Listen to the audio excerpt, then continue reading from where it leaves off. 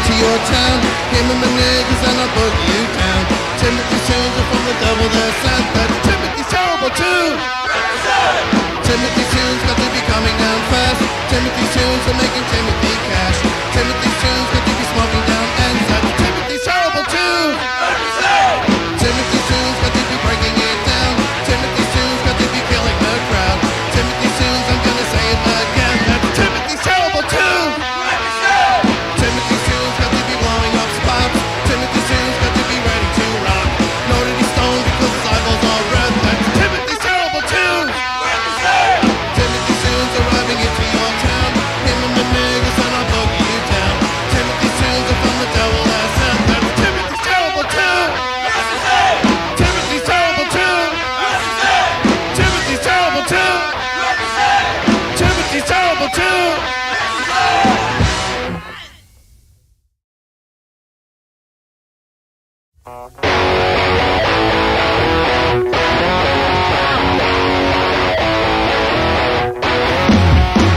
Turn up the nozzle, got it up to full throttle. You never got as high from any drug or liquor bottle. This is as high as you could get without actually being dead. You got to keep that nitrous flowing up into your head. Gotta keep that nitrous oxide high. High. Hello. It's alright. It's alright. It's alright. And here we go. And now the nitro copter's landing on the nitro pad. You don't need rotor blades, you're floating on the nitro air. Location of the destination soon to be unfurled. I need nitrous oxide so that I can rerun your world. Gotta keep that nitrous oxide high. High. Hello. It's alright. It's alright. It's alright. And here we go. And now the pressure gauge is showing you you're low on air. You're at full throttle for the moment, though you do not care. Your fellow airmen are around you, falling to the ground. The devil exhales and nitrous oxide is what comes out. Gotta keep that nitrous oxide high. High. Hello. It's alright. It's alright. It's alright. And here we go. Turn up the nozzle, got it up to full throttle. You never got as high from any drug or liquor bottle. This is as high as you could get without actually being dead. You've got to keep that nitrous flowing up into your head. You've got to keep that nitrous oxide high. High. Hello. It's alright. It's alright. It's alright. And now we're gone. Gone. Gone. Gone.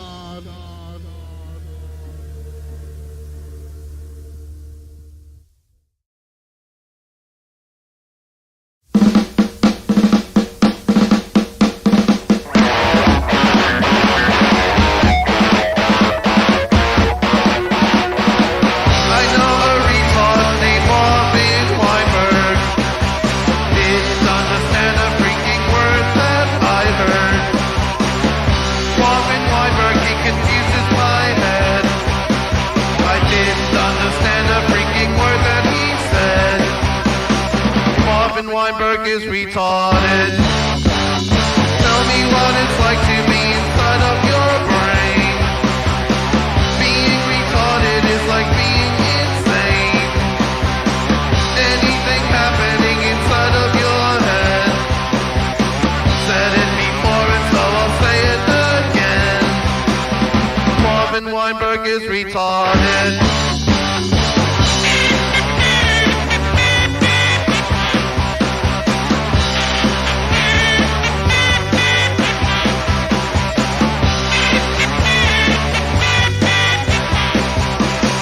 Marvin Weinberg is retarded. You are retarded as retarded can be. You are retarded and you're on the TV. You are retarded, more retarded than me.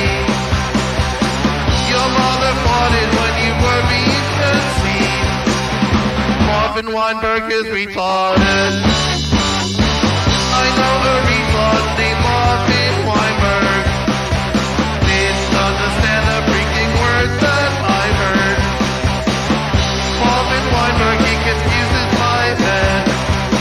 I didn't understand a freaking word that he said. Marvin Weinberg is retarded.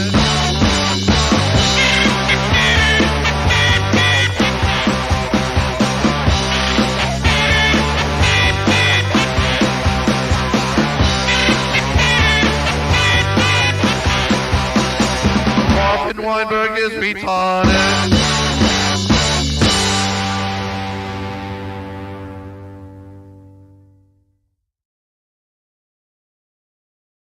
The sun is risen and a new day is here.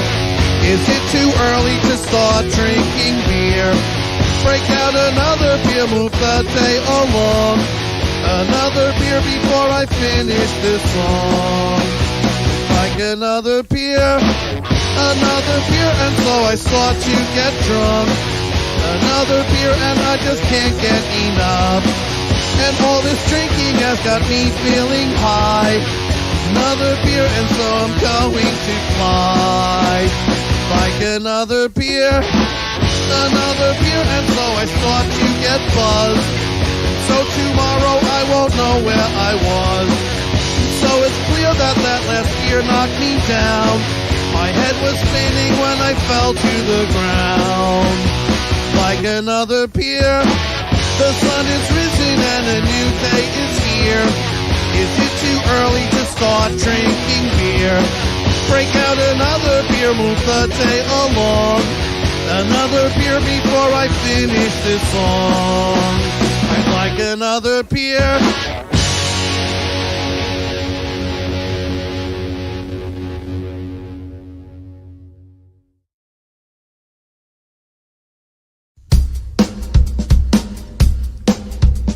My testicles are full and ready to discharge. Terrible Tim shoots a load, it's going to be large. Drown beneath my hose, it is a thick and gooey load. Gargle, gag, gurgle, choke on Terrible Tim's chode. Oh no, Terrible Tim's going to explode. Oh no, and so you gargle, gag, gurgle on my chode. Yeah, you gargle, gag, gurgle on my chode. Terrible Tim's back and ready to attack. Carrying fucking teeth that I have semen in my sack. I get it up and it is about to eat rubbish. And I discharge enough chode to sink a freaking sub. Oh no, Terrible Tim's going to explode. Oh no, and so you gargle, gag, and gurgle on my chode.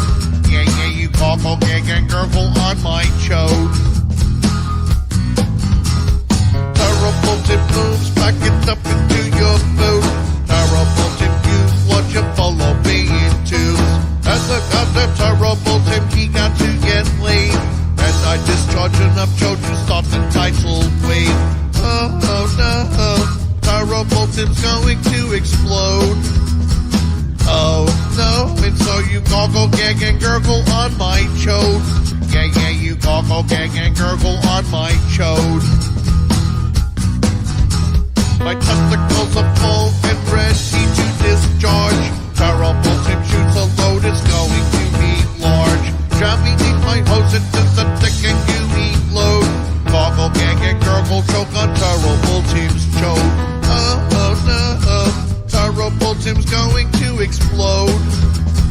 Oh no, and so you gargle, gag, and gurgle on my chode. Yeah, you gargle, gag, and gurgle on my chode. Yeah, you gargle, gag, and gurgle on my chode. Yeah, you gargle, gag, and gurgle on my chode. Yeah, you gargle, gag, and gurgle on my chode. Yeah, you gargle, gag, and gurgle on my chode. Yeah, you gargle, gag, and gurgle on my chode. Yeah, you gargle, gag, and gurgle on my chode. Yeah, you gargle, gag, and gurgle on my chode. Yeah, you gargle, gag, and gurgle on my chode. Yeah, you gargle, gagging, gurgle. Oh, wait, hold on, wait. There we go.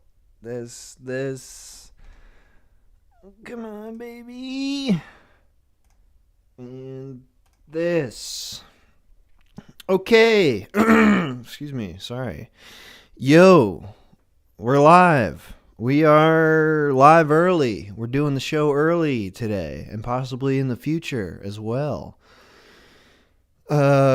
My brother's he's changed his work schedule. Everything's shifted. He's getting up earlier, going to bed earlier, and so I do the same. I fall in line with that. I got up at 3:30 today. So I figured I have to do the show earlier so I can do the show, so I can be awake and have my brother be asleep after the show concludes.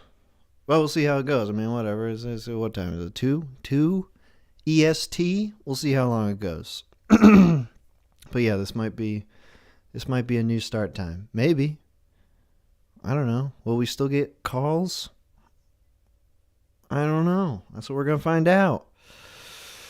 Today's topic is addiction. We're going to be talking about all your saucy addictions. All of them. The good ones and the bad ones. Whichever you want to talk about. There are good addictions, right? Some people are like addicted to helping people or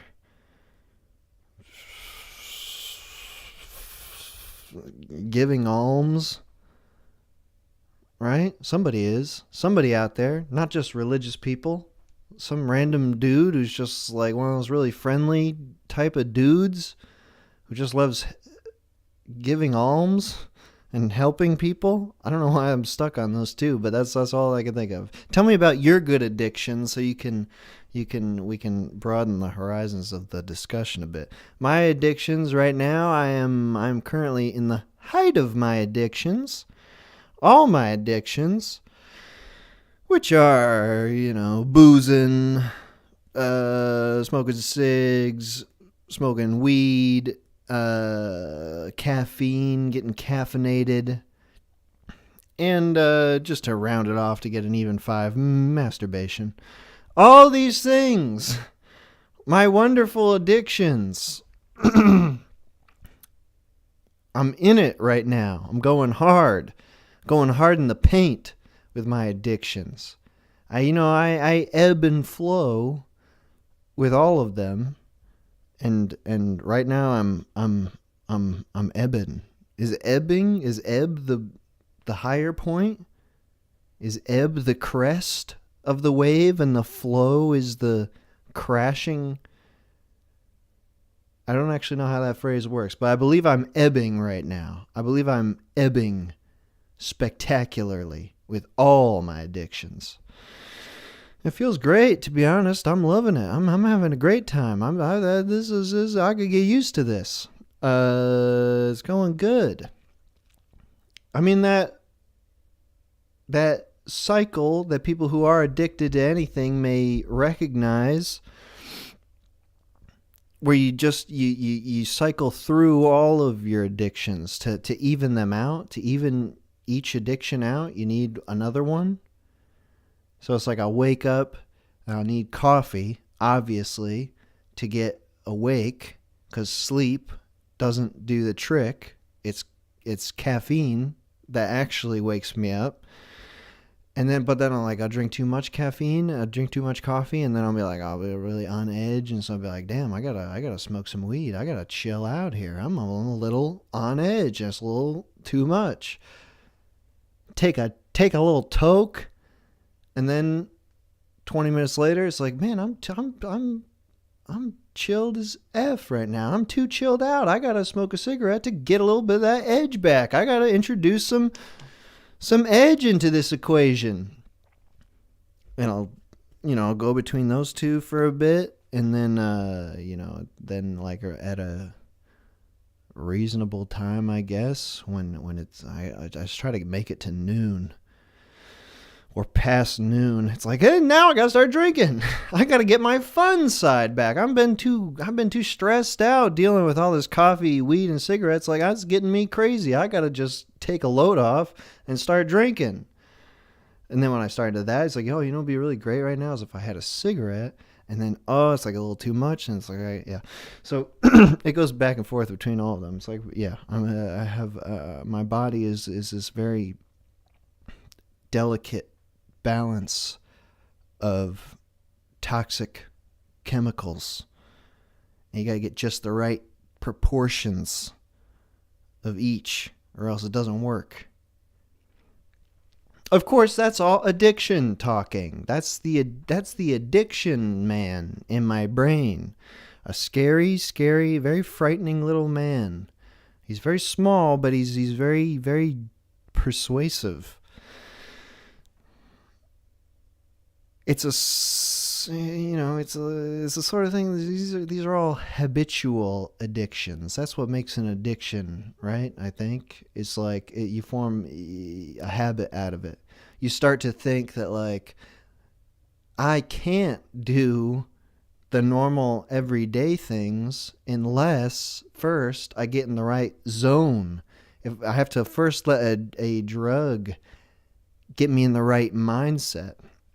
Because obviously it would be impossible to just to conjure the correct mindset for every day, for every situation, just by yourself. That just doesn't happen. You gotta make that happen with substances.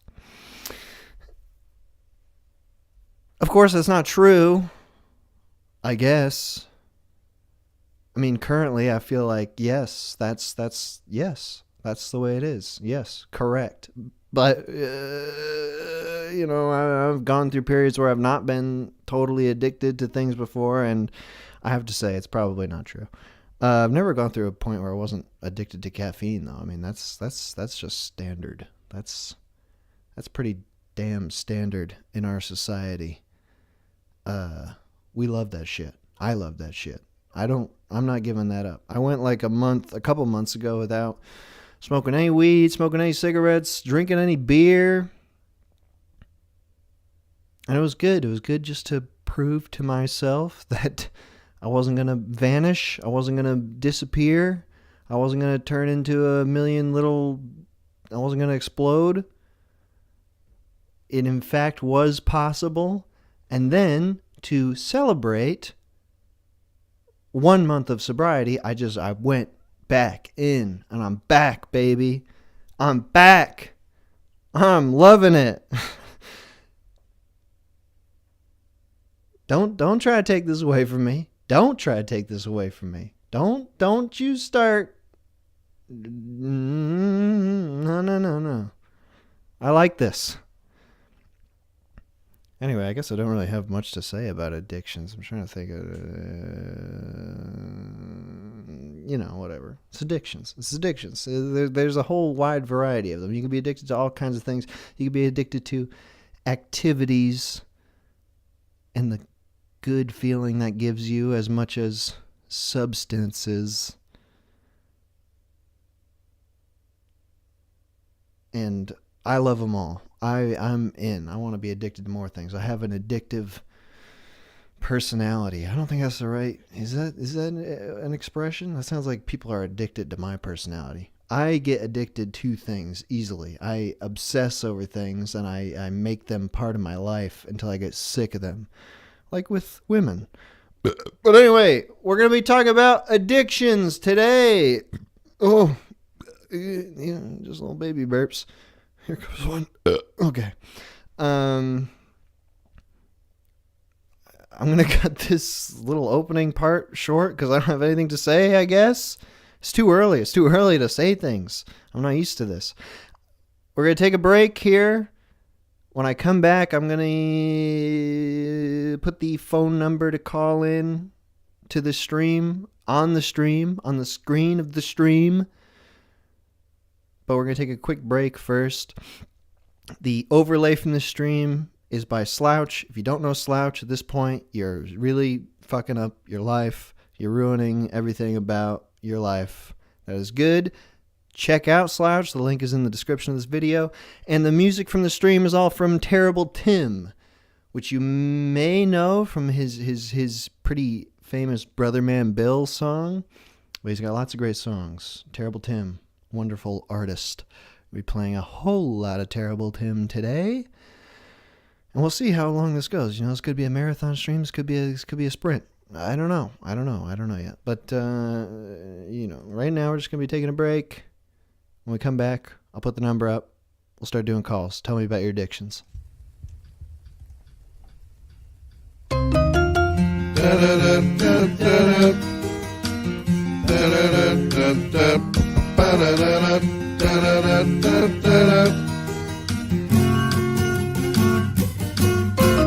Terrible Tim's penis never gets soft. Touch it, motherfucker, and it's liable to go off. Terrible Tim's much bigger than the average male. Discharged enough semen to flood out your doo-doo hell. Terrible Tim. Terrible Tim. Terrible Tim. Terrible Tim semen has flooded your twat. Hot thick gooey semen ejaculates from my cock. Terrible Tim's gigantic. Terrible Tim thing. It's guaranteed to fuck up all your openings. Terrible Tim. Terrible Tim. Terrible Tim. Terrible Tim's discharge is all over your face. Lick up all my semen, don't let a drop go to waste. Terrible Tim's penis is irritated and sore. Your vagina and asshole look like they've been through a war. Terrible Tim. Terrible Tim. Terrible Tim. Terrible Tim's penis never gets soft. Touch it, motherfucker, and it's liable to go off. Terrible Tim will fuck you up at every hole. I'll fuck out your eyes and I will fuck you in the skull. Terrible Tim. Terrible Tim. Terrible Tim.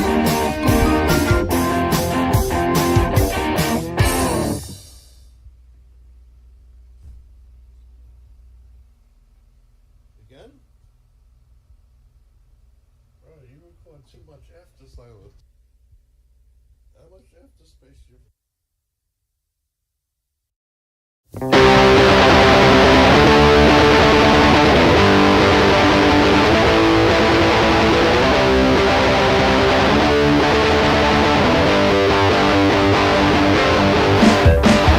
Bow down to Amanda, she is the true queen. Kneel down before her and worship at her feet. I love her so much, sometimes tears get in my eyes. And Amanda sure can make an old man cry. And Amanda, I don't lie. And Amanda, I don't deny. Now we know that Amanda sure can rock the microphone. And we are all too happy to be gathered round her throne.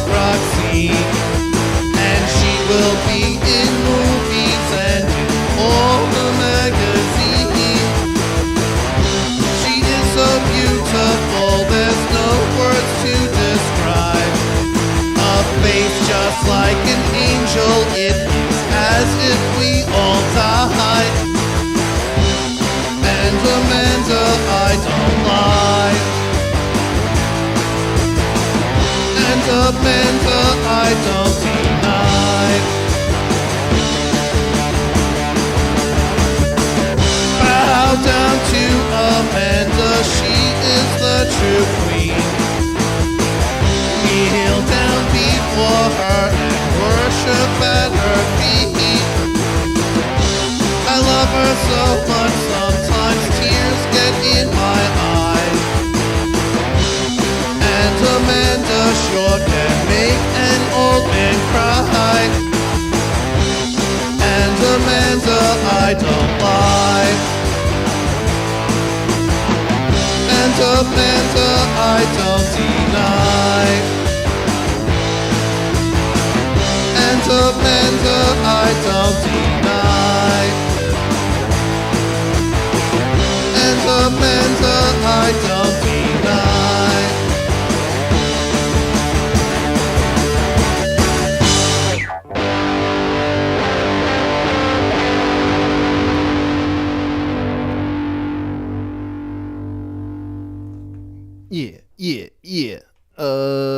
Yeah. Sorry, I had to go satisfy one of my addictions just now. Not masturbation.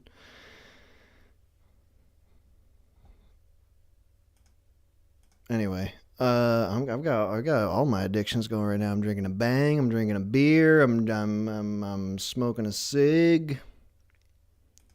I'm not smoking weed though, because I can't do that with this. Weed makes me really antisocial. Okay, I just turned off Do Not Disturb mode, forgetting to make the number appear. Okay, the number's up. Call 518-288-7938. Tell me about either your addictions, good or bad, or some experiences you had with other people's addictions, which will probably be bad. Either or. Call in now. Here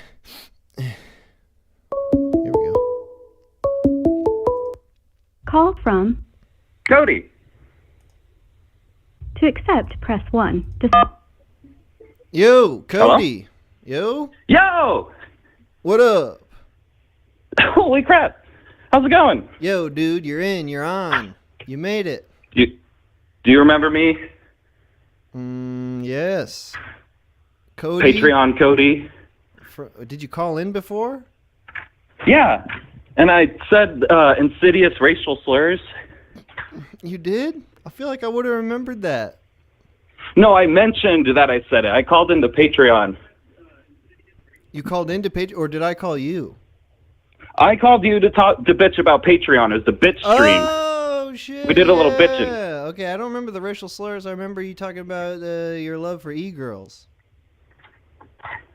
Maybe. I don't know. Is that not you? No, I don't like e-girls. I'm sorry. I'd rather watch a VTuber. Okay. I'm sorry. I don't remember anything about you. No, it's fine. For extra context, I'm the same 28-year-old with 2 pugs that emailed you out of nowhere one day. Dude, I got nothing. I'm coming up blank right now. It's fine. It's so okay. anyway, It's okay. Keep calling in. I remember people over time. It takes a lot of jogging of my memory. yeah, you talk to a lot of people. It's probably like Starbucks, where it's like I can't remember 100 names. That's right. I'm just taking orders from y'all. You just come into my shop and I'm just like, what? Okay, no. But anyway, Cody. First of all, I'm sorry that I don't remember you. Second of all, I remember you now because you're Cody, obviously. The man with the pugs and you called it about Patreon. Dude, everyone was so pissed when I invited you. I gave you an open invitation if you're ever in the Sacramento area. They're like, why? Why did you invite some internet weirdo? Okay, I do remember you now, actually, Cody. You've narrowed it down now. Very few people have invited me into their homes. Dude, everyone I know is pissed. And I didn't think it was a big deal at all. Everyone who's, living in your house? Well, the one person I live with, my mom was, upset. And my sisters were upset that I don't live with. And my friends were upset. And I was like, you all know who the Minute Hour is. Why is it a big deal? Are you worried he's gonna like rape me while saying hilarious shit? Hey, I'm just a normal guy. I'm not. It's not a rape tour I'm organizing. No, dude. It's just because we're men, right? And like humans, they're like predators in the animal kingdom. So like, you know, fully grown predators shouldn't be like staying up all night writing stuff in a sleepover or something, you know?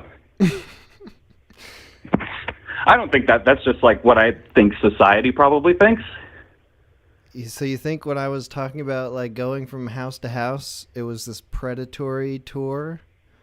No, I think that everyone I talked to thought that. But it'd be such. I mean, think about the inconvenience. I'm talking to these people who are not listening right now. But think about the inconvenience to me to go to Sacramento. I mean, holy hell, it's across the country. Yeah. I guess I can understand. It's like I would want to get something out of it. Yeah, that's probably right. Like, they just watch crime stuff all day. I'm gonna go on a murder definitely a spree factor. Across the country. Everyone who allows me to stay in their house is gonna be in for a treat. All right. Anyway. Yeah, and you'll get away with it super easy. Anyway, this is not the topic you called in to talk about. You called in to talk about addictions. Yes, I did. I'm addicted to many things. And it kind of sucks because I used to have this friend that was like, you know, he'd kind of coach me like, oh, you should be working out. Try to work that into your routine, blah, blah, blah. You should think this way. Mm-hmm. You should quit doing this and that. And I just kind of felt like after a while, like I get it's coming from a good place, but it's like you see me as just a shittier version of what I could be instead of the me that's me. Oh, excuse me. Was that you? Oh. Jesus. Yeah. All right, so what are you addicted to, Cody?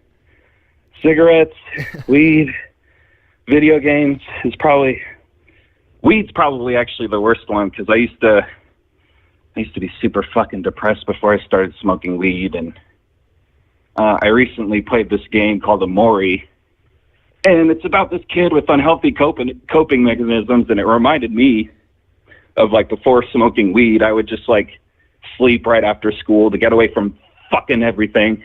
Mm-hmm. And like, yeah, I'd have like, you know, dream adventures where I was Mega Man and shit. But then I started smoking weed and I kind of would dissociate even more. And I'm sorry, you were going to say something? No, without needing to sleep. You're getting the same excitement you were getting in sleep? It's more like I just smoke weed to like not be stressed out or think about things that bother me. It's definitely the hardest one to quit. I'm addicted to other things, but I can put those on pause like really easy. Like with cigarettes, I smoke seasonally. Mm-hmm. I don't like to smoke in the heat and like touch my face and my face breaks out. You're a winter smoker? Mm-hmm. And I used to like smoke in the rain and be in it, but now I just like to look at the rain. Like it's too much hassle. I feel like that's the opposite for me. Like I also kind of feel like a seasonal smoker, but it's like when it's nice out. It's like a good excuse to be outside. Oh, well, your winter is different from my winter because you're in New York and I'm in California. Ah, okay. Northern or southern? Like, northern. So I don't have the risk of dying in the winter unless I sleep outside. How often are you smoking weed? Are you daily? Are you multiple times a day? Or are you... It's daily, dude. I can't even get through. I try so hard. It takes all of my will to get through the day. And then at the end, I'm like, I'm going to stay up like all night. And it'll kind of ruin everything. So I kind of have to. I don't really have to, but, you know, I know like consciously that if I stayed up late enough, I'd run out of energy and then go on to the next day. But here's the thing. Mm-hmm. You quit smoking weed recently too, right? You took a break. But I'm back. And you started having the dreams. Yes. And they're still there. Even though I'm back. Yeah, I kind of don't. I don't want to deal with that. I don't want to fucking go into my mind palace and like find out what's like actually been bothering me. But I guess you said it's you like liked the dreams. when I was younger, I did. Now you don't have It's a little dreams more- about Mega Man. You have dreams about being killed by Mega Man or something. Or just, you know, things that are. I don't really have a lot of dreams. Like I'll remember like 5 seconds of a dream when I wake up, and then it's gone. And that's from smoking too much weed and maybe doing DMT. I'm not sure how long lasting those effects are, but I've heard some stuff. How many times have you done Like that? just once. But it's basically like, oh yeah, this is simulating death for sure. It's just like this, you're impossibly overwhelmed with like all of this fucking shit, and you're like, this makes sense if this was happening as you're dying. Because I guess that's what it is. It's the chemical that releases when you die. And one of the things I'm a little worried about is like, because I did DMT, I might not get as much of that when I do actually die, and it's going to be very mundane and painful. That's an interesting thought. I thought you were going to say maybe you won't die. Like That would if you're suck, out man. of that chemical, it's just your body's just going to be like, well, we just have to keep going. And, you know, it's going to take another 100 years to produce this shit. That'd be cool if you just didn't have the chemical, you don't die. But no, your organs can still get destroyed and all that stuff. And Did it feel good? Was there some euphoria? no. I was in a garage with people I didn't like just because I wanted to do drugs, like any drug, because I was in a bad place in my life. Mm-hmm. So it wasn't even like I was with a cute GF or anything like that. I was just in a shitty garage simulating death in front of people I don't know, and they're just like laughing it up, and I'm like explaining what's going on. They should have paid me for that. God damn it. So that was a negative experience doing DMT for you? Yeah. I mean, shit's wild, so I'm trying to think of a scenario where it would be a good experience. Like maybe if you're in like Japan and the sun's setting and there's like fucking cherry blossoms everywhere, that might be cool. Mm-hmm. What if But, what if yeah, you were no- on like a roller coaster? If you're just about to go, you're just about to board the Superman. Yeah, dude, that sounds fun, actually. Or like it might kill you. It might trick your body into thinking you're falling like 1,000 feet. I don't know. You should get a grant. That'd be fucking sick. I'll look into it. All right. And I'll volunteer. I don't want to do DMT again, but that sounds like fun. All right, so you're in some addictions right now. You don't want to be told to find some sort of good addiction, like working out or whatever. Well, I guess I could fit working. I'm just so lazy, and I'm a little agoraphobic. I don't like leaving my house. Do you think the weed has anything to do with that? Yeah, totally. But also, I think I'm a little worried that I might just like still be crazy when I quit smoking weed. Like, what if I still hear shit and all of that? I hear shit, man. Some auditory Come over hallucinations. sometime. I hear shit. I get that sometimes, but I can't tell if it's, I never put too much stock into it. I just assume that I'm wrong. Like, I'll be walking on the street and I'll imagine someone who walks by me saying something to me. And I can't tell if it's like I'm just so freaking in my own world that I'm not paying attention at all, and so I'm not saying hello to people who are like trying to make nice conversation, or if people are muttering angry things at me under their breath every single time I pass them, I can get a little paranoid about that. Dude, that's like every time I talk to someone on customer service and I hang up and they say, have a nice day. And I think they say, go fuck yourself. But I'm like, they wouldn't say that. Like, why would they say that right at the end? But you guys I'm tape like, they those would say that calls. right at the end because it's too late. But you tape those calls for quality assurance, don't you? Yeah, but I also let it go because, like, it is my imagination. I don't think it's full-on schizophrenia, but I'm not one of those. I don't like to use terms for all the shit I think I'm going through because that seems to, like, restrict your options instead of like help you think about it. Like you're thinking because you fall into a certain category, you are going to act a certain way. Maybe there's a little bit of self-fulfilling prophecy when you go online and you're like, oh, I have that. Sure.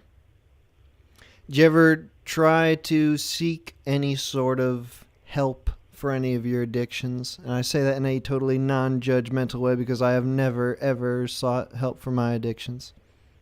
Yeah, man, I'm not worried about you judging me. You're a cool dude. Thanks, bro. You too.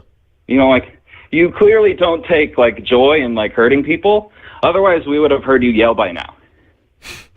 It can happen. It can happen at any moment. So just everyone be ready for the moment where I pop off and ruin everything. Yeah, dude, all those people in the chat quoting, like, a nice grill, they'd lose their minds, I think, if you just started screaming like you did then. I'm waiting for the right opportunity. That's really what it is. Like, I'm biding my time for the moment that I can really explode on a caller, an innocent caller. Yeah, they got to be innocent. It can't be a fair fight. It has to be one-sided. All right, Cody, thanks for calling in. Appreciate you telling me about your stuff with addiction. Yeah, and I haven't really seen help beyond like my friends telling me like, hey, maybe you should try this or that. When I quit smoking cigarettes last, I used tea leaf cigarettes, and it reminded me how awful it is without the nicotine. It's like you're smoking tea? Yeah, they put like tea leaves in a cigarette, and you smoke it, and you get a little caffeine buzz, but it also tastes like paper, and it makes you like think about how dumb it all is. But you don't get that when you smoke cigarettes. Then you're like, this is what it's all about. Yeah, it's like cool. It feels better. Like they put shit in it so that it's smoother. But yeah, that's just one thing I said I thought would help anyone that might be listening. And thanks for having me on the show again. Yeah, Cody, thank you for calling in. Appreciate it. Talk to you soon. All right, back to chat. Bye-bye. Bye. I remember Cody. I'm not going to remember your name unless you've called in a few times. And that's on me. It takes me a little bit. But I did remember Cody eventually. Call from Owen. Owen? Yes? Hey, what's up? How you doing? Oh, hey, what's up, man? Yo. You're on the stream that we're doing. Oh, shit, I'm on the thing. There I am. Holy shit. What's yeah, that? bro. Yeah, hell yeah. Oh. What do you think about that? It's pretty much making my day. Oh, hell yeah, Owen. All right, okay, Owen, let's bring it way down now. Let's bring it way down. We don't want any of this excitement because we're talking about a serious subject, which is you're right. What the hell are you addicted to? Dude, I'm not going to lie. I've been kind of hitting the weed pretty hard. You're a weed bro, eh? Yeah. I've never really liked cigarettes. They kind of taste gross to me. Mm-hmm. So it's just not really my thing. But weed, man, I tried that like for years in high school. People were like, man, you smoke weed, right? And I was like, no, I don't do drugs. Drugs are nasty.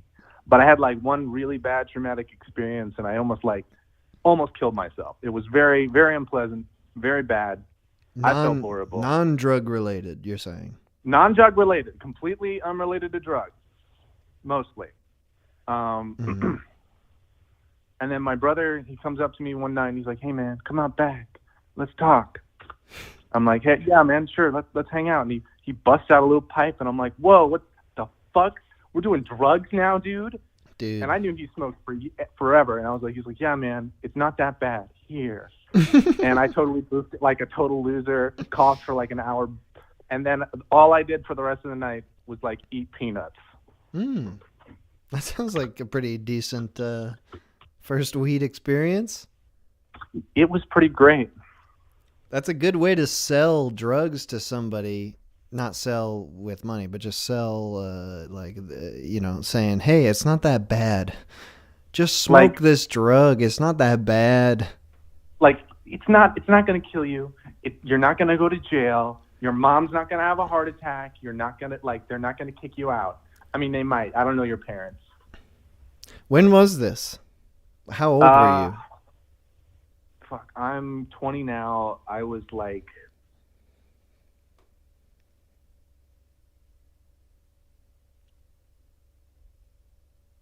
Did I lose you? Are you there? Are you still thinking about this? Owen? Oh, this is not what I wanted. Owen, are you there? oh, Oh, shit. Yeah, no, I just hit mute on accident. I'm bad. Cold darn, Owen, you scared me. I thought you were really taking your time. Think about how old you were. Oh my gosh. No, I was like 17, I think. Okay. So you're 17 and you've been going strong ever since, or it took some time to develop? It took some time. I think it took some time. I liked it, and I was like, wow, this is cool. But it's kind of weird to go, hey, I want to buy drugs for my brother. So I felt really uncomfortable doing that for a really long time. So I didn't. And then I think I started working with some guy at like a pizza joint. And he was like, hey, you want to buy some weed after work one day? I was like, yeah, sure, man, whatever. He was this very nice guy, but he really did sound like that. He sounds nice and full of drugs. Yeah. Why didn't you want to buy from your brother? Was it that you were self-conscious about like getting into it? Yeah, I think a lot of it, like, it wasn't so much like I felt like I was letting myself down. I was like, man, I gotta rely on this stuff to feel good. Because for a while, I really only smoked when I was feeling depressed. And honestly, I still kind of do. I kind of rely on it as medication instead of like something that a doctor could prescribe because I'm poor and a doctor's expensive. Sure. So is it not really like a habit for you? It's not like you wake up every day and you're thinking, when's the best time to start smoking? Or is it that you're waiting for a particular feeling to strike you? It started that way. Like, it definitely started as when I'm feeling down or when I want to hang out with my friends and have a good time or whatever. And I think it's very quickly, but it felt slow, devolved into, I'm going to buy weed on the weekly. I'm going to smoke it every day, all day, whenever I can, you know? Like, I'll go on my lunch break and pack a bowl and blast it and go back to work. Like, nice. What's your job? I've actually called in before. I think it was one of your Patreon streams. Actually, you called me, and I told you about the time I killed a rat. Oh, yeah.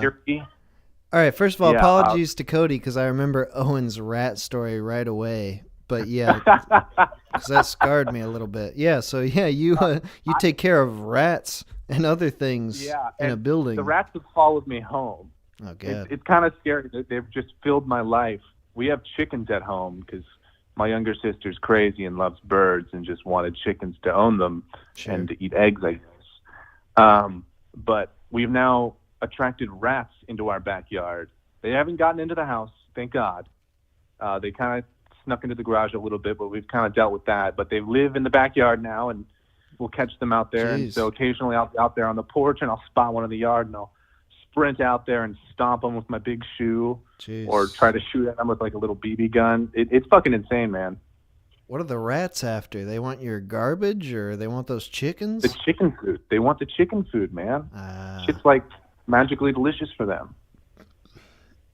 That's a shame. That's a shame that, you know, your work is following you home like that. You don't want to hear that. All right, so right now where you're at is you're smoking weed every single day? No, every single day. No questions asked? Almost 24/7. God right damn. now, I'm at home. I'm not working right now. I hurt myself yet again. I thought there was more to that story. No, I hurt myself a lot. I re-broke my collarbone like last week or so, and I just had surgery to fix it. Jeez. Yeah, man, I'm like cursed with bad luck. You taking pills then too? Yeah, I am. How's that combination? I can't drink, which is a little downer because I kind of like drinking a little bit. I'm not real crazy about it, but every once in a while I like to get hammered and just Crossfaded is where it's at, though. Getting high and drunk is where it is. But I can't do that right now because on these pills, if I drink, I totally, it feels like all the blood leaves my body, and I kind of just sit there and vibrate and nearly pass out. It's crazy. Yeah, that So I don't think. But I can get high and smoke and eat the pills, I mean, yeah. How's that combo though? What's that doing for you? I can't nut. That's it. Oh yeah. That's the only downside. But I'm like. But you can get hard, or you just. I can't. Oh, you can't even do get that. Hard, which is the frustrating thing. I can get hard, but I can't actually get there. Oh, okay. Yeah. Why is that? You too in your head about what it takes to come? I don't know. It's just I think it's just the chemicals won't align in my brain to let that neuron fire. Right. All the weed is going to your balls. All the weed's going to my balls, and the pills are right at the tip of my dick. It's totally crazy. Totally crazy down there. It's like a chemical issue, I think. I don't know if it's something with me or if it's just the pills don't let you nut, But you've tried. I have tried. I've been seeing a new girl recently. Oh, really? It's been pretty. Yeah, dude. My life is fucking insane. I live in a time loop where I hurt myself, and then a new girl interests me, and then I can't nut, and then she gets interested. It's insane. It's happened 3 or 4 times now. Yeah. Does she? Yeah. What are her thoughts on your inability to nut? Well, she likes that it takes me for we can go for hours. That's really it's new to her and it's new to me, and it's whoa, this is amazing. It's been 3 hours and I didn't even notice. What the fuck? Are you talking but literally for hours? I am talking literally 3 hours, dude. Jesus. Literally 3 hours. That's good workout. I know. My abs are sore and my butt kind of hurts, and I don't want to talk about my legs or knees right now, but damn, bro. So she likes that, but she's thinking, yeah. I think she's oh, does he not like me because it's not happening? I'm no. I have no idea what's going on. This is never it. Usually I'm bust a nut and run, but no way, dude. It's not me. And I think she feels disappointed in herself. Honestly, she's man, maybe I'm not doing a good enough job. Maybe we're not working it right. I'm no, this is great. It's just not happening, So you didn't tell her it's because you're addicted to weed I told and her pills. I told her it was the pills, and she had also smoked, but I was pretty sure it was the pills. Yeah. It was man, I'm so sorry. She's no, it's not really a problem. It's just a little disappointing. Right. That's the finale of the sexual activity. That's how you know it's done. It's over. So it's just a putter out of oh man, my legs are kind of tired, or oh shoot, I could use some water. There's no climactic finish to that ever, so it always kind of feels a little lackluster towards the end. You ever think about faking it? Yeah. But that feels kind of lying to me. Okay. And I'm not I don't really like lying like that. That feels a little personal. I'll yeah, that's a tough question. That's a tough one, That's a tough thing.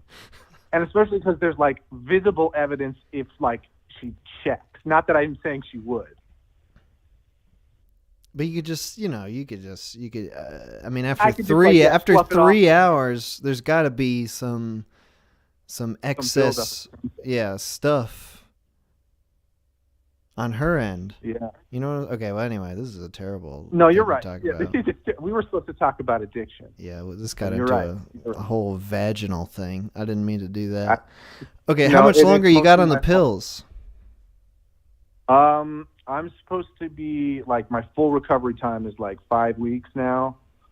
I don't have that many left, and I'm not sure if there's a refill subscription. But I'm not relying on them, and I'm being really good at pacing myself with them. I'm not taking 3 at a time or any shit like that. I'm just doing it once every 6 to every 12 hours, depending on how I need them. I'm being safe. I've had problems with pain pills in the past, and so I'm being really diligent about it. So you're feeling like when you run out here, you're not going to be jonesing for more? No. I'll probably be like pounding ibuprofen if it really hurts, but it's ibuprofen. It's not. That's normal. That's fine. That's natural. I could eat plants. Sure. So when you were having problems with pain pills in the past, did you have to find an alternative method to get them when your prescription ran out? I didn't have a prescription in the first place. Ah. And I got them illicitly through ulterior means. But I did have to find something else to sate that need after I stopped. And they were pain pills? Yeah, when I stopped taking pain pills the first time, that's right around when I started smoking weed. All right, to finish off here, tell me then what's your favorite drug? You go to weed a lot. It seems like your go-to, but is that your favorite drug to do? Yeah, I'd say so. I think it's like the easiest, and I'm all one for like simple and easy kind of stuff. It's like with like anything with needles, that's gross, that's nasty. I won't do intravenous drugs. Not gonna happen. Nice. I just realized shit. Okay. But like I think I'd try more natural stuff like mushrooms. Anything that I can grow out of the ground, I feel like is much more realistic to put in my body, you know? Like I'm not into chemicals really. I'm more into like natural stuff. Is there something about weed particularly, like you say it's easy? Is it the fact that you can do it a lot and not have it, like make you totally out of your gourd, that makes it better than other drugs that might be more potent? I will say it feels more accessible to the body. Like it's I can get high and go to work. I can get high and fucking sit around and vegetate. You can do things while you're high. Other drugs, I feel like you can't do anything but those drugs. Like I don't feel like smoking weed is doing drugs. Doing drugs is like lying on a fucking grody mattress with like a rope tied around your wrist or whatever, you know? Or a rope around your neck, jerking it while you're suffocating. You don't want to do that in a group. You don't want to go to work and do that. That would be a circle jerk I would not be interested in. Could you imagine an autoerotic circle jerk? I feel like there's somebody who's like set up like a circular like hangman stand kind of thing, and then there's one guy with a lever and like a hood, and so they're all like gathered around this like hanging thing together, making uncomfortable eye contact and kind of like just lightly choking, and then the dude pulls the lever, and they all kind of drop, and whoever comes first gets cut down, and if you don't blast it, you're dead. That's terrifying. That sounds like the plot of the next Saw movie. Jigsaw gets a bunch of people in an autoerotic mechanical circle jerk of some kind. That sounds terrible. All right, Owen, thank you so much for calling in. Appreciate you telling me about this. Dude, thanks for having me on again. It's always a pleasure to talk to you. I love all your stuff. Thank you, man. Thank you for calling in. Talk to you soon. Maybe. Maybe. I don't know. I like the thought of that, like kind of a carousel, a autoerotic circle jerking carousel. I think there's some potential there for some sort of masturbatory theme park, a theme park where the theme is masturbation.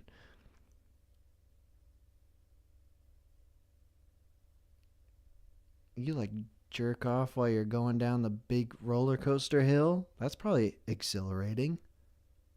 I wouldn't know. I've obviously never did that. I obviously never whipped it out on a roller coaster. Hey, we're bringing up roller coasters a lot. That should be the theme for the next show. All right, I got calls coming in, but they're not coming through. And I'm left here pondering roller coaster whacking. That's not what I want. That's not what I want. I want to talk to people. Okay, here we go. Call from. To accept, press 1. To send a Mystery voicemail. caller. Hello? Oh shit! I didn't actually think I make it on. Hey. Hello, you're on. Is this Elise? Yes, it is. How are you, sir? I'm good. I recognize your voice. How you like that? Yeah, it helps that I'm a woman too, huh? Yeah, that narrows it down a bit. Yeah. Oh man, this has been a fun stream so far. I hope I don't bum anybody out with what I'm going to say. No, I'm ready. You about to tell us the dark and dirty truths of addiction? I mean, they're dark and dirty, but I'm going to try to make it funny because God knows the last thing anybody... I think addiction... Well, let me just start off with mine. Sure. I smoked a lot of pot up until about beginning of this year. It was interesting. The last caller made this mention being like, "Oh, I don't want to do heroin because you know, weed is not something that you do. You just lay in a couch all day and just stare into space or sleep away your life. Weed is just for somebody who wants to experience things, experience life, and have it be exciting because there's some lack within them that they feel that they have to overcome." To be an exciting person to be around. That's how I felt when I was smoking a lot of pot. And not to judge anybody for it. I mean, for some people, they can do a little bit and they're fine. And that's how I was, for a short while. But it got to the point where I just felt tired and irritated all the time when I wasn't smoking pot. So I switched over to Delta 8, THC, which What? has been an improvement. You ever heard of that before? No, never. So what I've heard it of is, people the thing smoking I- CBD, which is there's like two parts of weed, right? THC and CBD. Correct. And Yeah. so you've CBD gone doesn't get you high though. Right, and that's why I've never done it. But you can do just straight THC. Well, what Delta 8 is, it's a chemically modified version of THC, like the THC that you get from marijuana, but they modify it in a way that makes it legal to sell. It's going to be probably taken off the market soon because it does get you high. But the thing about it, it's so pure that none of the bad side effects of weed. Like, I get tired and I eat too much and my ass gets fat. I imagine, how does it affect you negatively? I know you probably are well versed in the positives. Dude, I would love if weed made my ass fat. It makes everything I'm else so nervous fat. right now, by the way. I'm sorry. Wait, THC is not, that's not like what you're talking, what is it? Delta 8 or Delta H? What is it? Delta 8, like the number. Okay. That's not like the synthetic weed, is it? That people have so many horror stories about online? Is that what it is? Yeah. And it works for you? Yeah, it works for me so far. I'm probably going to get cancer at 80, but I feel good for right now. Well, people, when they talk about it, like their bad experiences, they say it's like frickin' bath salts, but you haven't had that experience. Oh, God, no. I mean, the day that I start running down the street naked attacking people is probably going to be the best day of my life because everybody will get to know me. Yeah, that's really living life to the fullest. Yeah. Deep down, okay, I'm not as nervous anymore. I always get so nervous whenever, like, I talk to you. But, no, I smoke Delta 8 now. I actually enjoy it more than weed. Weed just made me feel like it would work for a little bit, but something you said earlier really struck a chord with me, where you're like, okay, let me get up, let me smoke a little bit of this first to get me myself in this mood. And then after that mood fades away, you're like, well, let me do this to feel this certain way. Mm-hmm. That's exactly how I felt with pot, is that I would get up in the morning. It used to be I would get up at 6 a.m., smoke a little bit, and I'm good to go. Maybe in the middle of the day, I'll smoke a little bit more, but for most of the day, I can sustain myself on a little bit. After that, I started chasing that high more and more, and it got to the point that anything that I had to do that day that really required me to feel engaged with, I have to smoke something. It was to the point that I was pretty much smoking 2 full joints every morning, and that was just the morning. That's intense. So smoking I don't weed do was it anymore, about though. getting engaged. Yeah. So back when you were smoking weed and not pure high, super hyper THC, weed was just about getting engaged with what you're doing. Pretty much. I'm so sorry. This is so personal, but I'm in therapy right now to deal with the root of these kinds of issues because I've dealt with addiction my entire life. I never really understood it until I experienced it myself.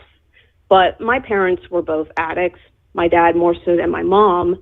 And the funny thing is that he comes from a long line of addicts. I mean, addiction pretty much stole, he was the second oldest of 8 brothers. And only of the 8 that was born, only him and one other brother are still alive to this day. All the others died of various drug addictions. They were doing shit they were doing opium and heroin and stuff like that. But here's the thing. My dad's family came from a shitload of money. And my father's father, my grandfather, there's another example, did opium as well. And he was like a high functioning guy. He was a general in the army and he was a lawyer. He was like a upstanding member of society. But, he did opium and, his sons did opium. And after both of his parents passed away, this is in another country and my dad lives here in America. So, it's not as easy to communicate. I mean, he was pretty much estranged from his family by the time that both of his parents died. And his brothers not only sold all these antiques, all these expensive designers, pretty much everything that had value in that house, they sold it to feed into their addictions. And then they sold the house that held all that valuable shit, didn't give my dad a share, it was a multi-million-dollar house. They kept it all for themselves, and they all pretty much died of the money that they sowed from that. And they were smoking opium? Oh, they were doing fucking everything, dude. They were there are a bunch of rich kids with easy access to drugs. I was saying, because you don't really hear about opium itself a lot. We hear a lot about opioids. Oh, that's the American version. No, opium, this is actually, when you look at it, it's like, and the thing is that the addiction in my family is objectively, it was when I was growing up, I was told these stories by my dad, but it was always framed in a light where it was something to aspire to, because he would tell me, oh, your grandfather smoked opium with a parrot on his shoulder, and he used to pass the opium pipe to the parrot, and the parrot used to smoke opium with it. Or he'd be like, oh, he would tell me about he would tell me about all this crazy shit that he would do, due to drugs, within his family. But ultimately, it ended up being the thing that really destroyed him and ended up negatively affecting his children. That's what your parents were doing in America when they moved away from this? They were also smoking opium, or are they struggling with some other kind of addiction? No. My mom's American, and I won't say what the drug was because, I've already revealed enough personal details, of everything. But the one that they did was, involves a little pipe, if you will, and not the kind for smoking weed. Crack? And my dad, yeah, you get what I mean. And the thing is, my family, we were poor growing up. And my dad, he worked 12 hours a day, 6 days a week. And the thing is that growing up, I mean, he was he would have been a fun uncle. He's a really intelligent, crazy guy. But the thing is that he has a lot of demons, and he channeled that through drugs, and not in the best ways towards his children. Are your parents still alive? Oh, he's still alive, and we're estranged right now. But the thing is that he let it get in the way. He let it get too much in the way with us. it went from being something to get him through today. We're working a hard job and not making much money at that job, to using it as an excuse to just wreak havoc because it didn't do him any good in the long run. And I'm not trying to bum you out or anything. If I don't like the fact that I have an addiction right now, but I do it anyway. Right. And if it gets me through the day to the point where I don't need it anymore, be it through enough therapy or, kicking myself in the ass enough, to figure out what the fuck, way I can stay engaged without some substance being involved, then it'll be worth it. Well, I think, having never been a parent myself, I think that people try to, give up those sorts of things for the sake of their children, because, it is a kind of selfish desire doing drugs. You often, and anybody who's doing drugs is often doing them as a way to deal with their own shit, but it's it's like a shortcut. So do you think that, have you thought about that? Do you think that it's inevitable you'll have to reach a place where you just have to give up these things? Are you waiting for a moment that's going to allow you to get in the mindset, or are you satisfied currently with where you are? I'm not satisfied with where I'm at currently. And for a while, it's funny you say, looking for the moment. I was doing that for a long time, especially when I was at the height of when I was smoking pot. The thing is, I don't think that there's a moment anymore. I just need to start being in, not looking for the moment, but as stupid as it sounds, being able to realize that I'm living in the moment. I like being able to acknowledge the fact that, I just did a total trauma dump on you, telling all these awful things. But that's not who I am as a person. I'm ultimately, when you meet me in person, you would never know any of these things about me. But the thing is that I don't feel that way about myself at all. And the moment when I'm in that moment realizing, hey, I am, I'm all right to be around, without having to overcompensate in some way by, getting really high and telling a bunch of funny stories or getting drunk and being all serious and shit. When I can just be fully myself, that's when I'll be fully realized, I guess. How long have you been, is this something you do every day? How long has it been since you've taken a break, I guess?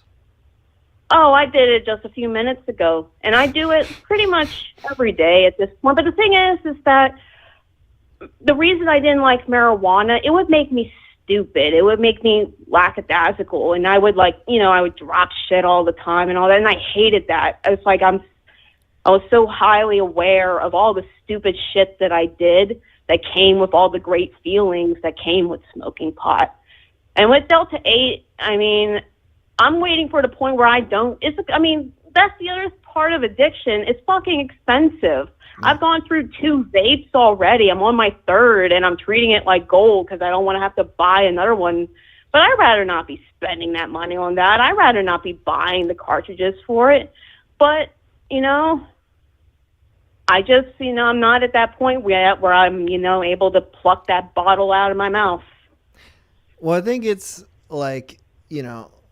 you can be super addicted, and when you're talking about weed or Delta 8, I don't know how much different Delta 8 really is. I don't have any experience with that. But I think it is very helpful for your own personal sense, speaking from my own experience of just if you can force yourself to take a break, doesn't have to be it for everything, but just being able to prove to yourself that that you can actually live and function without a certain thing, it does do a lot for your mental state.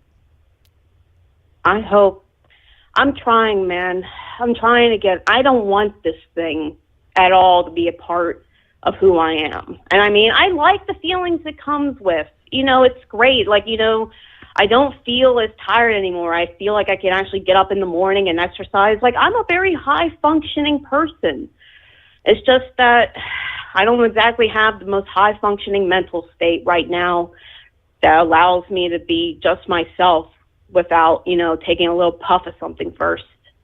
But one day, and I hope. I meant for this to be a lot funnier. I'm so sorry. No, it can take an actual dip in your productivity to really prompt that. That's what it did for me, is like when I was going through a couple weeks where I was like just not being productive at all. Like that was really getting to me, and I was feeling like that was because I was too comfortable just smoking weed all day. And so I finally had to just drop it for a bit so that I could get back in so I couldn't blame anything else. So like if I wasn't productive for a day, it would just be purely my fault and not like weed or anything else. But that was just me. Oh, how are you been doing productivity wise nowadays? Pretty good. Pretty good. I'm back on the weed though. I mean, I told you. I mean, I'm not a poster boy for kicking addictions. I'm into all of them. I like them all. But just out of curiosity, if you don't mind me asking, like Sure. what feelings do you associate with smoking pot? Because I know that I have my set of emotions associated with it, and I've talked too goddamn much. What are your feelings about it? What does it do for you? It's weird because it did very different things. I feel like at the start, when I was first getting into it, I felt like I could really engage in things, and in media especially. I could I watch a movie or listen to music and just listen and watch so intensely like I'd never done before, because all the times before when I wasn't high, I was just it was just sort of passing by me. But now when I'm high, I could just have this super focus and notice every tiny little detail, and I felt like a genius. And then later when I was smoking too much pot all the time, it was more like what you were talking about. It was I felt very stupid. It makes me very antisocial, because I feel like I'm actually lagging behind. I can't express thoughts as they come to me, because when they come to me and I'm high, first I need to think about them and dissect them, and it makes me less able to do the productive shit that I actually want to do. And in that, the cure becomes the curse.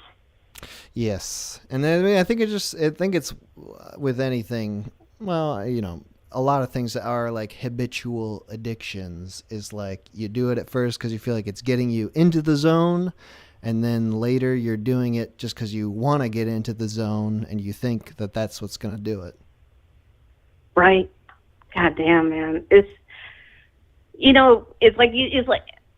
Going back, and I'm going to wrap this up because God knows everybody, there's more better people with better insight than I'd have. But I'll end it on this. The guy was saying, I don't want to do heroin because I don't want to be laying about all day. Pretty much weed, and to a larger, more destructive extent, meth. It's those are drugs for people who want to experience life. Heroin, you do heroin because you're trying to block something out that happened to you. Whatever your experience is, you want to essentially sleep away your life. And, addiction, it's a cycle.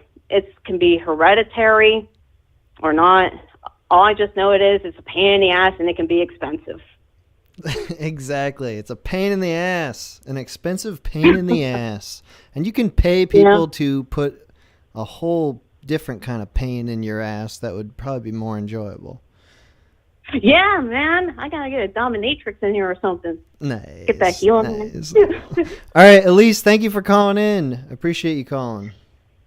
Take care, man. You take too. care. Bye. Bye-bye. Nice. Okay. I really have to urinate real quick. We're going to take a quick break here, a few minutes. I'll be back taking more calls. Excuse me. Here's more Terrible Tim. Jay Miller is back on the scene, break out the jumbo size Vaselina. Jay Miller is back on the set, Jay Miller practices toilet sex.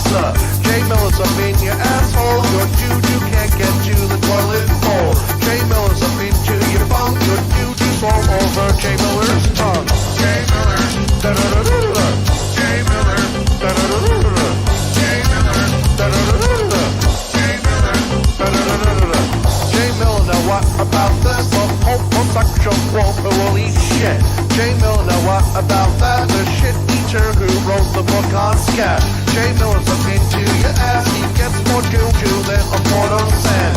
Jay Miller's a septic pest when it comes to eating doo-doo. You're the best.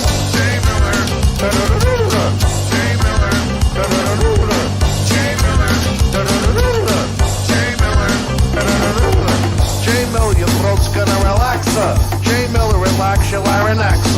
Jay Miller, you've got to be queer. You swallow semen easier than beer. Jay Miller will swallow you jizz. His throat contracts on the peristalsis. Jay Miller is not one to get. He'll take as much of your cock as he can. Jay Miller, da-da-da-da-da. Jay Miller, da-da-da-da-da. Jay Miller, da-da-da-da-da. Jay Miller, da-da-da-da-da. Jay Miller is back on the scene. Break out the jumbo size Vaselina. Jay Miller is back on the set. Jay Miller practices toilet sex. Jay Miller's up in your asshole. Your doo-doo can't get to the toilet bowl. Jay Miller's up into your bum. Your doo-doo's all over Jay Miller's tongue. Jay Miller, da-da-da-da-da. Jay Miller, da-da-da-da-da. Jay Miller, da-da-da-da-da. Jay Miller, da-da-da-da-da. Jay Miller, da-da-da-da-da.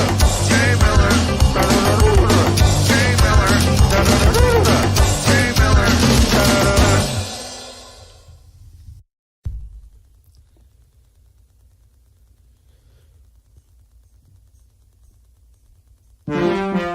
Big bad terrible Jim, big bad terrible Jim, got it. Big bad terrible Jim, big bad terrible Jim, big bad terrible Jim, big bad terrible Jim, got it. Big bad terrible Jim, big bad terrible Jim. Terrible Jim smoke grass, inhale nitrous oxide gas. Terrible Jim's in your ass, and we'll give that boob a blast. Terrible Jim got you, come here and I will show you. You are making my dick hard, suck it until I discharge. Big bad terrible Jim, big bad terrible Jim, you got it. Big bad terrible Jim, big bad terrible Jim, big bad terrible Jim, big bad terrible Jim, you got it. Big bad terrible Jim, big bad terrible Jim. Terrible Jim time, I am up in your vagina. It's time to make the sperm, my semen is so hot it burns. Tap terrible Jim sap, got my view up in your gap. Now your vagina must hurt worse than if you were giving birth. Big bad terrible Jim, big bad terrible Jim, got it. Big bad terrible Jim, big bad terrible Jim, big bad terrible Jim, big bad terrible Jim, you got it. Big bad terrible Jim, big bad terrible Jim. Done with your vagina, no more terrible Jim slime. My testicles relax until more semen fills the sex. Your vagina got done, and your vagina had fun. And you are young and dumb, and you're filled up with my cum. Big bad terrible Jim, big bad terrible Jim, you got it. Big bad terrible Jim, big bad terrible Jim, big bad terrible Jim, big bad terrible Jim, you got it. Big bad terrible Jim, big bad terrible Jim. Terrible Jim smoke grass, inhale nitrous oxide gas. Terrible Jim's in your ass, and we'll give that boob a blast. Terrible Jim got you, come here and I will show you.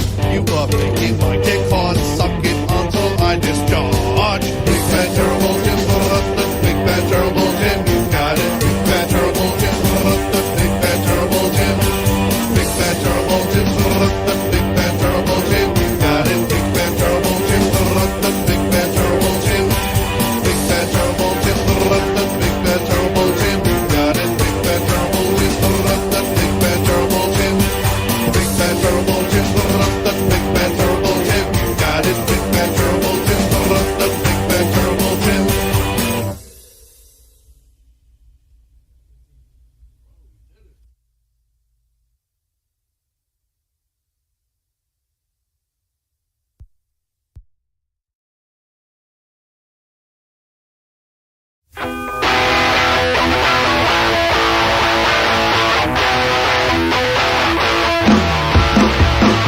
got a crop that'll make you get high.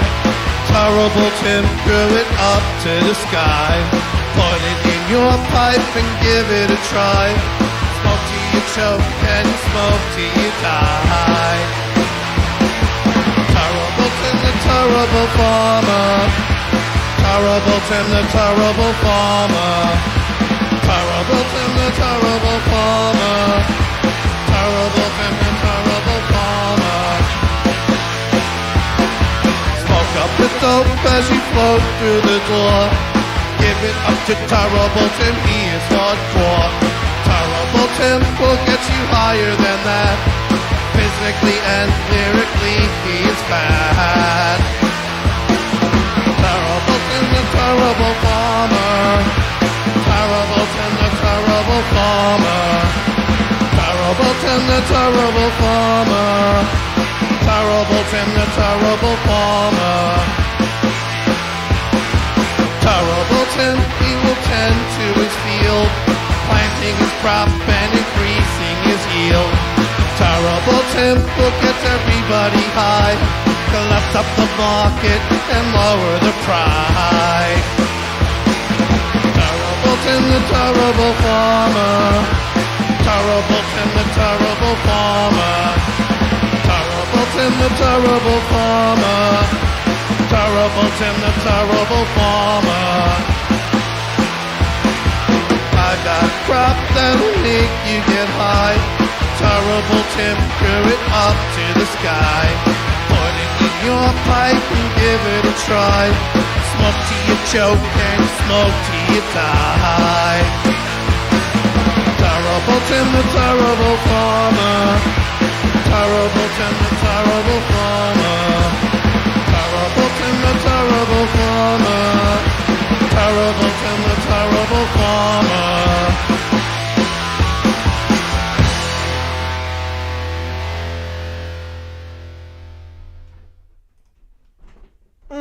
Okay, we're back. Good. Wait. I have a little gift. It's coming. Oh no. Oh. Call from Guess who? I know who that to is. accept. Catholic Joe! You guessed correct, my friend. Hell How yeah. are ya? I'm good. How are you, Joe?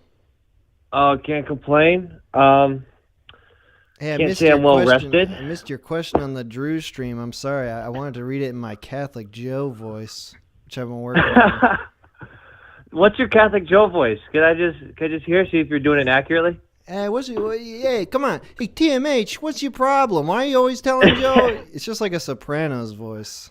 Is this your real voice, Joe? Yeah, it's my real fucking voice. What are you trying to say?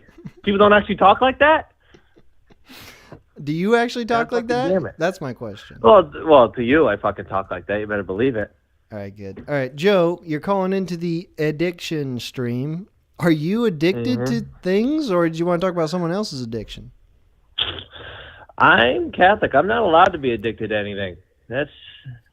So I'm kind of screwed there. I can't really have all this other fun that you guys been having. All these bleak stories, all these lives destroyed. I can't really participate in any of that, unfortunately. So you're just living your perfect life. You go out for long walks and you help the needy, and I get high off of sober living and clean fun. That's how we Catholics do it. Oh yes.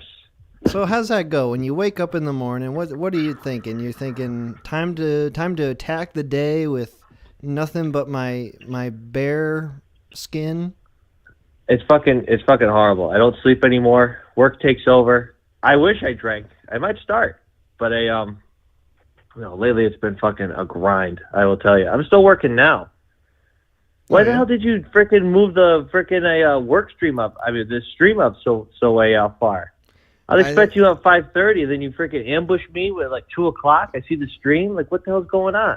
I know, it's because I woke up really early today. My brother's shifting his schedule he's waking up earlier, so I'm doing it a little earlier for now. Maybe a few times. I gotcha. All right. So you're addicted to work? You're addicted to your slideshows? Yeah, I have to. That's what they pay me for. So I guess that has to be my addiction for now. I will say, addiction is sort of shaping my life in one peculiar way. Not directly, but I do have a roommate who really loves his marijuana, like really likes it a lot. Mm-hmm. Like smokes it every day perhaps. And recently, he left one of his joints out on the balcony. And, usually that's where I like to take my calls, like after the end of a long week and I'm feeling kind of tired, my mind's a little gray. I like to go on the balcony, enjoy the nice sunny day and call my buddy TMH at the end of a week. Like say, hey, how's it going? You know? Yeah. Well, he left the joint out on the balcony railing a few days ago and the whole damn thing burned down. The balcony? The balcony, it just burned down. The whole front of it is just gone. It's just ash. Dude, what? Ash and it's just gone. It burned down. He left the joint out there and then went to bed, but the joint hadn't got out. So it's a wooden railing on the balcony, so that it caught on fire. And then because it was outside, nobody knew what was going on for the longest time. It took a neighbor walking by to say hey, that house is on fire. Probably shouldn't be. But by that time, the whole front of it was up in flames. Jesus Christ. Who put out the fire? Oh, the good old boys at the fire department came in, knocked on the door, all polite, and they put it out. They were just like, excuse me, it appears your house is aflame. Well, no, they did kick down the door, and there's a bunch of broken glass still everywhere. But they did put out the fire. They weren't able to save the balcony, but they did put out the fire, so that's nice. So then what's your feeling on addiction then? I imagine you have a negative feeling. Yeah, I want to say, I don't really have any personal experience with it too much, but I want to say that it's destructive based on what I've seen. At least from this experience, it seems like it's not such a good thing. If you had the choice between being addicted and not being addicted, I would say don't be addicted. That's my takeaway from this. I know that's maybe not the best insight. I know maybe there's other people with better stories, but that's all I got for now. You feel like for you it's a choice? I mean, you've chosen to not be addicted, apparently. Oh, well, no, I'm obviously being reductive, but no, I mean, I've probably had some opportunities where I could have fell into a bad way. I mean, I remember as a kid hanging out with my cousins, and we would raid our aunt's liquor cabinet, and that was definitely an opportunity for us to get some sort of alcohol addiction. But luckily, that really only affected my cousins. It didn't really affect me too much. I smoked cigarettes for a very brief period. Luckily, that didn't turn into a habit. Now I just enjoy the occasional cigar. Mm-hmm. And I tried marijuana myself a couple times, but the last time I had such a fucking bad fit of it, I just couldn't touch it again. It just completely turned me off type to it. Thing, or you just? Yeah, it was just, that's the thing. I had weed a few times before, and it was fine. You feel like you're floating or whatever. You jerk off. It's like the best jerk off you've ever had when you're high. It's crazy. But don't put that on me. Don't as you know me, Joe. I didn't hear the beginning of your stream, but I'm sure you just went in all out on all your degenerate past, all the horrible shit you've done. What is it do you think that has kept you from getting addicted to these substances, of which you've tried several? Partly luck. I mean, I know with a lot of these drugs, you don't know when you're going to get addicted when you try them. And that's what my father always told me. No one knows what their magic number is. There's some people who could,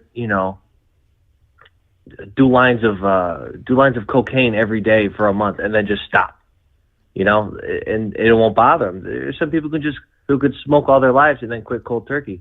And then there's some people who could maybe, they start smoking for maybe a week, or they have one too many drinks one night, and then it becomes a fucking crippling addiction for the rest of their lives. You just don't know until you've already crossed that line. So it's never, I guess fortunately, I never crossed that line, and God willing, I never will. So yeah. So I it want to say wasn't that's why. necessarily that you had all bad experiences. You had good experiences, and still, like, it didn't become a habitual thing. Well, the bad experiences helped. I mean, I hated fucking getting sick.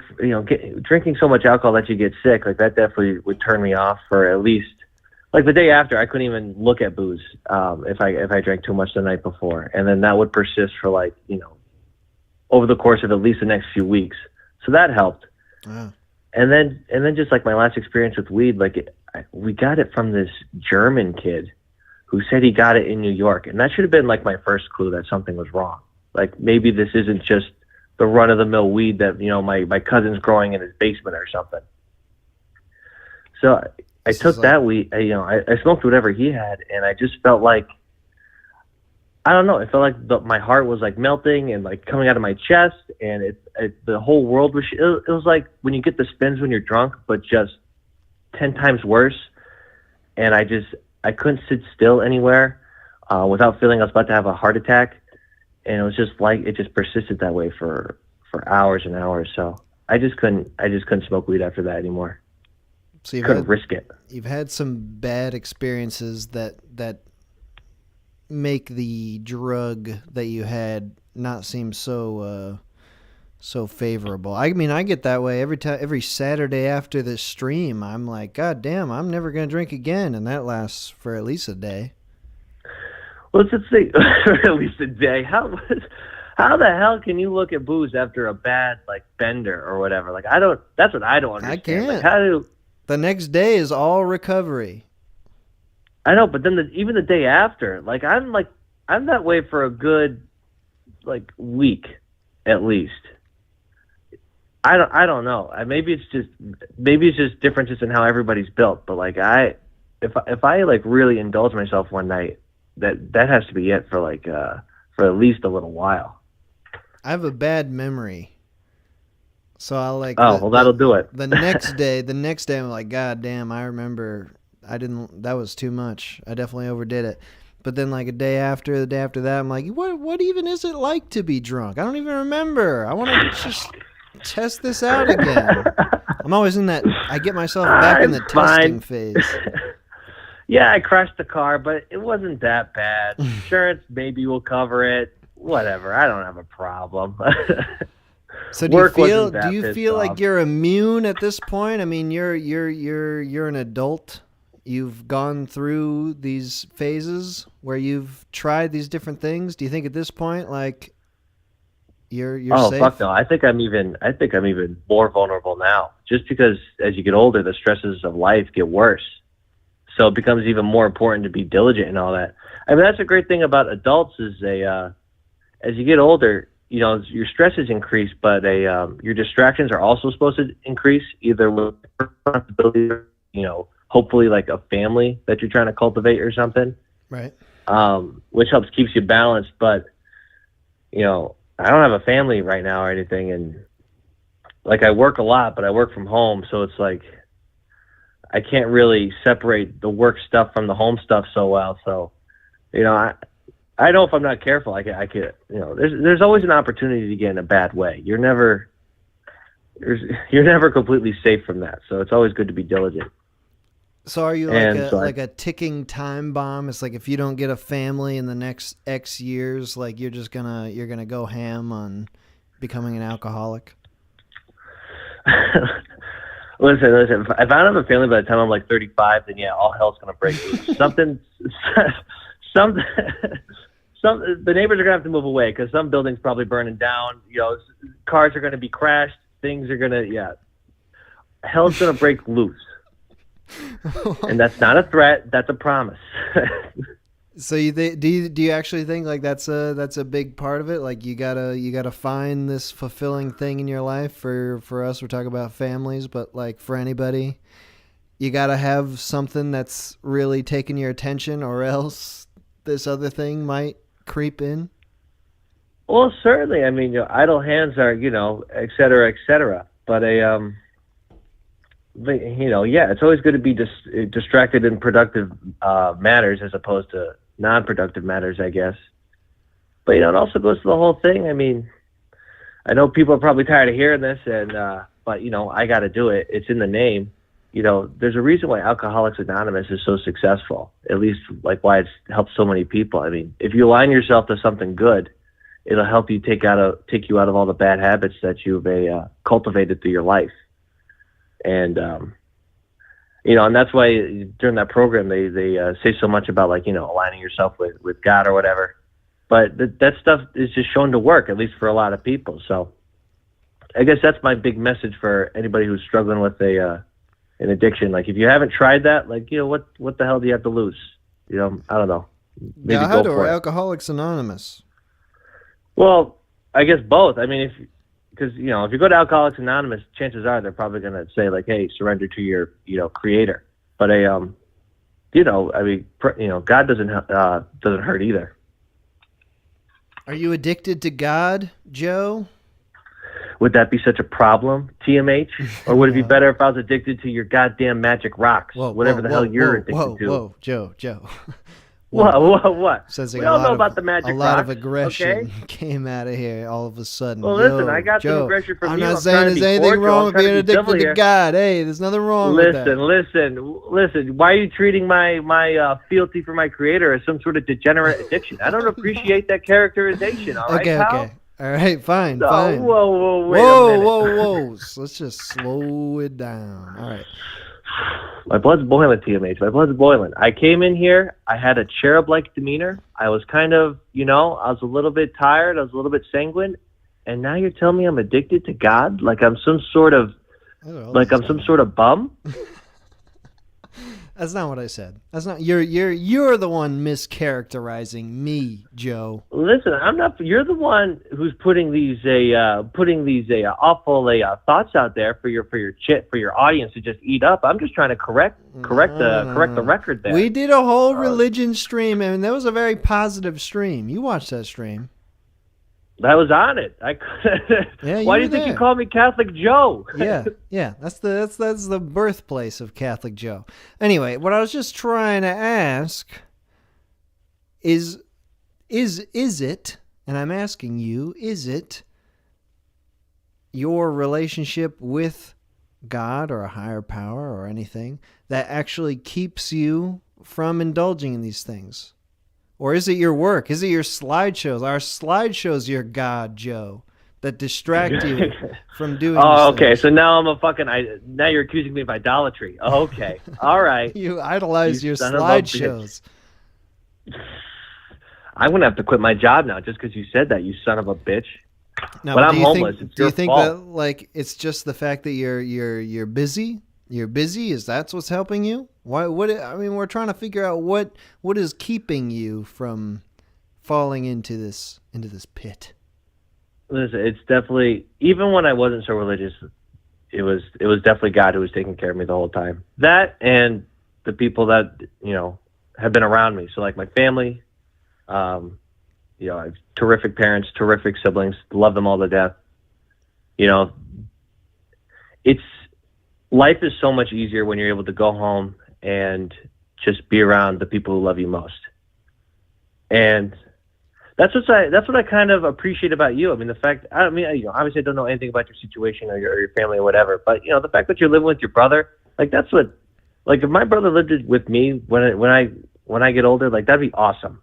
I would freaking love that. So I don't know. I feel like those things definitely help out a lot in just keeping me from going astray in any sort of area, whether it be drugs or just being a fucking bum in general or just being like a mass murderer or something. It's definitely family and then God that keeps me grounded. And that's why you want your own family? Oh, hell yeah. Listen, imagine. Do you have a big family? Do you have a lot of cousins or whatever, or aunts and uncles that you hang out with? They're all not near me, but yes, I do have a big family, extended family. Oh, well, that's fucking lame. But anyway, I got a big family. I got, and my grandfather, he's the fucking man. He's the patriarch of the family. He was fruitful and multiplied, let me tell you. But I got all these aunts, got all these uncles, and they have all their kids, and like we just grew up together, and we all lived around the same area. And even now, like I still go over to my aunt's every Sunday and hang out with all the relatives there, and we have breakfast at Debbie's, and it's fucking terrific. And I just want that when I'm old, you know, to just have my kids, like, you know, 5 or 6 would be good, and then like have each of them have 5 or 6. And then by the end of my life, by the time I'm like 60 or so, there's like fucking there's 45 of my clan, you know, or whatever the number is. Jesus. But there's a lot of us, and then we just move as a horde, going from house to house, like Christmas at my place, and 4th of July at my daughter's place, and maybe the birthdays at each family's place, and then going up to fucking Canada for certain vacations, and going down south to freaking Disney World for other vacations. Like that, doesn't that? I don't know. To me, that sounds wonderful. Yeah, it sounds nice. You gotta find that woman. Yeah, I do. One that's not gonna fucking leave me for some bum who flew to Italy. Like, that's bullshit. Still pissed about that. All right, Catholic Joe. Yeah, leave it on this teaser. Watch previous episodes to get more context on Catholic Joe. I did want to leave on a joke, if I may. Go for Something it. I heard recently. Let me see if you like it. Okay. All right. So this trucker, right? It's a long night. This trucker, he pulls into a truck stop. He goes into the truck stop. He lays down $100 on the counter and says, "Ma'am, I want a grilled cheese sandwich and the ugliest hooker in the place."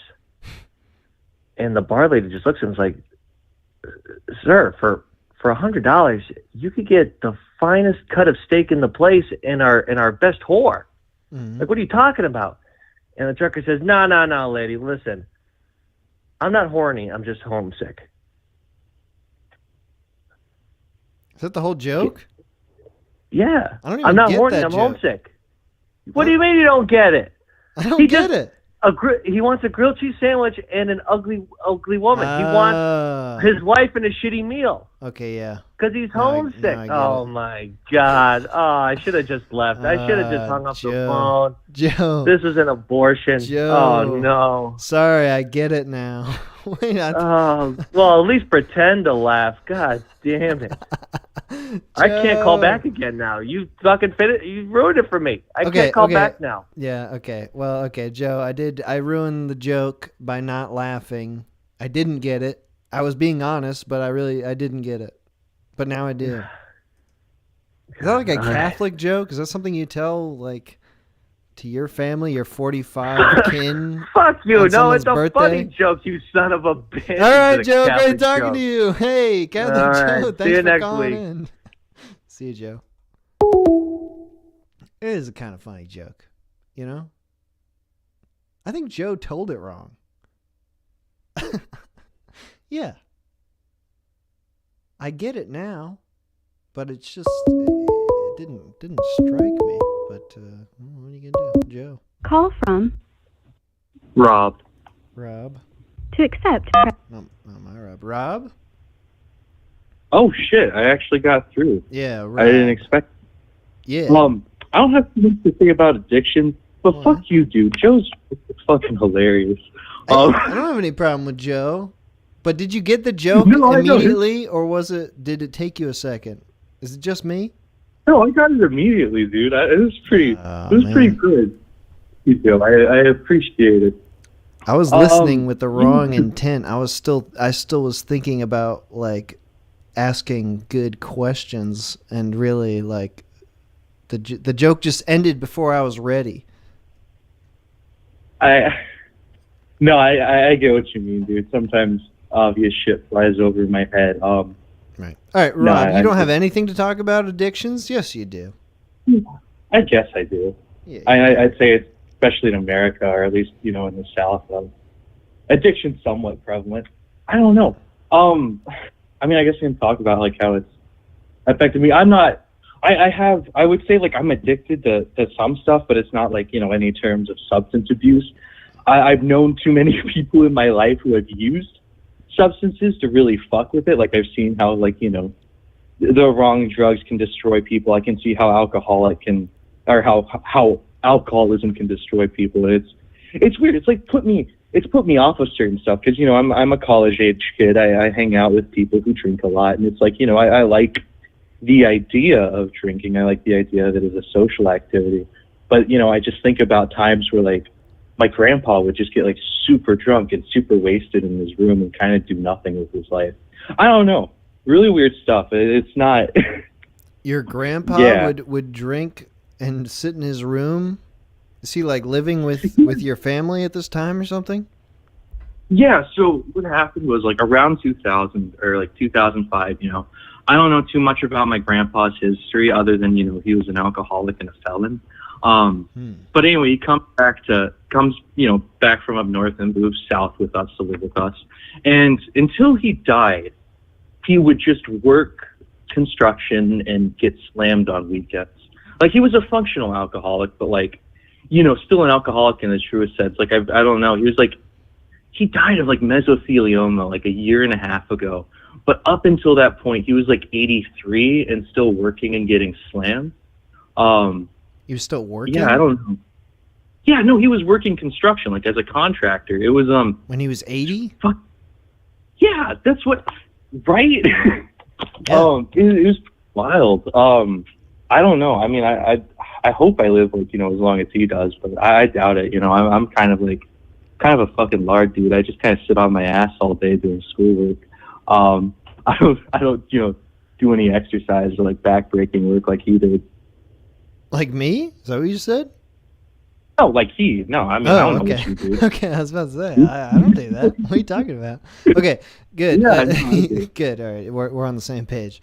So is it that people you've seen, like, the horrors of addiction, and so you're not really wanting to try stuff, or is it just, or can you try stuff and decide not to get into it?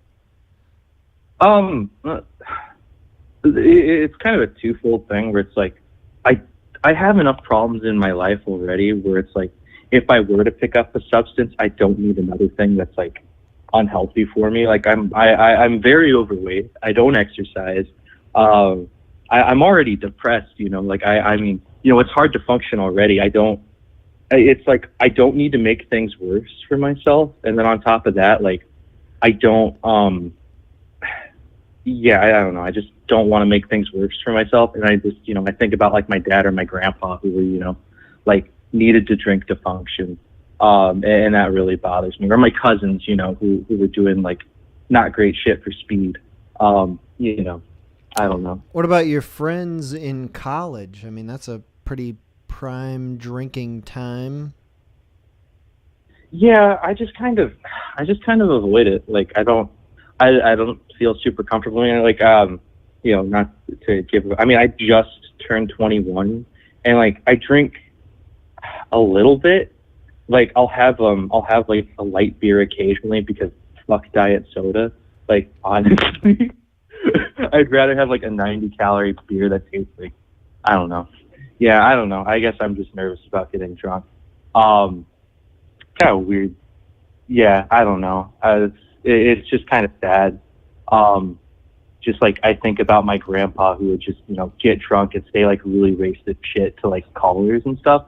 Like, he was, you know, he's like a dumb old person, right? So it's like, you know, he'd click on, like, get a bigger dick now ads or whatever, and then be surprised when, like, randos from India, like, call him or whatever. And, you know, being my grandpa, like, for context, he grew up poor in, like, the 30s or something. So he grew up in, like, I guess a black neighborhood and was bullied by a lot of black kids.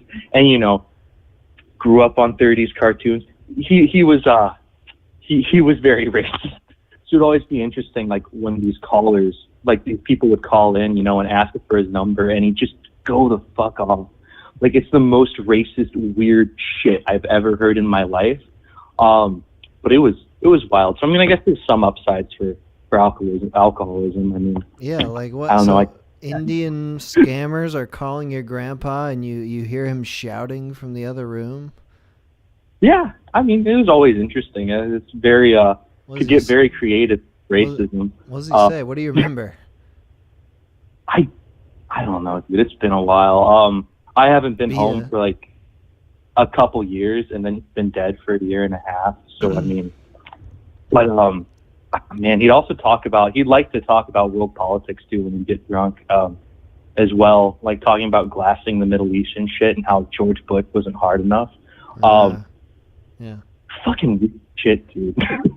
Yeah, he sounds like an interesting fellow. So you don't want to drink because you don't want to become a racist. No, well, fuck. No.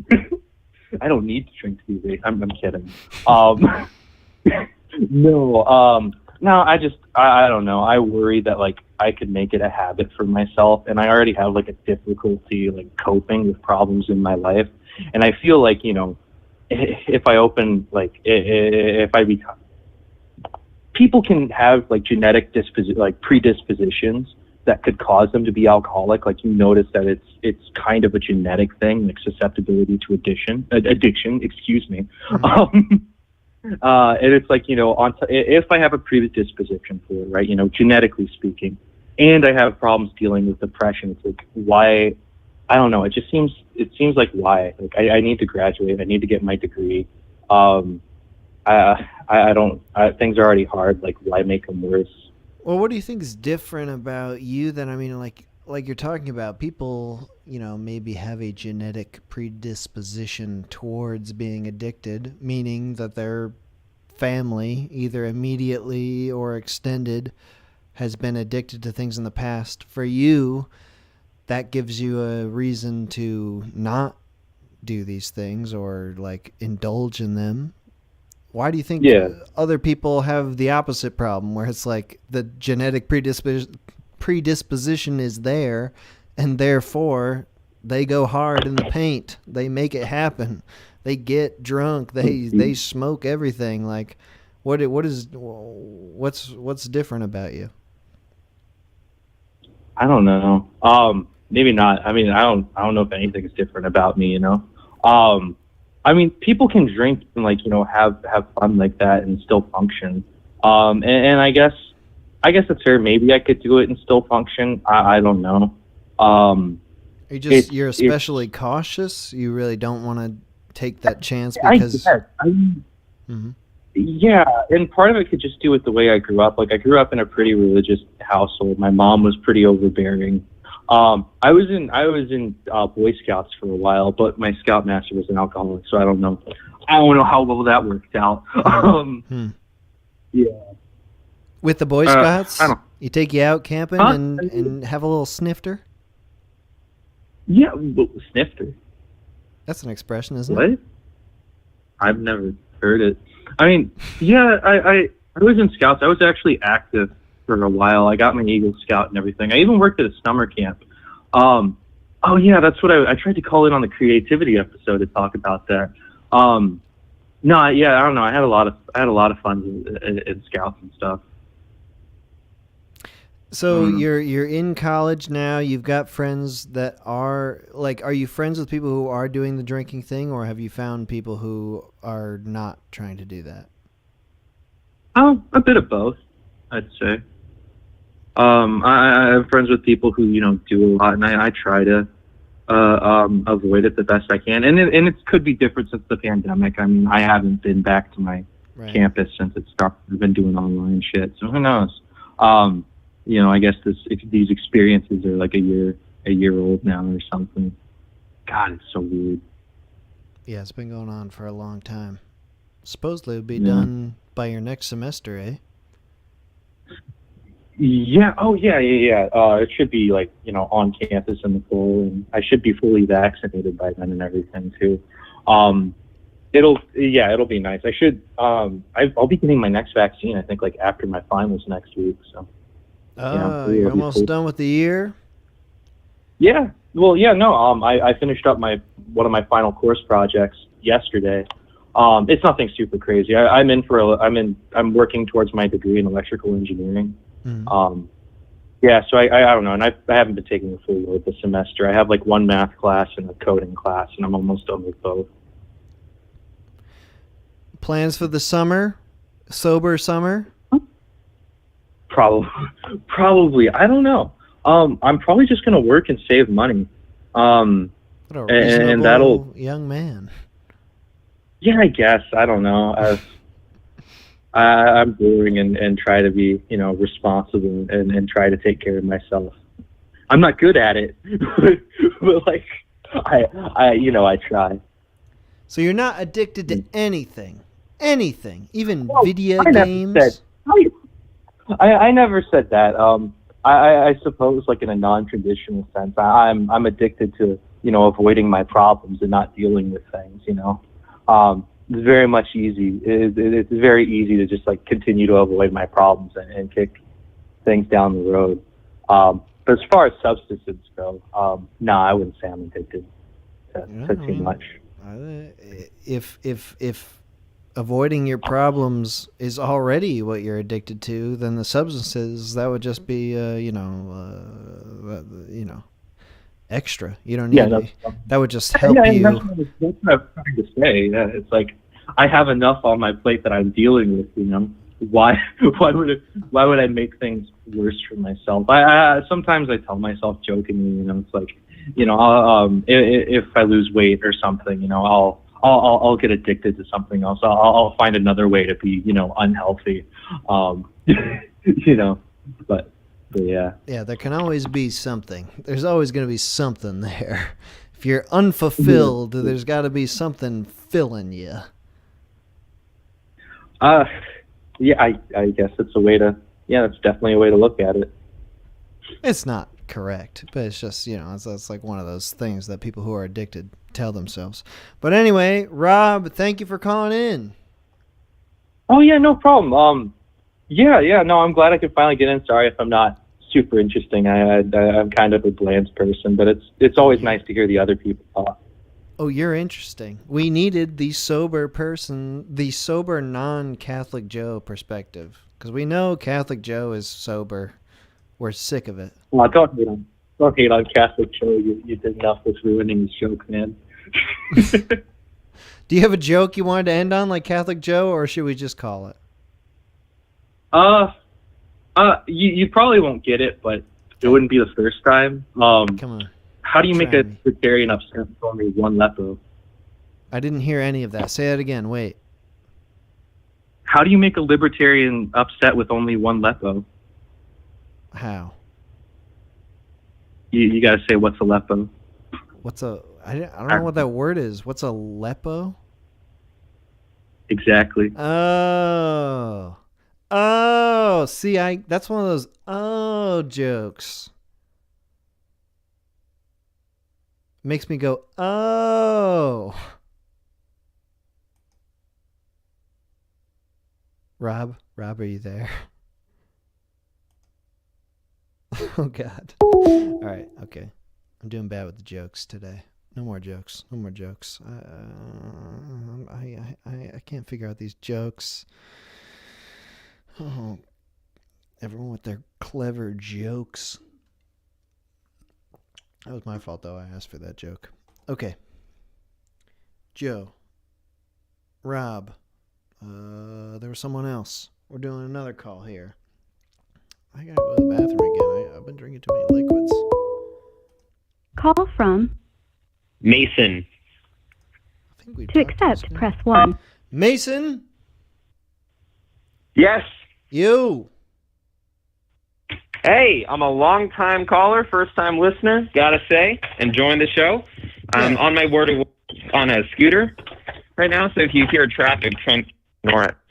You're scooting in traffic? Scooting, well, not in traffic. I'm, like, going on sidewalks and things like that. Oh, okay. Yeah, Mason, have you called in before? No. Oh. Well, I tried calling in. There's, like, a weird thing where you, like, it says, like, hey, I can't reach you, and then it boots you into, like, a voicemail thing, but I'm not sure if I'm supposed to say anything after that. So I, like, wait a little bit. But this time a lady talked to me, and she told me to say my name. Ooh. Yeah. That's how you know. You're in the real deal. Yeah. All right, so Mason, you're calling into the addiction stream. You're scooting. What did you want to tell us? So right now, well, for a while, I guess my addiction was like food, but not like the regular addiction where people usually like have food like 3 times a day, and the withdrawal symptoms are really bad. More so like addiction to unhealthy food. Mm-hmm. Snacks. So I've Snacking? always, snacking, candy, stuff like that. Just stuff that makes you like chubby. And I've always sort of been chubby, and it's like hurt my self-esteem and stuff. But recently, I found an addiction that counteracts that addiction. I've gotten addicted to working out, and it's the first time I've gotten a good addiction. Yeah. How often are you doing that? I've been doing it for like 2 months now, around for like 4 times a week. Oh shit! Just lifting weights. Yeah, it's super. I mean, I'm still eating unhealthy, but the whole working out thing makes it. I'm like my like boobs. They're starting to become like pecs instead of man boobs. Was that like a very conscious choice you made at some point? Where like right now I'm going to start working out. That's going to be my thing. Well, let's see. I graduated early from high school, my junior year, and for 2020 to 2021, I was going to study abroad in like Denmark, and then the coronavirus hit, Dude, 2020, and that put a wrench in those. Okay, I was about to say, yeah, 2020 already happened. Yeah, exactly. So the whole year, I kind of just worked part-time and lounged around eating unhealthy food and just sitting inside and playing video games, stuff like that, which was fun and it was great. But for most of the quarantine or whatever you want to call it, I was like not doing cool stuff. So at one point I don't think I decided anything. I just started working out, and it's crazy. They tell you that you begin to like it, even though it's like the dumbest thing in the world, just picking up heavy stuff and putting it back down, over and over. But yeah, you start to like it, and you start to like look at yourself in the mirror and going like, fuck yeah, as you like lift stuff that usually you can't, and you start to be able to lift heavier things and bigger stuff. And your body starts to look different in like cool ways and not bad ways. So it's pretty neat. It's pretty neat. But you said you're still going hard on the candy and sweets and snacks, yeah?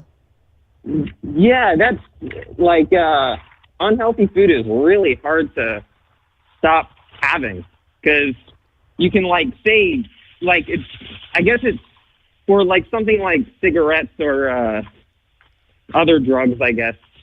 I feel like you can kind of quit cold turkey, even if it might be really hard. You can quit cold turkey and not have that again.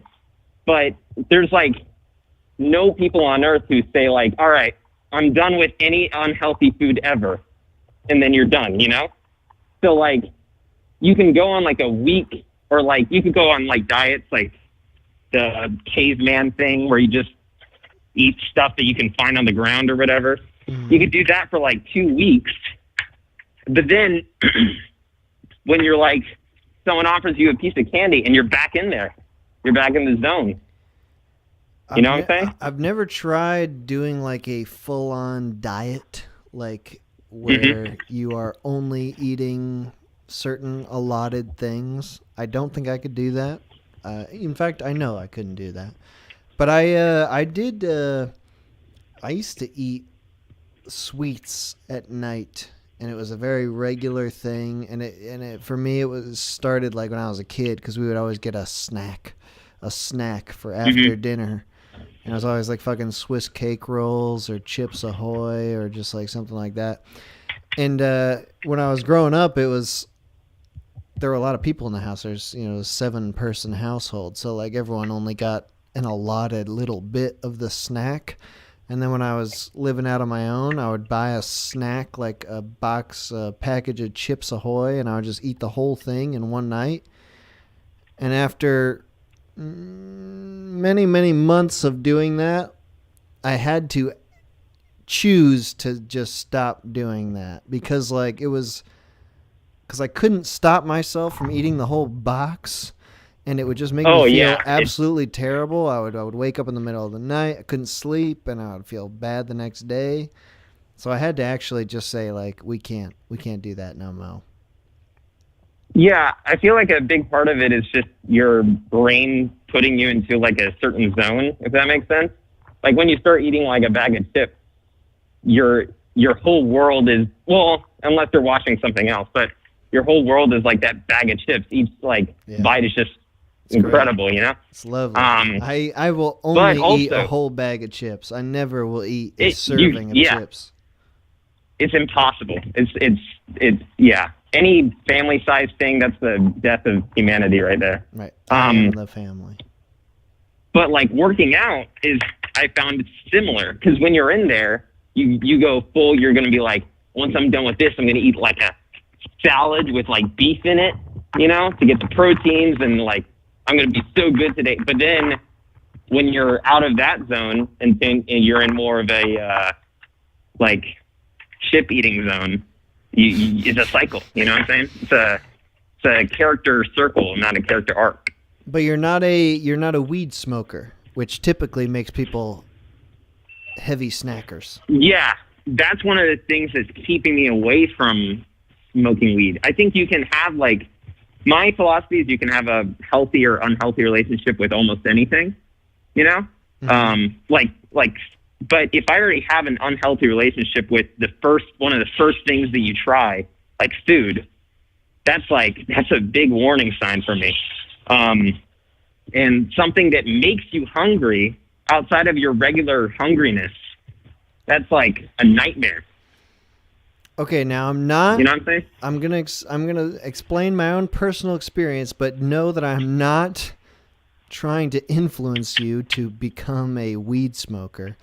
When I started smoking, I had this unhealthy relationship with food, like I described. Like in my childhood, it was all just about eating really fast, and like, you know, there was a lot of people there. You had to get seconds at dinner. You had to, you know, in order to get seconds, you had to eat really quick and then get those seconds on your plate. And then there was a snack afterwards. When I started smoking weed, I, you know, the desire to snack was immense. It was incredible.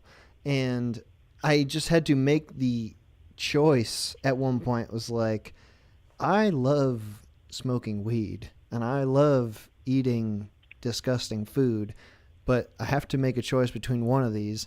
If I'm going to smoke weed, I have to just be able to overcome this desire to eat a whole bag of chips every single time I smoke weed, or a whole box of Chips Ahoy. And so in that way, it actually helped me develop this weird self-control where it was like, I had to decide whether I was going to be super fat smoking weed all the time, or whether I was going to like actually decide to be done with those things. And it's carried over. That's awesome. That's super cool. I guess it's sort of like you ever, like, I guess if you wanted to make, it's sort of like the classic like story of my dad sat me down and he had me smoke a whole pack. And when I threw up, he said, you know, that's what it's like. You know, you go off the deep end. So if you're able to overcome that, you kind of set up a resistance, I guess. And that makes sense. I had a whole lot of bad experiences first. It took a while to get to there, I should say. Like I would smoke weed and eat a whole pizza, and just like I would just be ill for the longest time. I wouldn't be able to shit, anything like that. So it took a lot of things to, you know, it took years. It took years to get me out of that mindset. But well, let me ask you this. Sure. Oh, sorry. No, go on. Okay. When you're starting like a certain, or when you're trying a certain substance, I guess, do you ever do like a cost-benefit analysis? Because for me, because I'm open to weed, you know, I would want to do edibles because smoking just seems nasty, I guess. You know, the whole dense smoke thing. But like, it seems like weed is so much better than like cigarettes because you get really high. Well, maybe not really high, but you get like a certain highness.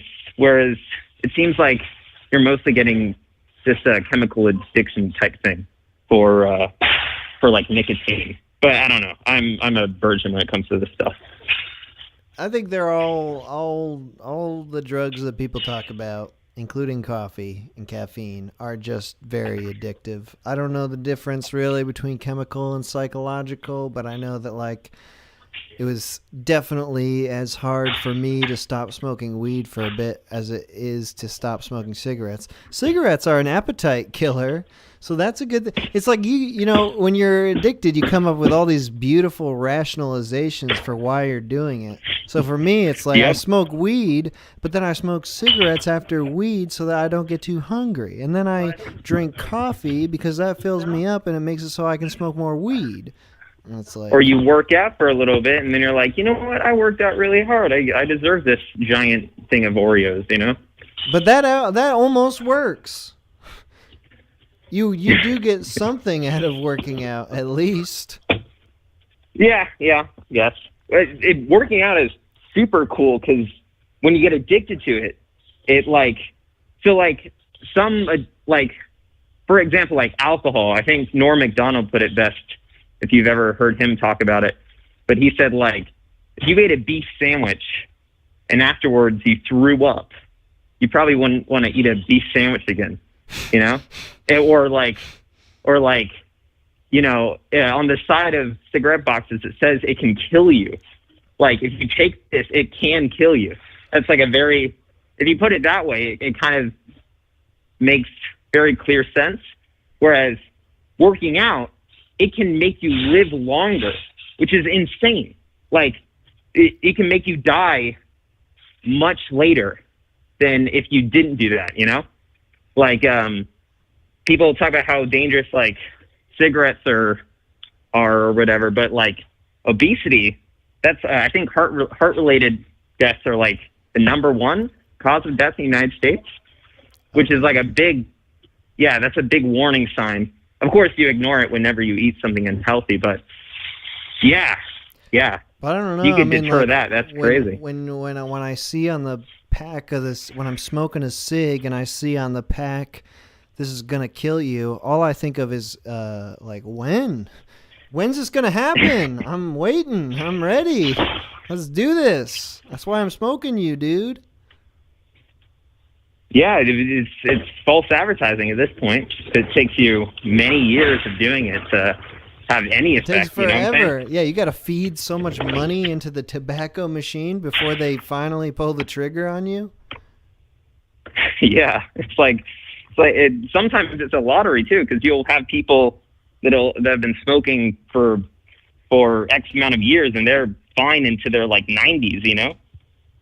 But then you'll have also people dying in like their 40s from like lung cancer or whatever. It's a conspiracy, It's a tricky man. thing. It's a conspiracy. You think so? Yeah, I think they're working against me.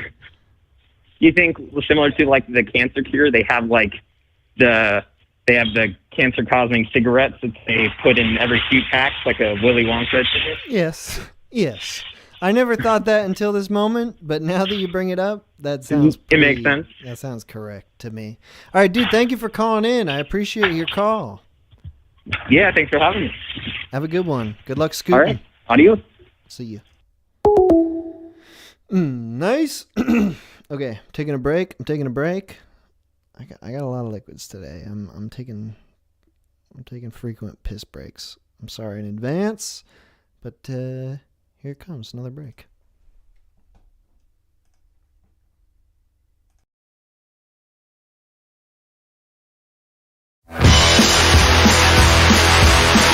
So you wanna stay, little girl? You're acting like my lover, but you're saying you're my friend.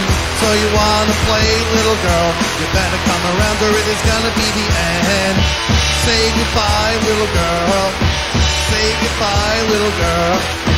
Say goodbye, little girl. Say goodbye, little girl. Lay awake in the middle of the night. My heart is full of love, you're always looking for a fight. Playing me like a guitar out of tune. You had enough of me, well then I had enough of you. Say goodbye, little girl. Say goodbye, little girl. Say goodbye, little girl. goes on in your brain, little girl? You're playing with my heart and you're playing with my head. What was that you say, little girl? You're gonna make me happy or you're gonna make me dead. Say goodbye, little girl. Say goodbye, little girl. Say goodbye, little girl. Say goodbye, little girl. So you wanna stay, little girl? You're acting like my lover, but you're saying you're my friend. So you wanna play, little girl? You better come around or it's gonna be the end. Say goodbye, little girl. Say goodbye, little girl. Say goodbye, little girl. Say goodbye, little girl. Say goodbye, little girl. Say goodbye, little girl. Say goodbye, little girl. Say goodbye, little girl. Say goodbye, little girl. Say goodbye, little girl. Say goodbye, little girl.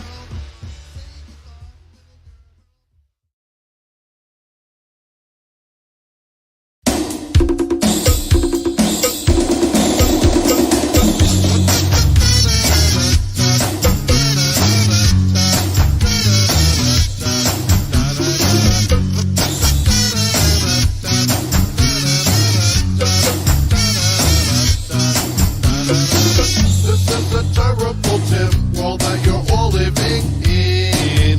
Ha, terrible Tim. In this terrible Tim world there is lots of vagina to play with. Ha, terrible Tim. Then when the terrible Tim sticks his penis up into your thing. Ha, terrible Tim. Scream at the top of your lungs, the terrible Tim's a king. Ha, terrible Tim.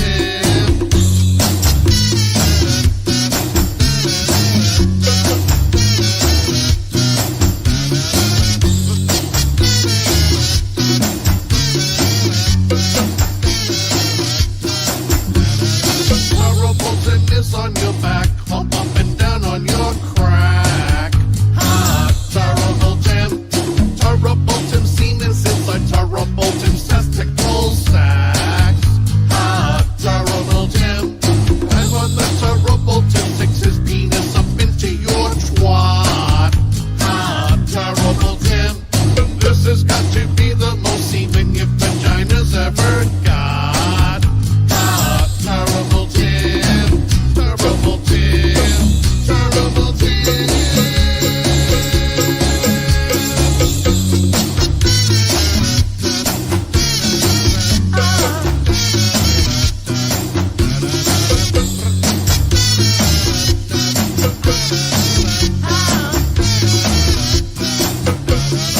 Everybody knows that the terrible Tim has the biggest load. Ah, terrible Tim. When I fucked your throat, you go get gurgled on my chode. Ah, terrible Tim. Then after the terrible Tim fucked your throat, his penis got flaccid. Ah, terrible Tim. The tip of terrible Tim's penis got burned by your stomach acid. Ah, terrible Tim.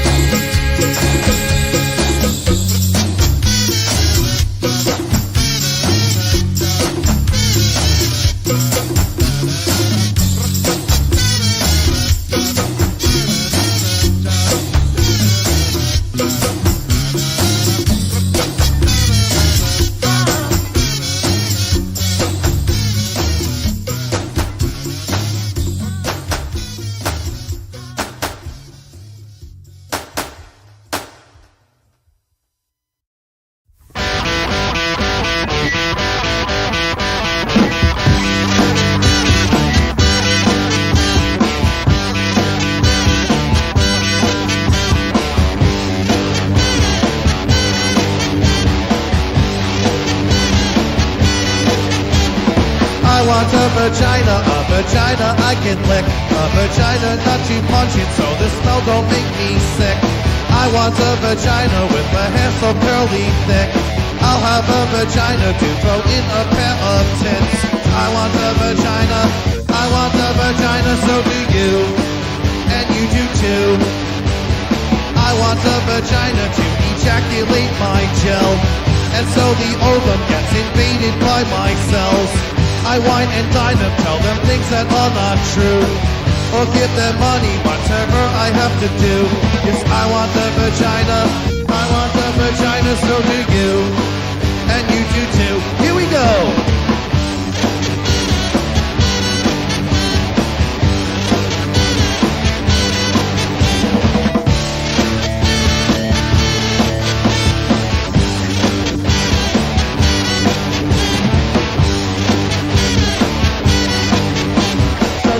A vagina and I'll knock it with my wood.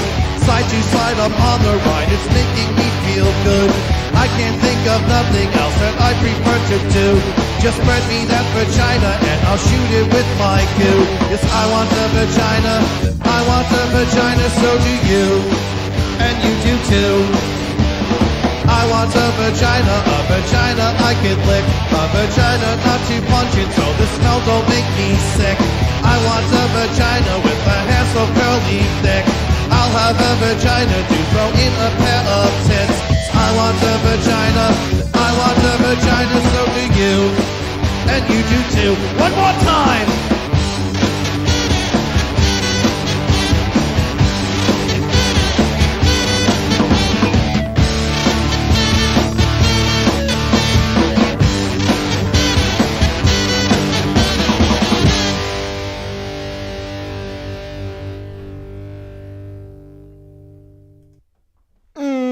Okay. Forgot to mention this on that last call. We were talking about Oreos. I used to have a bit of a family tradition. Go visit my family over in western New York, where most of the extended family is. Go there for like holidays, Christmas, shit.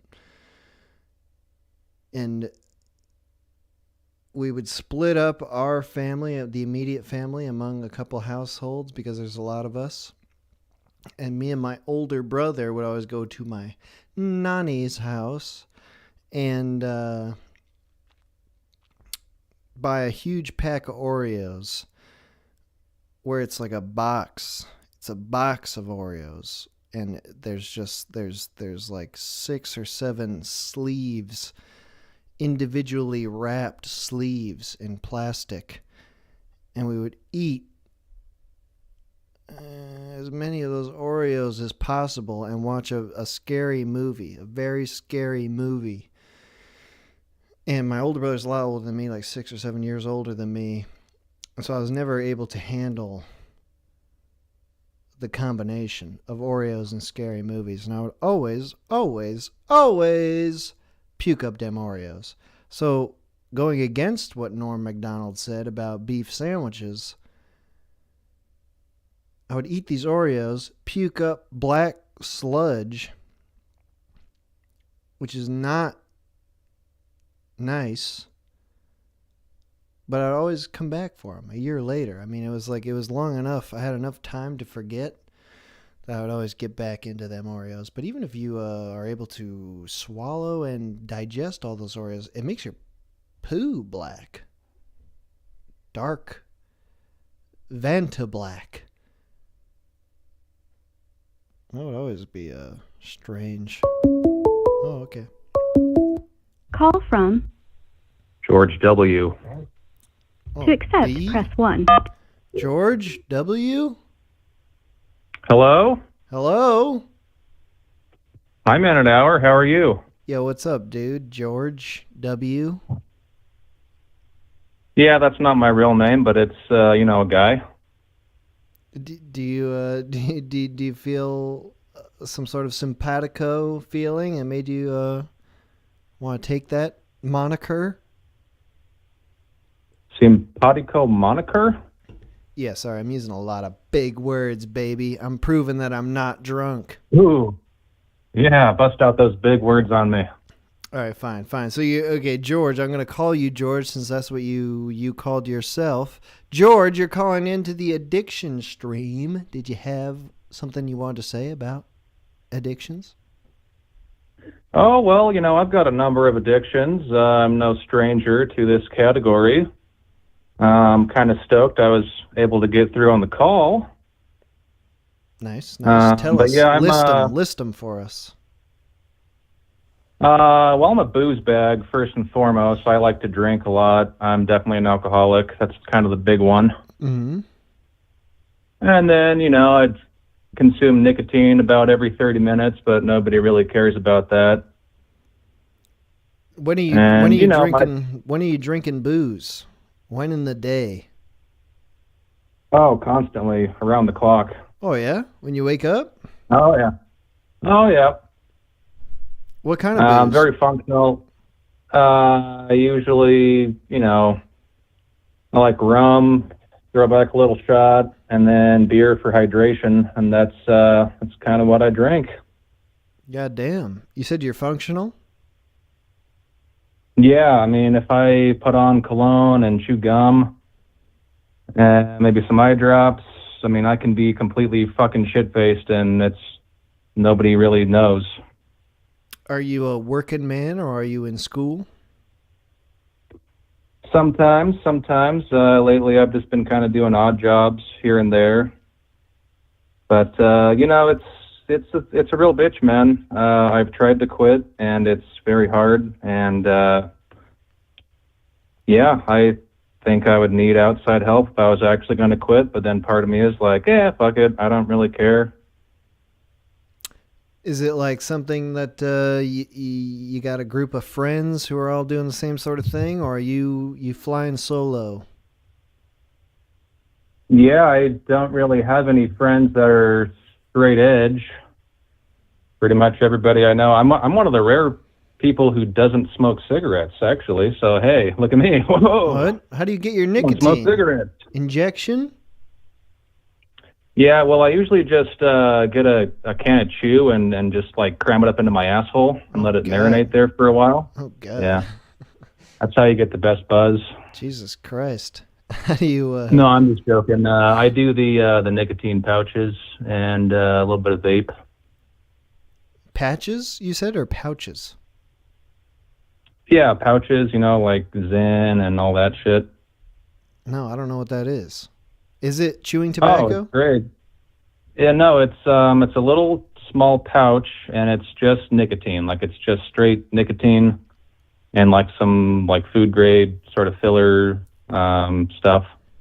And you just throw it in your lip, and it does the trick, and it saves your lungs. So it's like that is dip, right? Is that different from dip?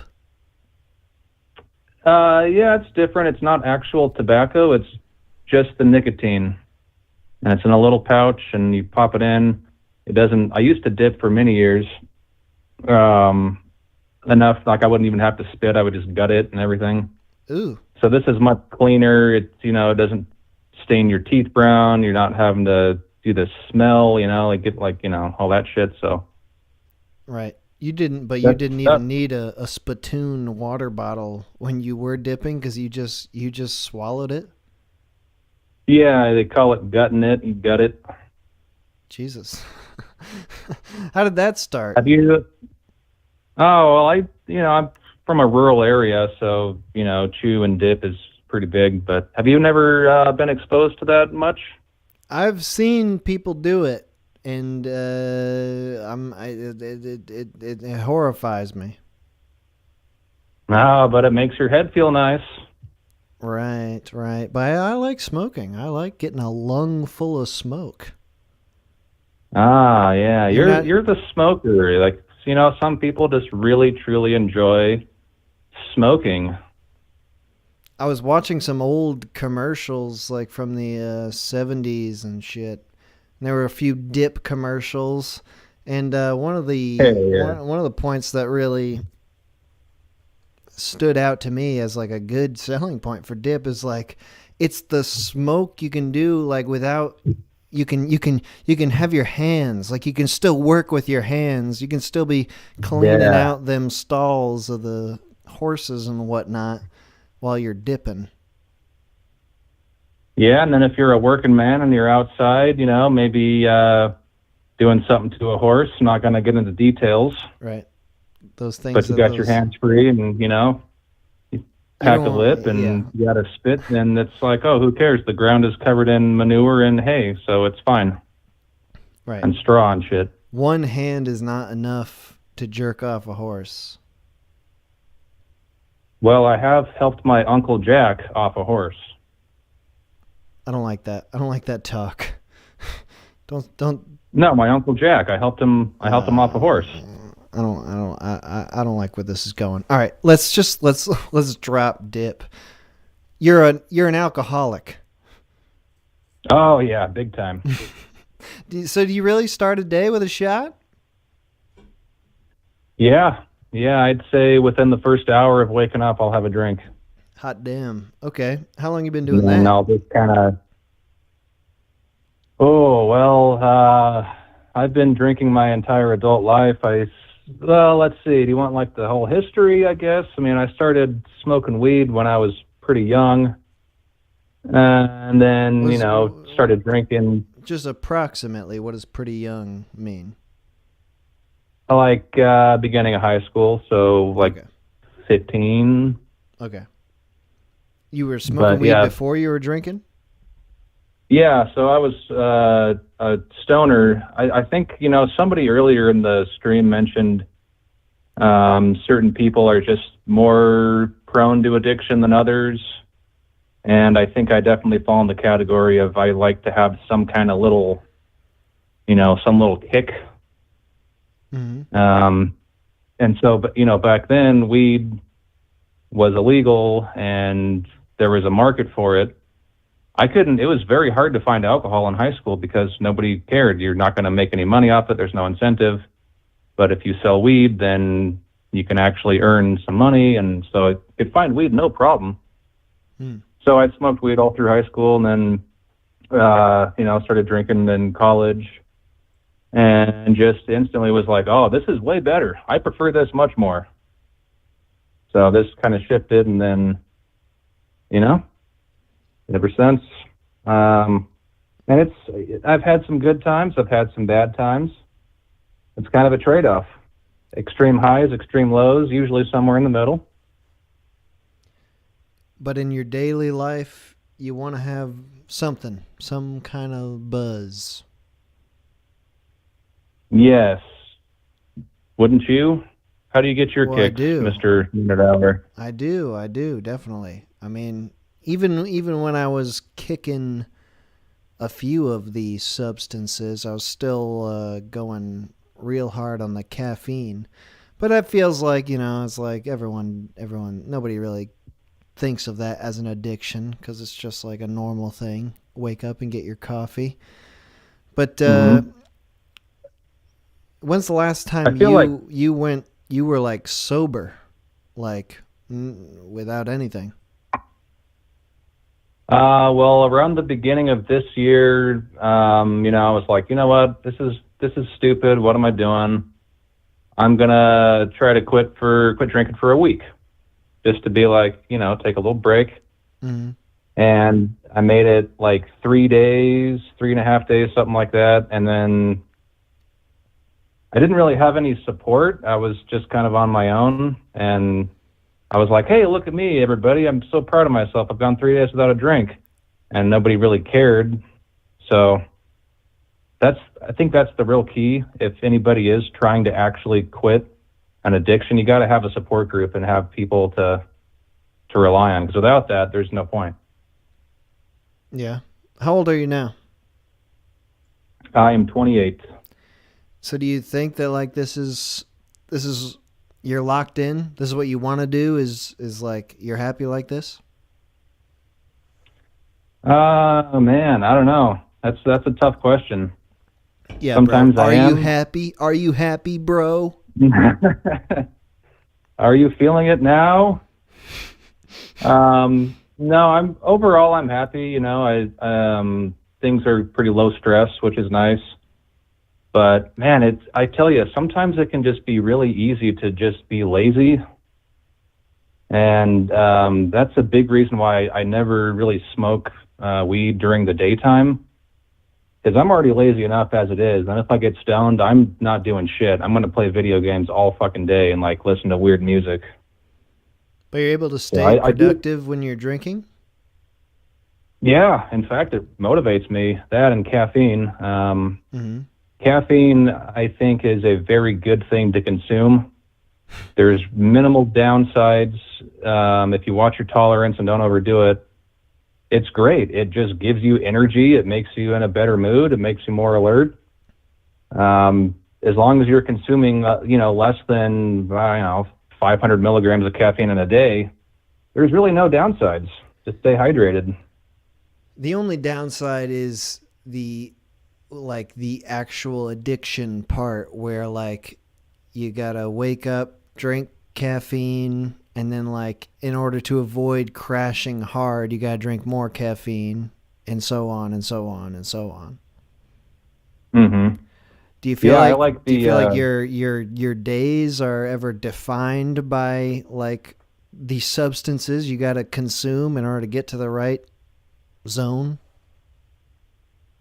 Yes, I definitely do. And I should probably take a tolerance break, but I don't want to because that doesn't sound fun. Yeah. But with caffeine, I like the caffeine pills because you can buy a shitload. They're like 10 cents a piece. Those are for intense. a 200 milligram dose of caffeine. It's like 10 cents. So you can get fucking 10 of them for $1. Right. Get a bottle of 100 for like $10. But I actually just break those in half and take like 100 just here and there every, 4 hours or so. And it's not a huge amount, but it's kind of a constant, slow stream. How do you get into sleeping mode at night? How do you wind down at the end of the day? Well, usually just lay in bed, maybe watch some Netflix or bust out the laptop, just so it's just not like anybody else. I don't know. How do you wind down? You go to sleep? I drink. I drink a lot. Oh, yes. Well, that probably helps. Yeah, that helps me get into the sleepy zone.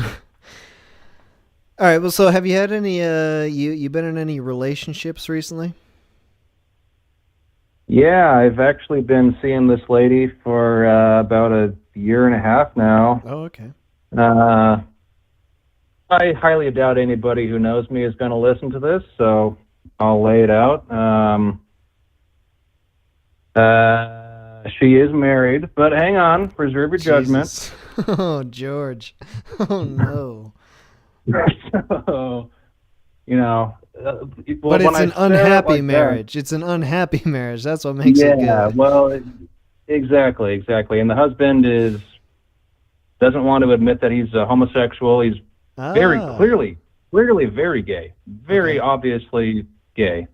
Mm-hmm. Wears like sexy, like lacy underwear and shit like that, and loves cocks, but is like doesn't want to admit it. And I've known this guy for my whole life. And one night, hey, here's another thing about drinking. This could never have happened without booze. Yeah.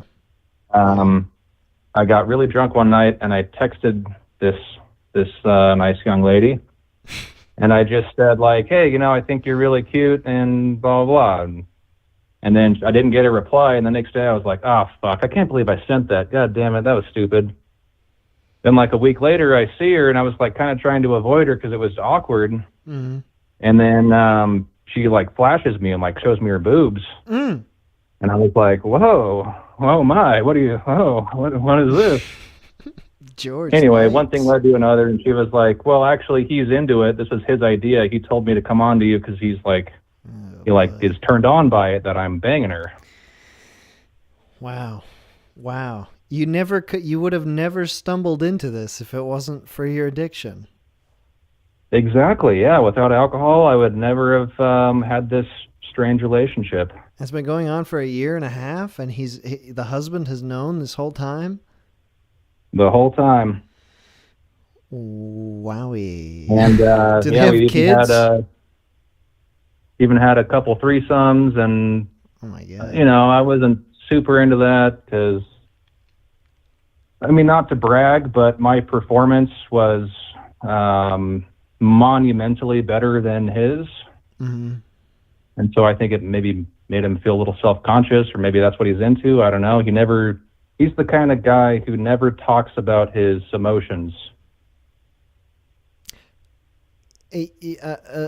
George, first of all, do they have kids? I'm not going to go into that. Okay, fine. All right. Second follow-up question. Where do you see this going, George? Does this seem like a relationship that you can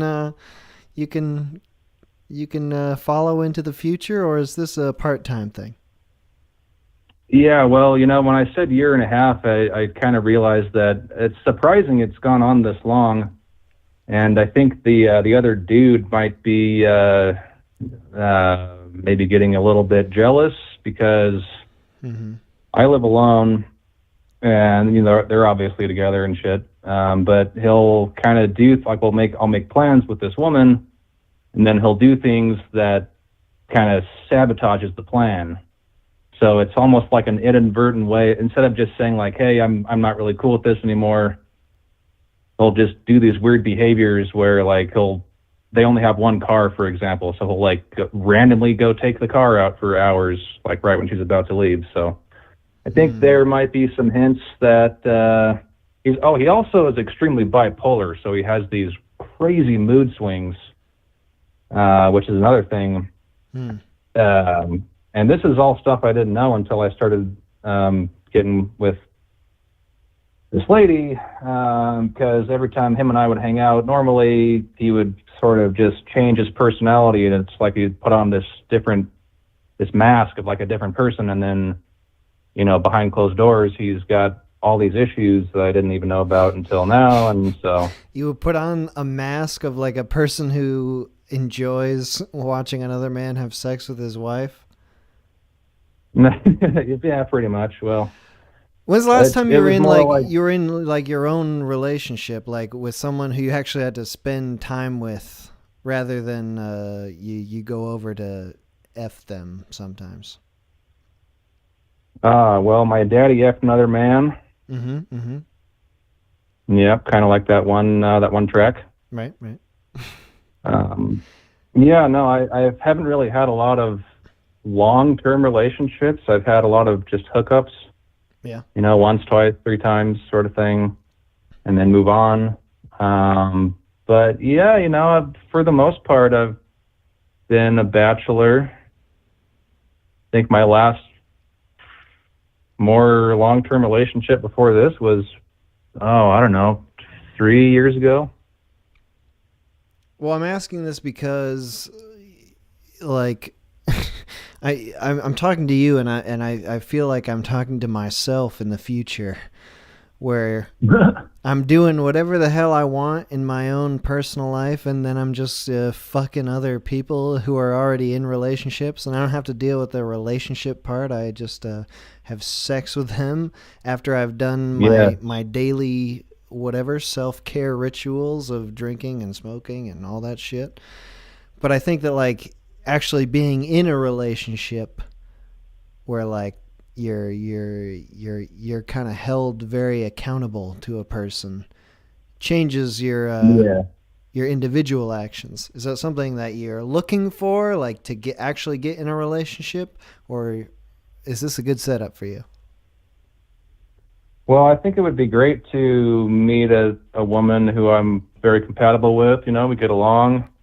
That's the thing. This lady I've been hooking up with lately, I mean, she's great. We always have a great time together. Our personalities really jive. We've got sort of the same sense of humor and everything. And so it's kind of hard because, like, on one hand, it's like I really do like this lady, but she's tied down, and I know this is kind of stupid, and I can't even really talk to anybody about it because everybody gets all judgmental. So, I'm sure this will not be a long-term arrangement. But I mean, what do you do? What do you go to the park and be like, "Hello, ladies, nice day out today, huh?" No, dude. Obviously, you get rid of the gay husband. Well, You've got some plans? Do you have an idea? No, well, we don't need to get the NSA involved in this phone call. Okay, but you do think about it. You do have plans. We just won't speak of them. No, I don't have plans. All right. That's why I just am constantly drunk most of the time. All right, George, that's a great way to end it. Thank you for calling in. Oh, hey, can I drop a quick joke for you? Oh, God. All right, I'm going to try hard to get it. Okay, well, I think you're going to really like this one. All right. How does a rabbi make his coffee? How? He brews it. Yes. Very good. Yes. All right, pleasure talking with you, man. All right, thank you, George. Thanks for calling in. Yep, bye-bye. See you. Yes. The first joke I understood right away. It's hard. I can't take the pressure understanding jokes. They're like little freaking riddles, these jokes. That was a good one. George, don't, I hope I wasn't coming across as judgmental. Like I said, I would love to have sex with a married woman. She's married to a gay guy. That sounds like you're doing a service. You're helping them out, I guess.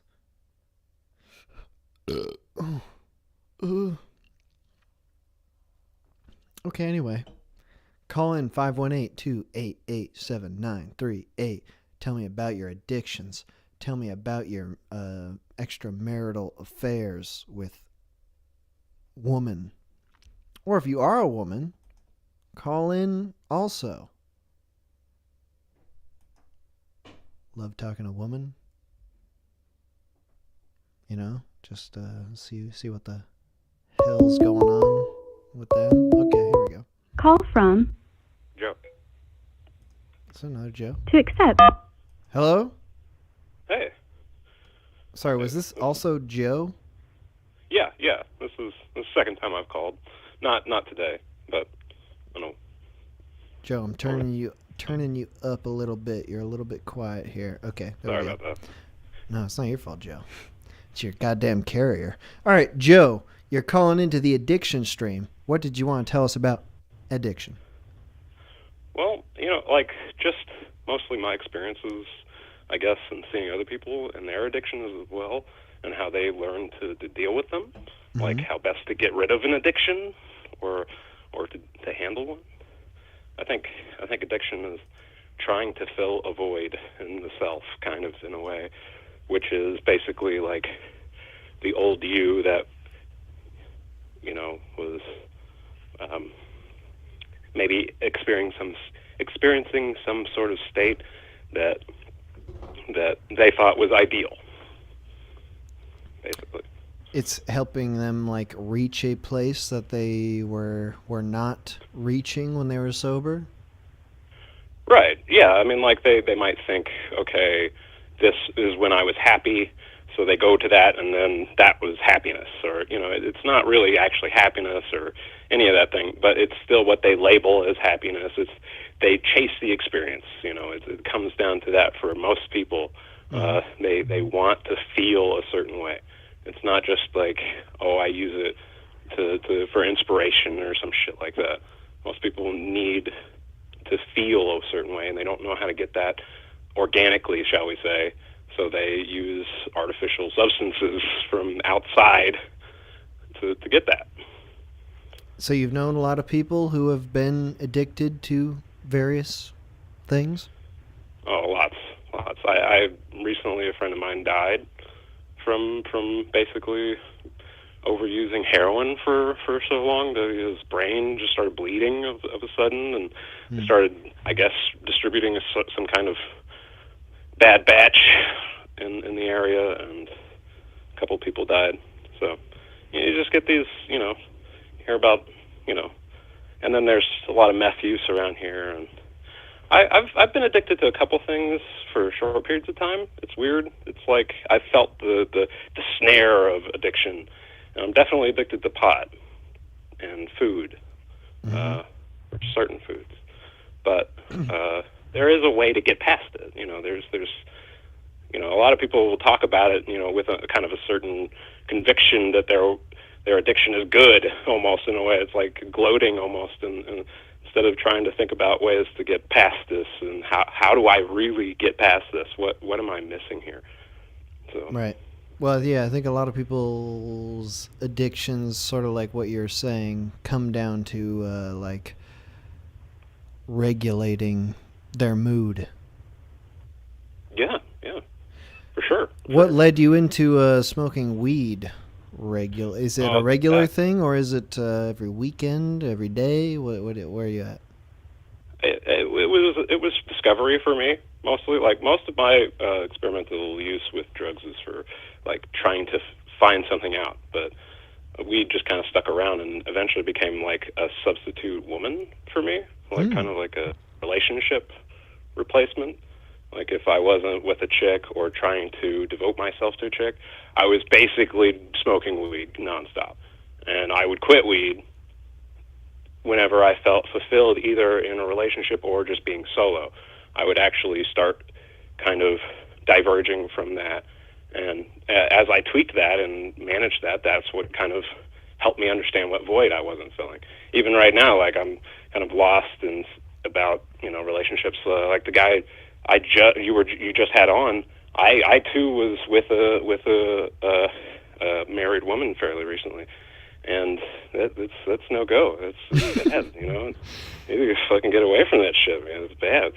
It's really Dude, horrible. All right, the topic of the stream is not married women, but I'm very interested in this. I'm very interested in this topic.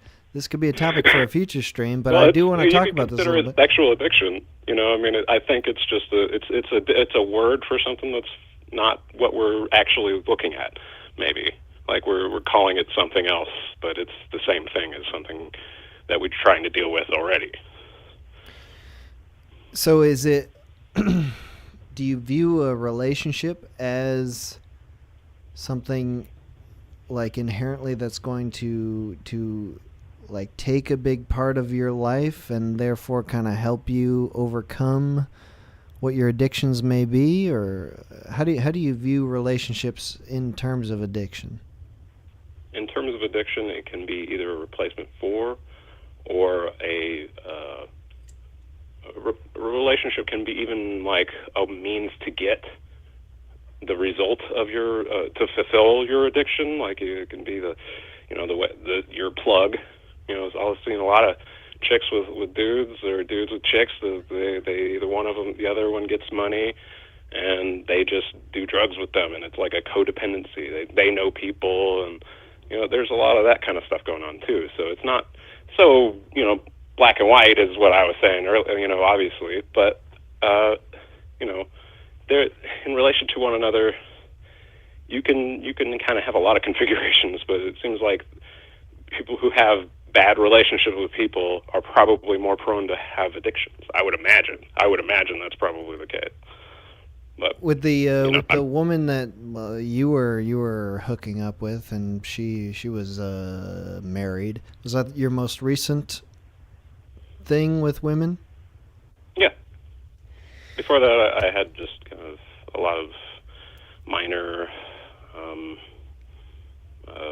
online relationships, and then barring one where it was a very significant relationship. Other than that, not a lot of relationships, but like actual tangible ones for people that could understand, I don't think.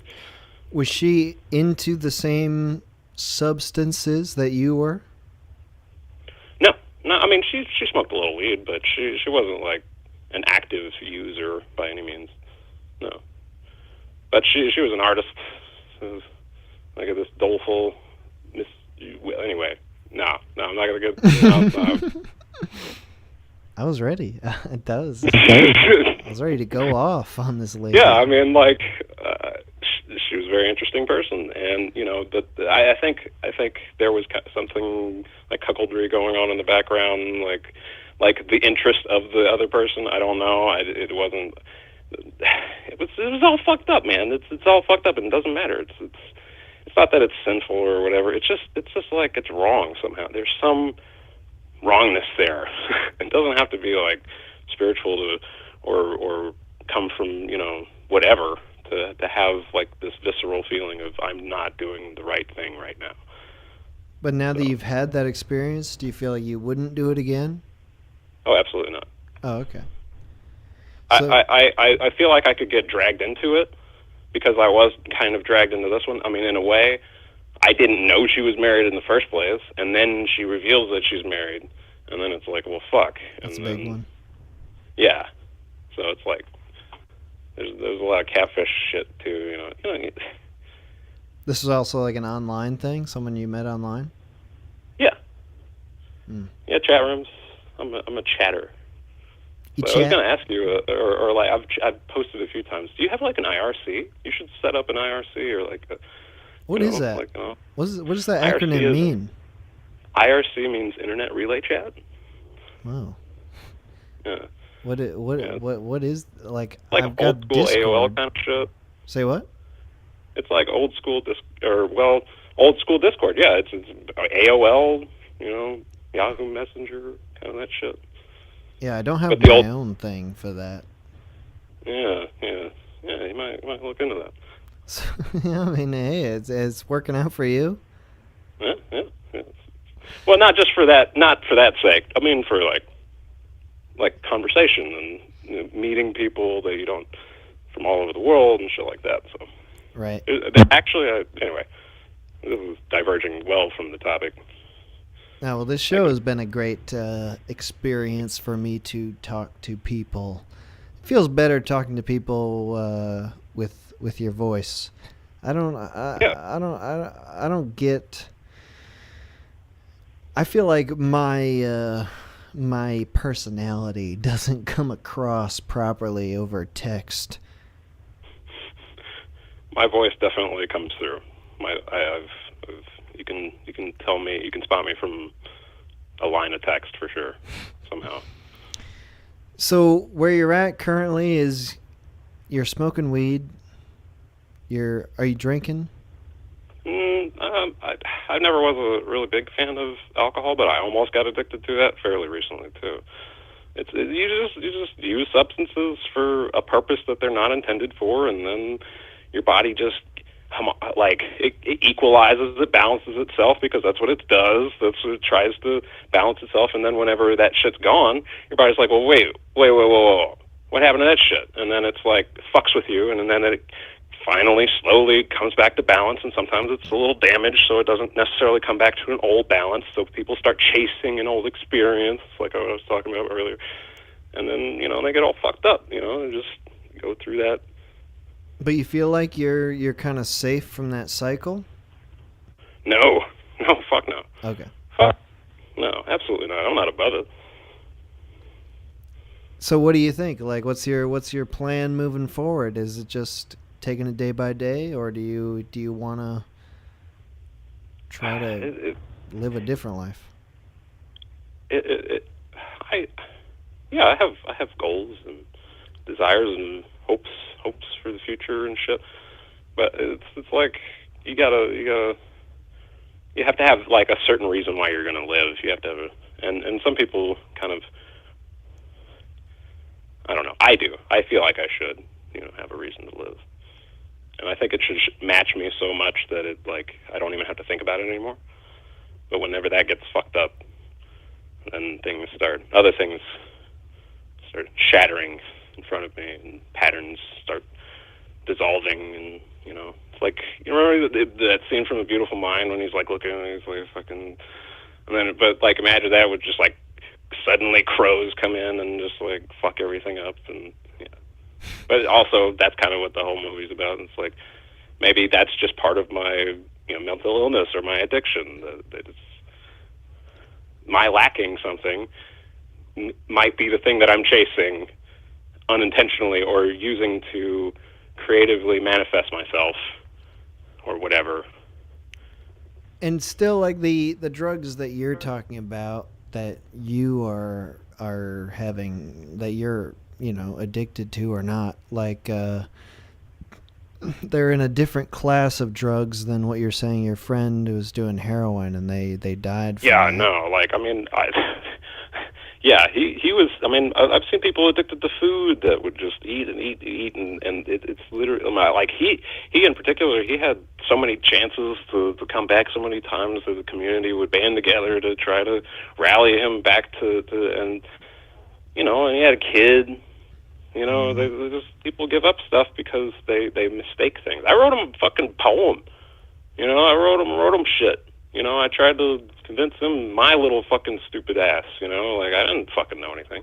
I don't know any better. These people are hardcore devoted.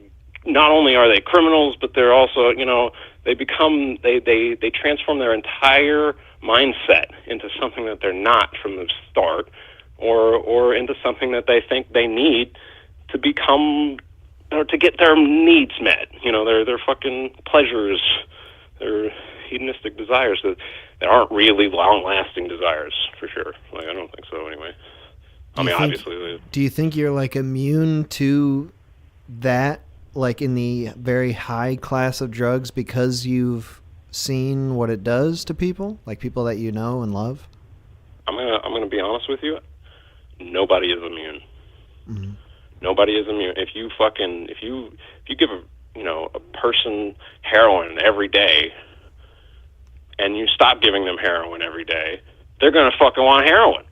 It doesn't have anything to do with they like that shit or not. It doesn't have anything to do. But whether or not somebody is more likely to continue to go back to something that they know is bad for them, that's more than just addiction. It's like a complex of mental illness. It's a bigger thing. It's why people have tried to diverge from like treating people like addicts, because it's a normal fucking condition to be in whenever your mind is awry. People's brains are made out of the same shit that your operating system can go fucking frazzled really easily. So obviously,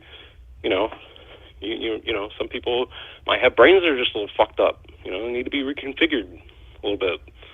And it's not a bad thing. It's just values and axioms need to be switched around and shit. And I mean, it happens to me every day. Like, I'll wake up and I'll be like, fuck, all my shit's all fucked up. I have to spend all day fucking trying to fix it. Sometimes it doesn't work. So do you think then about like a day in the future where you wake up and whatever your normal pattern of living, whatever your normal thing that you're addicted to is just not enough? Like, is it something that you've got in your mind where you're like, I'm not, but at the end of the day, no matter what, no matter how bad I feel, I'm not going to go to this point. I'm not going to reach this drug. Is it something like that? Yeah, I definitely control myself and avoid, I have, and I have them on hand. I have a lot of drugs on hand that I could go to right now. Yeah, for sure. For sure. So it comes down to your own personal choice of like what you're willing to get into. Right. Yeah. I mean, and like, there's like, some of these things are actually potent tools and very interesting, and they don't need to be treated like some kind of ritual even, or, I don't know. There's a lot of nuance to these things, but an imbalance is an imbalance. Somebody even in the chat earlier was talking about that, and balance in general was being important. But I would really, if you intend to do drugs in an experimental or creative way, it's possible to do it without succumbing to what most people would consider an addiction. Yes. But like I said, I don't think anybody's above it. I don't think anybody is capable of like doing something repetitively and then expecting that shit not to have repercussions. Yeah. All right, dude. Thank you for calling in. Yeah, thanks for having me. Absolutely. Great show. Appreciate your perspective. Talk to you soon. Yep. Bye. Nice. God, this stream's making me want to do drugs. But I gotta wait. Till it's over. I mean, I'm drinking beer and bang and cigs, but there's more drugs I want to do. Call from Skylar. I think I've talked to this guy. Skylar? Hello. Skylar, you've called in before, yeah? Yeah, I called in on the dreams thing. Nice. Now you're calling into the addiction stream. Did you have something you wanted to say about yours or your experience with other people's addiction? Yeah, man. So I'm actually an addict, like an alcoholic, an addict, drugs, video games, porn, relationships, whatever you want to throw at me. Spending. I'm addicted to spending. Nice. Like whatever you want to kind of throw at me, I'm probably addicted to. Nice. But I kind of want to take this time to kind of spread some hope with some people, because I used to be doing a lot of drugs and a lot of drinking. I used to be on multiple substances at once, like weed, alcohol, opiates, just like every single day. Like that's what I needed to be able to function, What kind of opiates? So I'm a little bit hesitant to say the name, but it's like a natural found opiate that's a little bit weaker than like, say, hydrocodone or like those kind of opiates. It's weaker than that, but when you drink on it, you feel the full effects. Yeah. A natural drinking opiate? Kratom? Yes, sir. That is what it was. Yes. Yeah. Nailed it. So you're addicted to everything. Yeah, absolutely. And for me, being an addict, it's like once I start doing a substance, I'm unable to quit by myself. Like no matter how much will I throw at it, no matter how much I'm like, today I'm not going to do the substance, like I'll always wind up doing that substance. Mm-hmm. And, I had some really, really rough years. I've had people... I've been in like really shitty relationships with people where like a person and I have both just been taking insane amounts of drugs, and like the last relationship I was in, we were literally like cutting each other and like burning each other. Jesus. Nice. Yeah. Hell yeah. So it got really fucking bad. It got to the point where, I've had the police called on me by my parents because I was threatening like suicide or something. Dude, wait. Sorry, mm-hmm. I have to interject. What drug was it that was making you want to cut yourself and others? Because I haven't had that one yet. For me, it was Xanax, actually. That makes sense. Yeah, I became really mentally unhinged near the end of my using days, mm-hmm. and Xanax just allowed me to be more unhinged, Yeah, Xanax. I've only done that a couple times and never under my own prescription. But I've only had Xanax when I'm drinking heavily also, so it was like really just like I went to another place. Like I would have cut up anybody for sure. It's not even like a violent, like I want to cause pain to another person. It was this weird twisted, like I felt like I had been destroyed, and I felt like if I could destroy something, then I would be okay. Oh. Which is raw as fuck. Yeah. My feeling with Xanax is just like I am not even a person. I am not anything. I could just fall asleep right now and be gone forever, and that would be great. Yeah, man. That was when I first started drinking, that was the feeling that I had. Like I felt like all my life, like I never really fit in with anyone, or I never really like, I don't know, something always kept me from being connected to other people. And like I had all this like anxiety and shit just like going in my head, and I kind of describe it as like when I first started like drinking and using, just like this kind of like the air conditioning in my head turned off and it was clear. And so, you know, after having a lifetime of that, you can probably guess that, like, feeling that experience would be like, fucking, like, this is the best experience I've ever had. I need to have more of this experience every day. And yeah, it kind of took, like, I think 3 years for me to, like, snap the fuck out of it and get sober. I'm actually, what's today, the 7th? I'm actually 10 months sober as of yesterday. Wow, hell yeah. Congratulations. Yeah, dude, thank you. 10 months. I have, that's a while. yeah, yeah, I've changed a lot. Like, for one, I'm like,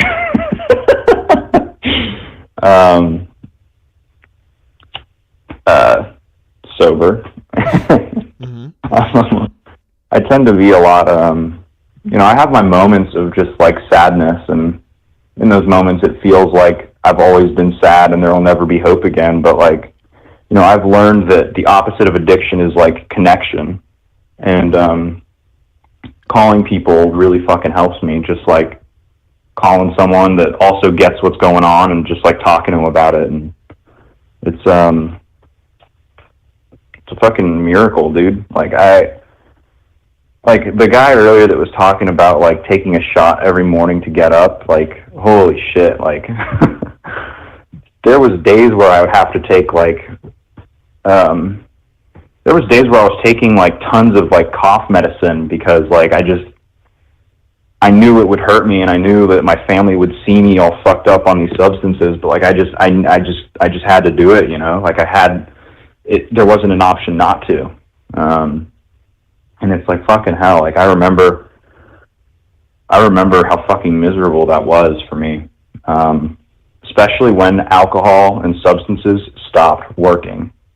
They stopped making me feel better. They stopped taking away my anxiety. They stopped doing what I wanted or needed them to do. And, you know, it's a really... What were they doing at that point? At that point, they were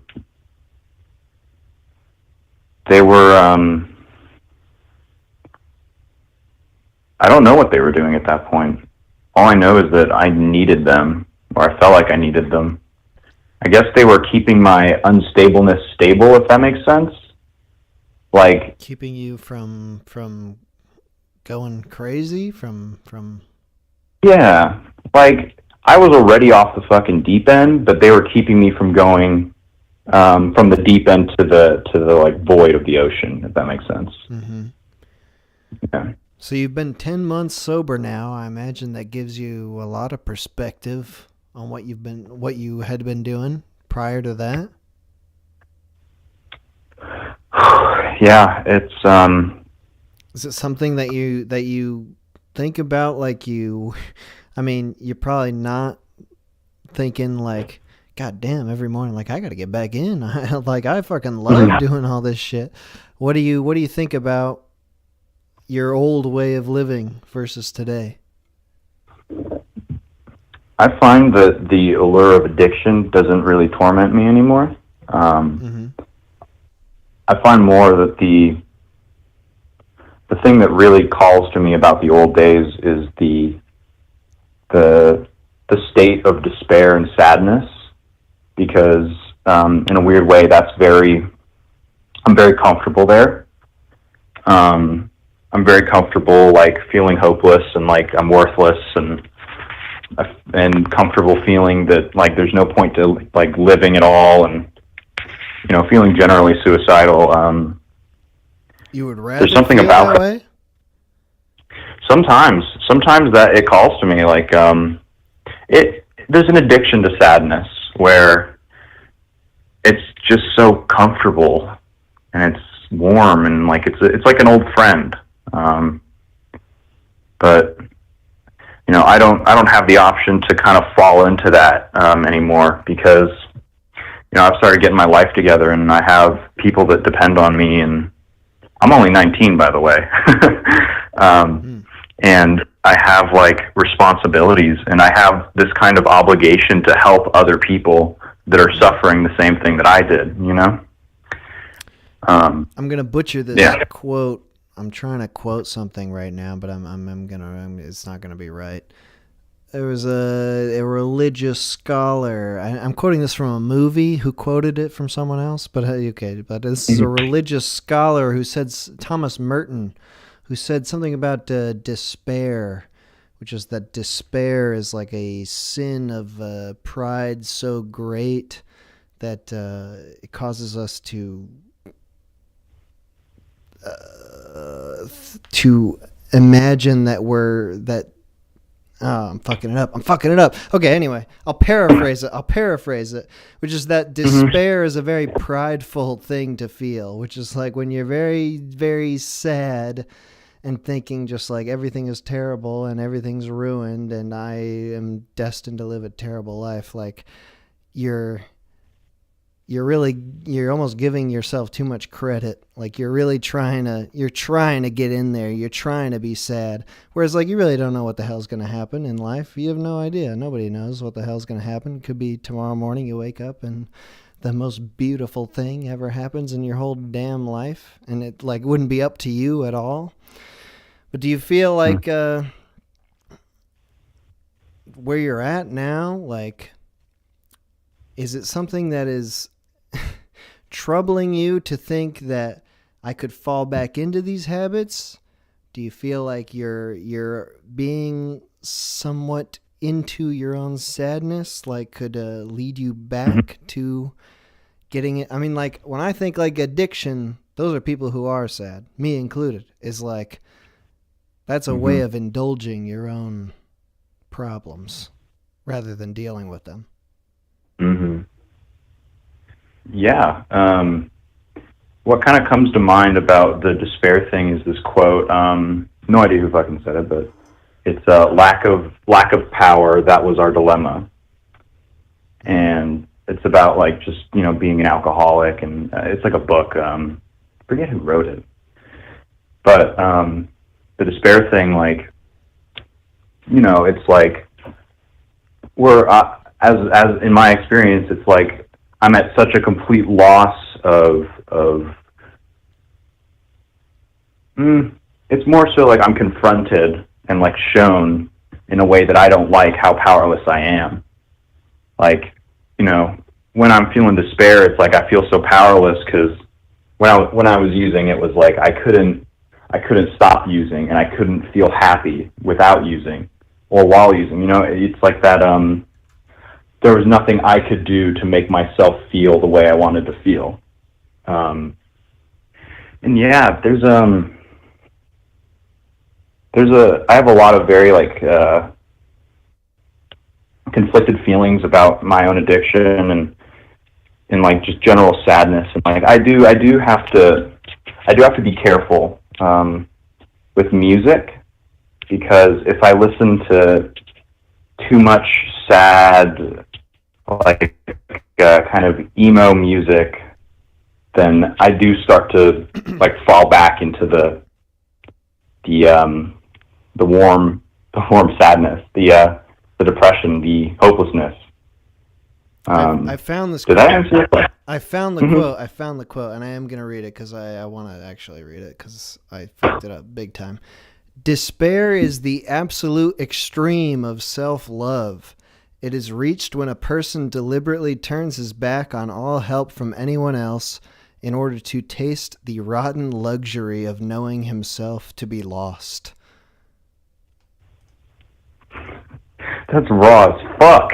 Yeah, dude. Like, how do you like that? Like, you're feeling sad? Well, guess what? You're just like a fucking selfish son of a bitch. That's your fault, bro. Try feeling happy, asshole. That's definitely how I used to look at it. Like, it was all like, everything was centered around me. And nowadays, I try to center my life around other people. Not so in like the way that I'm like in a codependent relationship, but more so in the way that like, you know, I try to live to help other people. Yeah.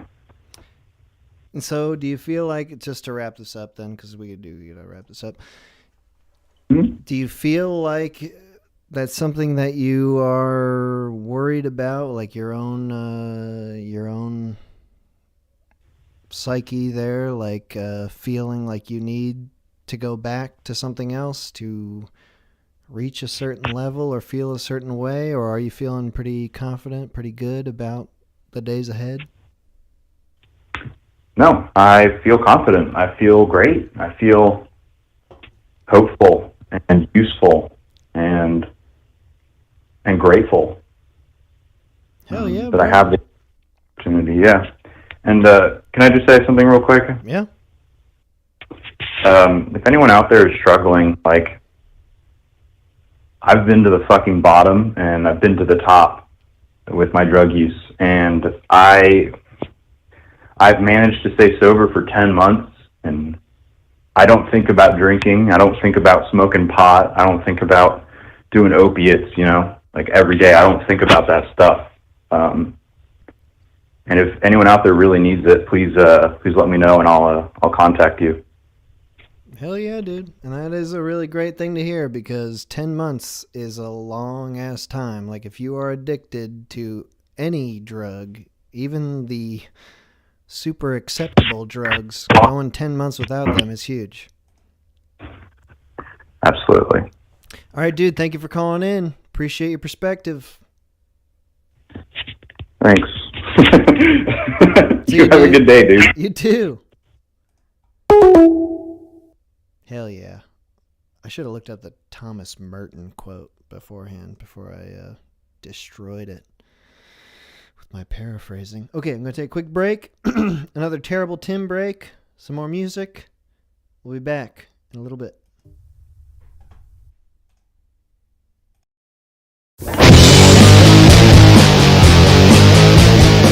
Timothy's coming through with another tune, and it goes like this. Timothy's kicking ass, everybody else kissed, and it makes me pissed. Timothy's breaking it down, break it down with the sound. Timothy's words are profound. Timothy is your God, got a 12-inch rod. Timothy is the bomb. Oh, you won't survive.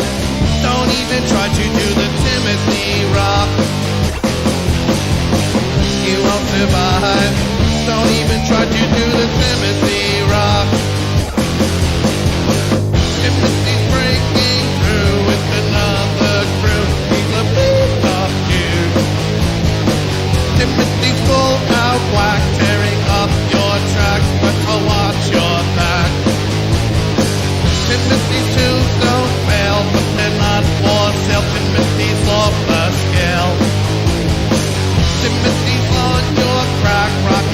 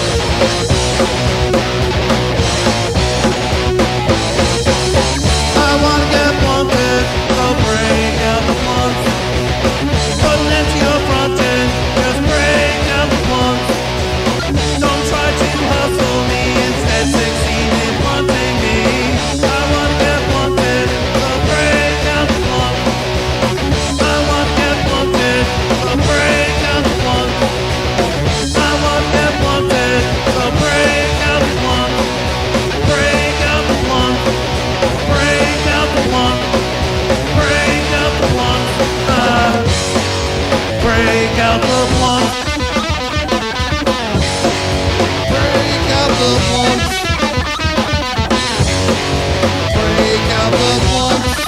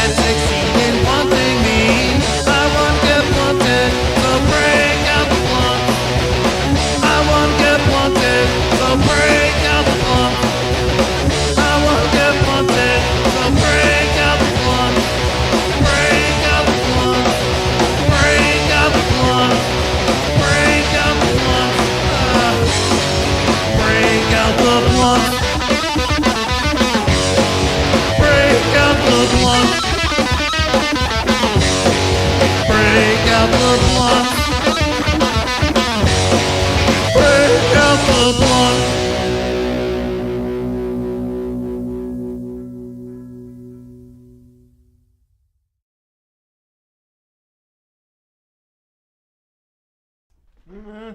Yes. Wait. Oh, God. I was trying to find, I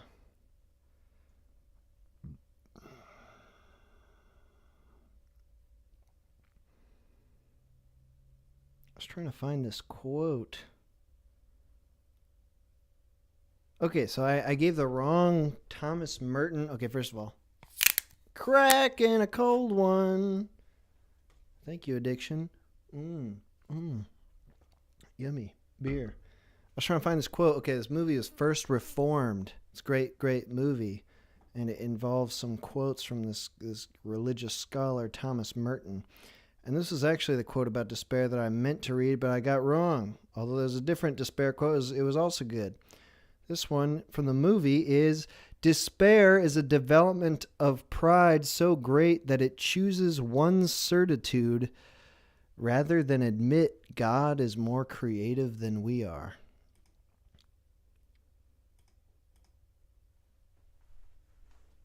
Which was the quote I was actually thinking of. I don't really have much to say to expound on it. But yeah, it has to do with just thinking that you know what's going to happen to you. It's going to be all sadness and pain from here on out, but you don't know. You don't know what the hell's going to happen. Anything could happen. You could wake up tomorrow morning and something good could happen, I guess. Why not? Right? Bad stuff happens. Why not good stuff? All right, we're back. Call 518-288-7938. We're talking about addictions. Probably going to do this. A few more calls, take another break, a few more calls, and then we're done. Probably try to wrap up around 7:30. Getting hungry. I have an addiction to eating a very large meal at the end of the day after not eating through the whole day so that my other addictions can be amplified. Nice. Okay, good. Call from. To accept, press 1. To send a... Hello? Oh my God. Yo! Yo, no fucking way. Dude, you're on. Oh wow, shit. I didn't expect this. What's a name I could call you? I don't know, call me something sexy. You decide. Charlene. No, wait. Okay, how about a man's name? You sound like a man. Okay, how about you can call me Big B. All right, Big B. Good. You're thinking under pressure here. Big B. Big B. Yes. You called into the addiction stream. Did you have something you wanted to tell us about that? Yeah, I mean, I'm 21 years old. I've been doing drugs for about 4 or 5 years now. Mm-hmm. I want to say like my big ones right now are definitely Xanax and cocaine. Like that is Whoa. It's a bit debilitating. Hell But, yeah, you know. bro. I mean, like I hear a lot of people talking about alcoholism and shit, and like, I wanted to bring up some fun ones, so figured I'd give a call in. Are you prescribed Xanax and you abuse it, or do you find it? I find it. Mm-hmm. That would be too nice to be given it. Is it something you're doing in conjunction with other drugs? Do you do Xanax and cocaine in the same night? Of course. What does that do? It's so it's not technically a speedball because Xanax are benzos and they don't affect your heart rate. They just affect like your brain chemistry. Uh-huh. And so you're basically just like kind of retarded and you forget how much cocaine you're doing, and so you just it keeps going all night, so it's pretty fun. It's all right. Is it like one feeds the other? Like you do some Oh, Xanax and then you do some cocaine and then you're like, oh shit, I could go for some Xanax right now. Oh, 100%. Yeah, definitely. Hell yeah, bro. Hey, wait, before you go on, I did cocaine a couple times when I was living on the West Coast, the drug coast.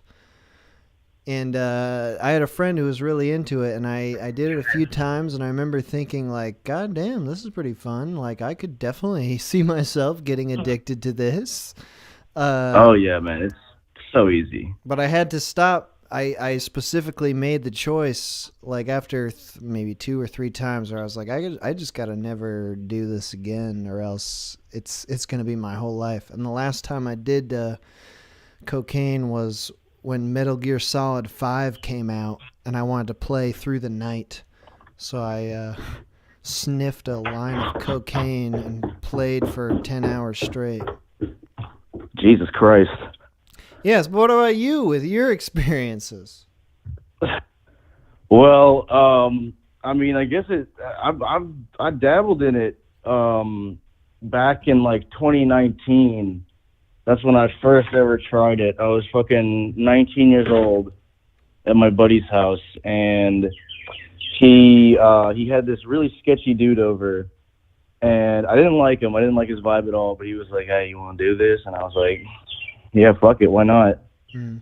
And, that was fun. That was a good first time experience. And then, flash forward end of 2020, I get back into it, and probably ever since December, I've been doing it about every single day. Cocaine? Yeah. Oh boy, brother. Yeah. Yeah. What do you think? What caused that break? Was it just like who you knew? It's really just like, here, I gotta light my cigarette real quick. Mm-hmm. Because nicotine is another one that's on that big list. Yep. But I think it's I'm a bit of a poly addict, so it's really just like whatever I can get my grubby little greasy hands on,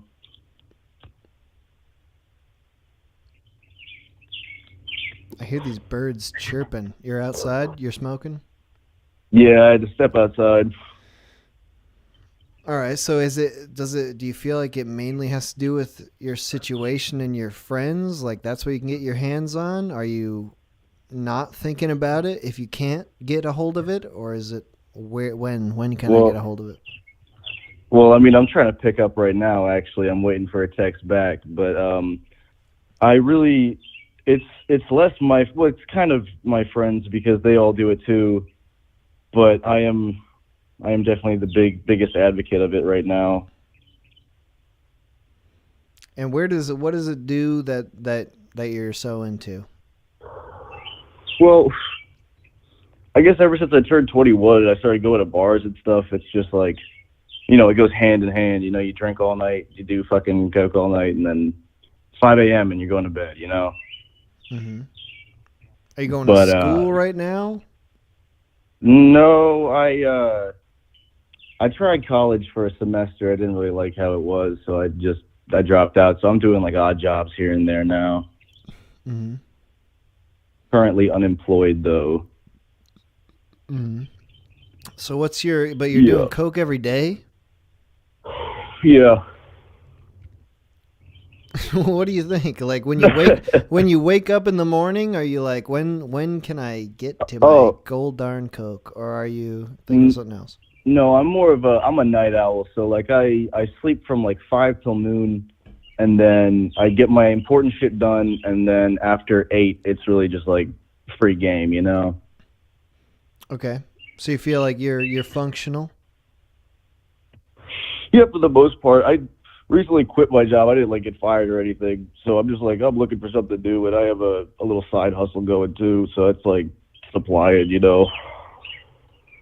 Are you smoking cigs or are you smoking weed right now? I'm smoking cigs right now. You're I inhaling. You're too, holding but... the smoke like you're smoking weed.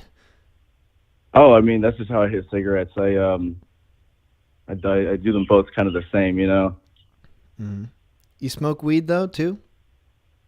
Oh yeah. I mean that's my side hustle, you know. I don't want to get too deep into it, but you know, like people are in need. Transactions, you know, business. Gotcha. Okay. Clientele. So it's a different kind of job that you have. Yeah. Good.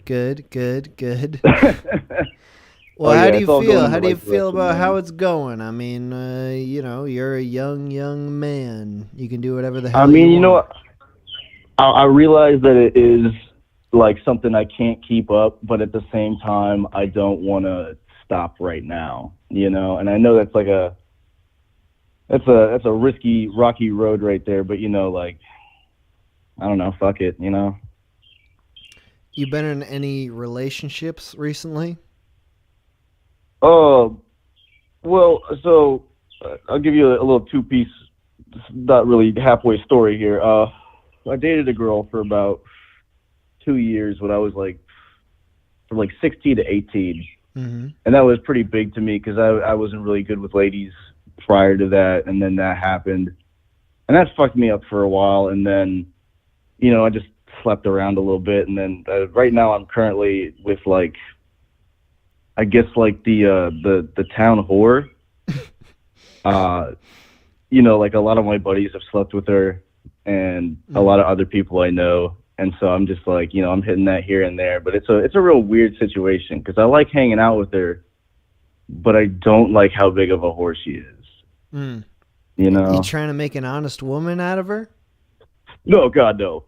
No, but like, you know, it does bother me to like, you know, I hook up with her the night before that she's grinding on a different dude the next day, you know? Mm-hmm. So it's a new situation to me, you know? I didn't have a lot of lady friends growing up. It was all the boys, you know? Right. Is she into drugs as well? Oh, God, yeah. Is that what you guys are up to before you do the dirty, disgusting thing, which we won't talk about? I mean, sometimes, yeah, but that's like, man, it's that just honestly, I think it makes it worse because I just like I can't bust a load, bro. Yeah, I was hearing about that a bit earlier. Like, I mean, like, that's why I try and not do it in front of her because I know she's going to ask me for it. So it's like, I try and be a little bit low key, but you know, like sometimes it flips out. She's like, oh, hey, can I get one? And it's like, oh, fuck, whatever. Yeah, sure. Here, take it. Right. And you don't want to feel like, you know, she's coming to you just for that. Oh, yeah, no. But I mean, like, I do think that is a part of it. And like, yeah, that's not good. But, you know, like, I don't got much else, you know, and like a man does need comfort from time to time. Hey, at least you got something going on. Shit. I mean, I guess, man, shit. No, you're not happy with it? You want something more? I do, but not with this thing. You know, man, like I want me a plain Jane.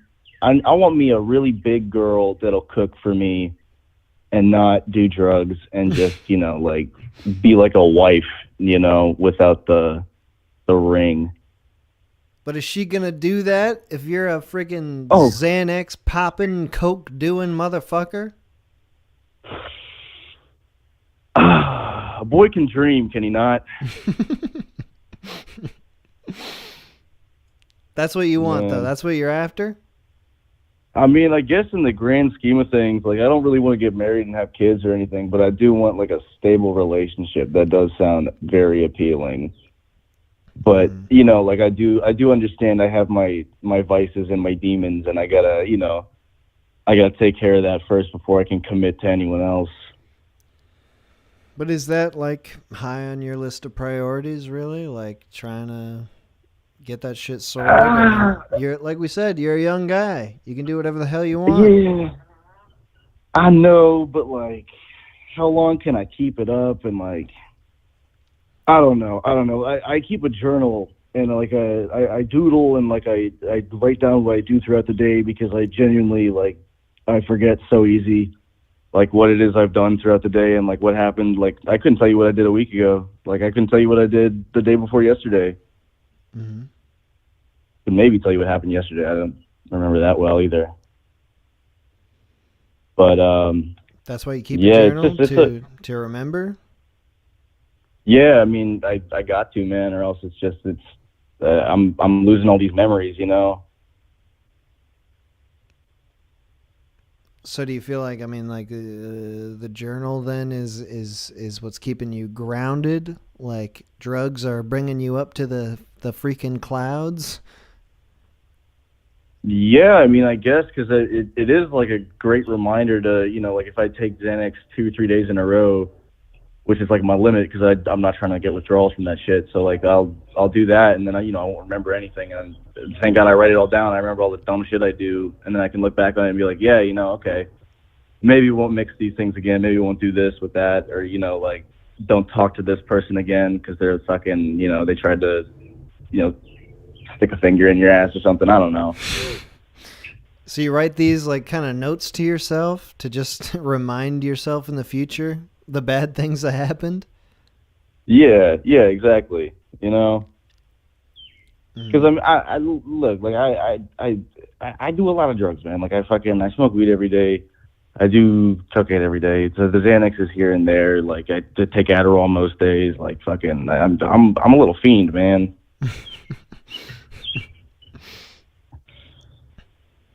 It's life, man. But like I'm doing okay. Like I'm not depressed or anything right now. Like I'm pretty happy, Right. You're taking it day by day. Yeah, exactly.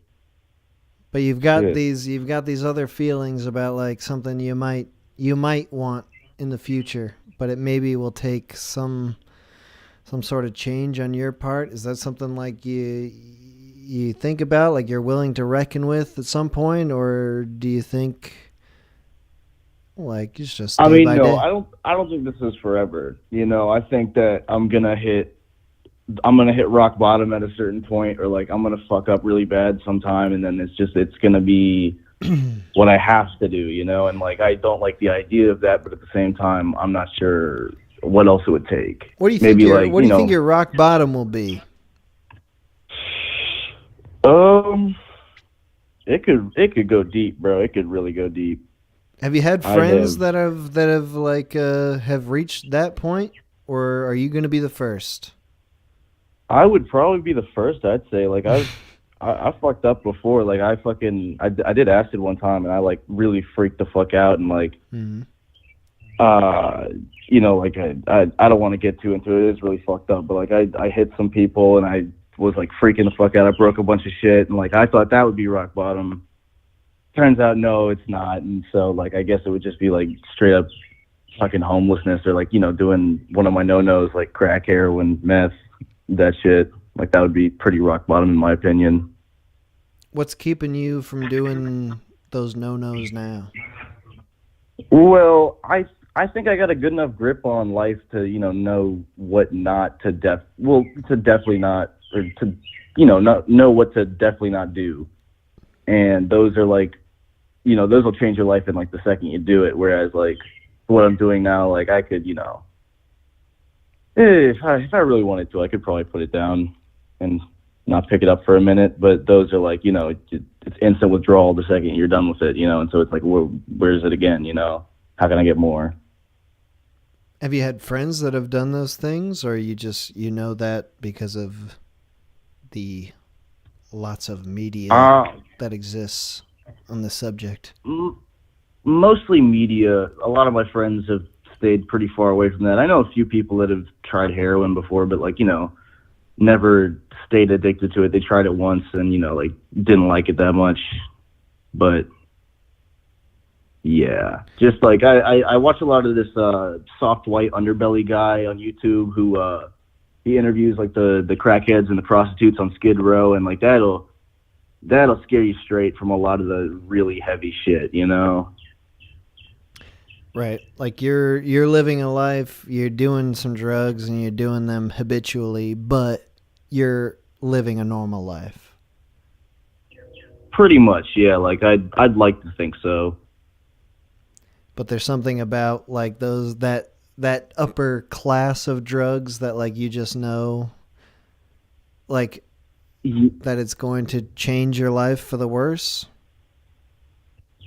Well, yeah, definitely. I mean, like I mean, like I'm definitely addicted to some things, but I think there's levels to addiction, you know, like I couldn't put cigarettes down tomorrow, but I could probably never do a Xanax again, you know. Mm-hmm. Just based off of like how I know the withdrawals are and how I know I handle it personally, you know. Like I've tried to get off these things before, and I have before. Like there was a time before this, I want to say 2019, early 2020, I did coke for a minute, and I quit doing it altogether, and then I did Xanax all 2019, and I went through the withdrawals of that, and like I realized like, wow, like withdrawals are probably the worst thing on earth. So like do everything in my power to never have to experience that again, you know? So what is it about now where you're at currently that makes you think like you don't have to give stuff up? Like you're doing okay, like I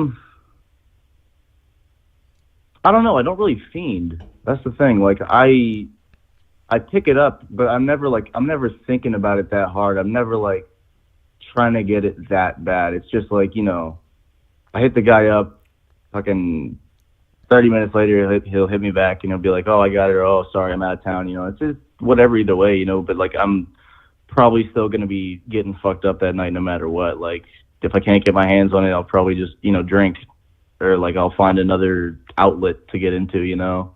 Right. So you're never jonesing too hard for any particular drug. Yeah, it's more just like wanting to get fucked up at night, I think. Which, you know, I'm not gonna say that's any better than the alternative, you know, but you know, it's something. And I mean, like, I don't think I'm too deep in it right now, but you know, I'm on the inside looking out, you know, not on the outside looking in. So I don't know. What does it seem to you? How do you think my situation is? Well, you know, cocaine every day. That's intense. I personally believe that's a little intense. Yeah, I can definitely see that. Yeah. You still got your septum? For the most part, I hope. You can't really feel up in there, but I think it is deviated now. Well, that's okay. I mean, it won't grow back, but you don't need it anyway, unless you're going to get a septum piercing. Look Yeah, like a fuck it. cow. I'll be a snorer for the rest of my life. That's all right. All right, dude, thank you for calling in. Look, man, thanks for having me on. I really appreciate it. You're doing great work out here, bro. Thank you. I appreciate you calling in, bro. Of course, man. I love you. Hey, I love you too. Guess what? Hey, man. Yeah. Hey, man. Have a great night tonight. All right, you too. You too, bro. Take it easy on the cocaine, if you want, I guess. That's I would try it again. Yeah, I would try it again. just get a little taste, just to remember. I have a bad memory. Can't remember what it's like to be high on different drugs, so I just want to try them occasionally. Sometimes I forget really quickly. 518-288-7938. Call in. Tell me about your addictions. I don't care. I don't care what you're addicted to. You can be addicted to, well, I guess there are some things I might have to grill you on. Certain addictions. But generally, I'm just here to say, what's up? What are you addicted to? Lots of calls coming in. They're flying through. They're not being picked up. Thank you, Google. One of these is going to get through. Oh, it's international. Call from Mac. to accept. Press Mac? Yeah. Yo. Hello. Yo, yeah. Yeah. It's actually Mark, but I was just doing Mark. a reference to last time. Yeah. You called in several weeks ago. Yeah, that's right. How's it going?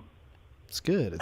I remember when we were talking last time, you were talking about how everybody in your township was quite alcoholic. Yeah, it's a funny story actually. I'm drinking a lot tonight, and I know, like last time I was saying I don't usually drink, and then I've just been drinking, typical Irish stuff, Baileys, whiskey and cream. It's like chocolate liquid candy. So it's quite nice.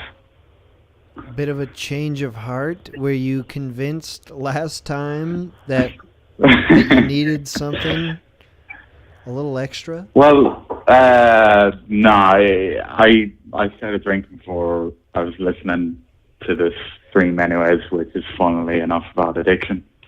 But yeah, and I heard you guys talking about dip at a certain point, and there's a guy I was working with.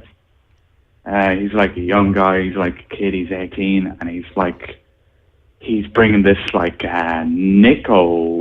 is it called? Nicopods or something into work, and they're it's like dip, but it's not. It's pure nicotine. It's white, and they're in these pouches, and you put them in your gums.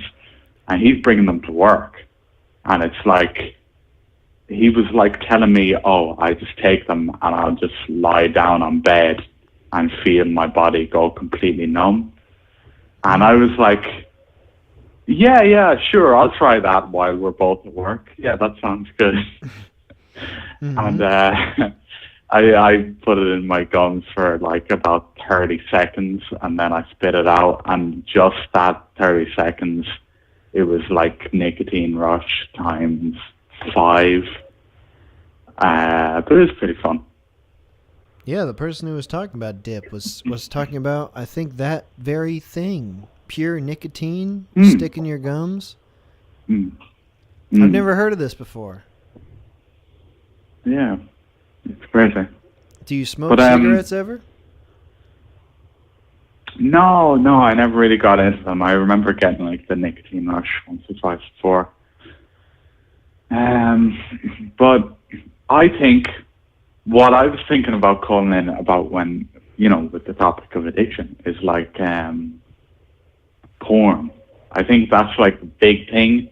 It's like the elephant in the room that a lot of people don't talk about. It's like clearly an addiction because, you go to it when you're stressed out. It's like you could be doing something else productive or, you could just be alone with your thoughts or something. And it's like clearly not a good thing because you never like watch porn and jerk off and think, yeah, that was good. That's I feel proud of myself now. But it's like it's so commonplace that people and like so like people aren't going to talk about it. It's so easy to just not give up completely. But it's like I think it's just like I'm not religious or anything, but I think it's wrong. Like it's weird. It's not good. There's a weird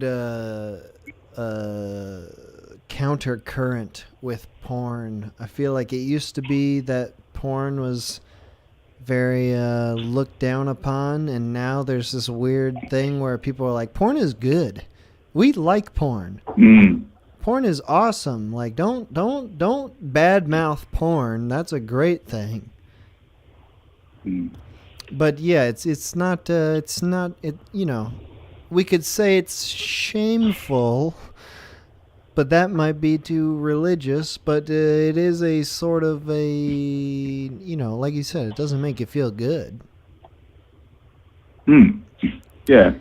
I mean, I'm like, I don't think it's like the end of the world, and it's like people who are like, oh, I stopped watching porn, and then like a month later I'm like, all these women want to talk to me, and I'm so sexy. It's like, it's not, it doesn't have that much of an effect. It's just a small thing, but it is another, like, I guess for a lot of people it can be the last thing, because, I think a lot of people aren't addicted to, like, hardcore drugs or, like, really addicted to alcohol or weed, but then they'll still have porn. And it's like, this is like their one thing. And it's like when things get emotionally intense, they're like that's what they'll turn to. Something that sort of flies under the radar, but is an addiction. I feel like what makes me feel addicted to pornography is when I'm, first of all, having a smartphone, because looking at porn in bed, what a great thing. I mean, what a lovely invention. You never used to be able to do that. I mean, you used to have to like get a magazine, I guess. So, like, that sounds fine too. I'd be into that. But just like having the power of the internet to look at 1 million people getting fucked every night in different ways. What's weird about it is, like, I don't even have to be horny. Like, you would think that, like, you know, if you don't have a significant other, you just masturbate when you're horny. But that's the beauty of porn, is you can just get horny whenever you want. You can just look at a whole bunch of porn until you're finally horny. Is that how you feel? Yeah. It's fucking crazy. Like, for me, I think, like, even just YouTube or stuff is like a major addiction. Like I was saying to my friend, like I deleted YouTube off my phone, and it's because I realized how much, like, because there's other things I want to do. Like I'm moving to a foreign country and I have to get a job there, so I need to learn the language, and it's like, I'm working a full-time job, and it's like if I come home from work and I just decide, oh well, I'll watch a couple of videos on YouTube. It's like, no, that's like that's bullshit. And like you'll feel it. Like if you get over one, you'll have another. Like if I'm like, okay, I'm not going to watch a YouTube video, and then like half an hour later, it's be like, oh, let's look up some porn or something. It's like they're all kind of really similar. At least I feel like they're kind of different, but they're all kind of filling a certain void. Like I think it's just all essentially an avoidance of like an emotional pain that you have. Mm-hmm. Maybe not an emotional pain always, but some kind of emotional turmoil some sort there. of emptiness, non-fulfillment. Yeah, no, I think it's more than that. It's like some like scary thing, like something you really don't want to face. Like initially it does feel like an emptiness, but it's not like, I mean, because you hear it from people, like even in this call, like calling in, it's like, oh, well, it wouldn't be that hard to stop smoking, but then, yeah, I just kind of do. And it's like that for the first maybe half an hour or hour when you're like, okay, I'm not going to smoke now, even though I really want to. But if you like sit with that for more than like an hour and you just don't do anything to distract, you will find that like intense feelings will come up, and then there'll usually be something behind that is important and will mean something, but is really hard to deal with. And I think a lot of people go through their lives without ever dealing with that shit. Like I've had to do a lot of therapy and stuff. And I would highly recommend it. Like just talk therapy, not like psychotherapy, because I know in America there's a huge problem with people like recommending pills, drugs for it. Yeah, but I think you can deal with it by, I mean, specifically it seems to be that most of it comes out of like childhood, or you know, your relationship with your parents or how you were raised and stuff like that. That seems to be where most of the problems come from. But yeah, I've found for myself that works a lot. And there was someone who was talking a little earlier about drugs being like a distraction. So is that sort of how you feel, like that people do drugs to not think about things that they need to think about? Well, yeah, I mean, I can only speak from personal experience, but that's definitely what it's like for me. Like even now, like, you know, when I started drinking, it's like, okay, I'm tired from work, and it's like, but I'm not that tired, so I could put some work into learning some language before I go to bed. But then I was like, fuck it, I'll start drinking instead. Because I know if I started learning this language, or if I sat down to do it, I would get like this discomfort, like you have like part of you, I mean, for me, it's different for everyone, that's the thing, it's weird. Mm-hmm. But for me, it's like part of me is like, oh no, it can be weirdly specific, like, oh no, you've had dinner and you have to relax for like an hour after dinner because, you know, that's crazy. And then once you've done that, it's already like 9 o'clock, so you're going to bed soon, so you don't want to start work, and because then that will get your cortisol levels up or whatever. It's like there's weird excuses, like, you know, like the excuses you make for addictions in general. Mm-hmm. And but then you'll find that like the stuff, or for me anyways, the stuff that I'll do instead, it's like, oh, well, I can't do work, so I'll just, you know, play video games or watch YouTube or watch porn or whatever. Mm-hmm. It's like, for me, I don't really enjoy that shit that much, because I always have in the back of my head, this isn't what I should be doing. Like, I kind of want to do something else. But also, when you start doing the thing you want to do, it's like there's some resistance comes up, some like emotional pain. And I think for me, like you can sort that out. Like I sometimes do in the weekends, like the emotional resistance will come up, and it'll take a couple of hours to deal with that sometimes, but you'll sit with it. And I guess therapy helps with that. you can like sit with it and like, oh shit, this is why, yeah, because anytime growing up when I studied, it was like, yeah, because I would get belittled or I would get put down and this and that. And it's like you have to kind of, you'll cry and stuff and you'll feel pain. And you might feel like negative emotions towards people that you didn't know you had. But then at the end of it, it's like you can actually do some work after you've done all that stuff, because it's generally just the emotional pain that gets in the way of you doing stuff that you actually want to do. So you feel better after you work through it? Like, on the nights where you choose to work through that block, and the other nights where you choose to distract yourself from it, do you actually feel better when you don't indulge like drugs? Yeah, I actually feel much better when I don't indulge. And it's hard, and I actually like. I know people out there, like for me especially, like, or I can only speak from personal experience, but you have a full-time job, you have to look after yourself, and sometimes you feel like, oh, I don't have enough time. But when it comes to the weekend and you wake up in the morning and you don't have anything you need to do, for me, it's like, it's hard to do at night because, you want to get to bed at a reasonable time and all this stuff. But for me, when I wake up in the morning, it's like, okay, I can do this, this, and this. The weekend is the time for me when I do it. Like, okay, I can do this, or I can piss the whole weekend away doing bullshit nonsense.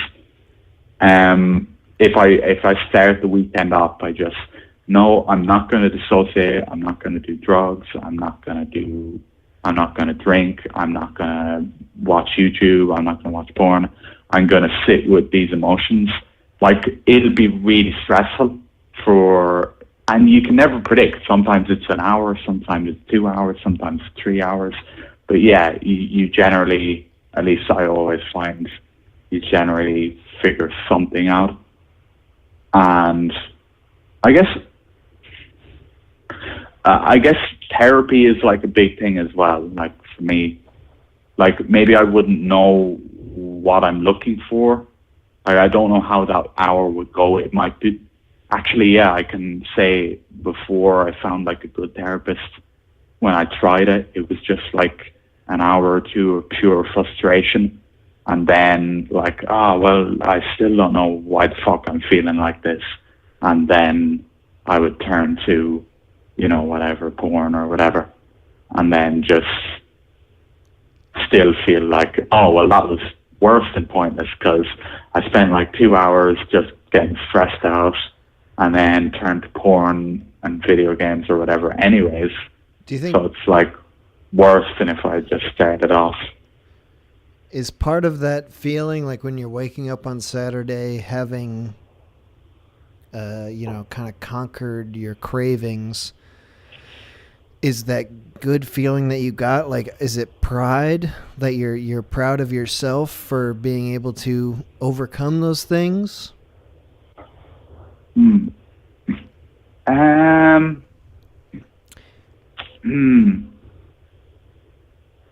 interesting question. But I say this because, like, when I don't have a 9-to-5 type job. My job is theoretically to sit in the house and be creative and think of something good.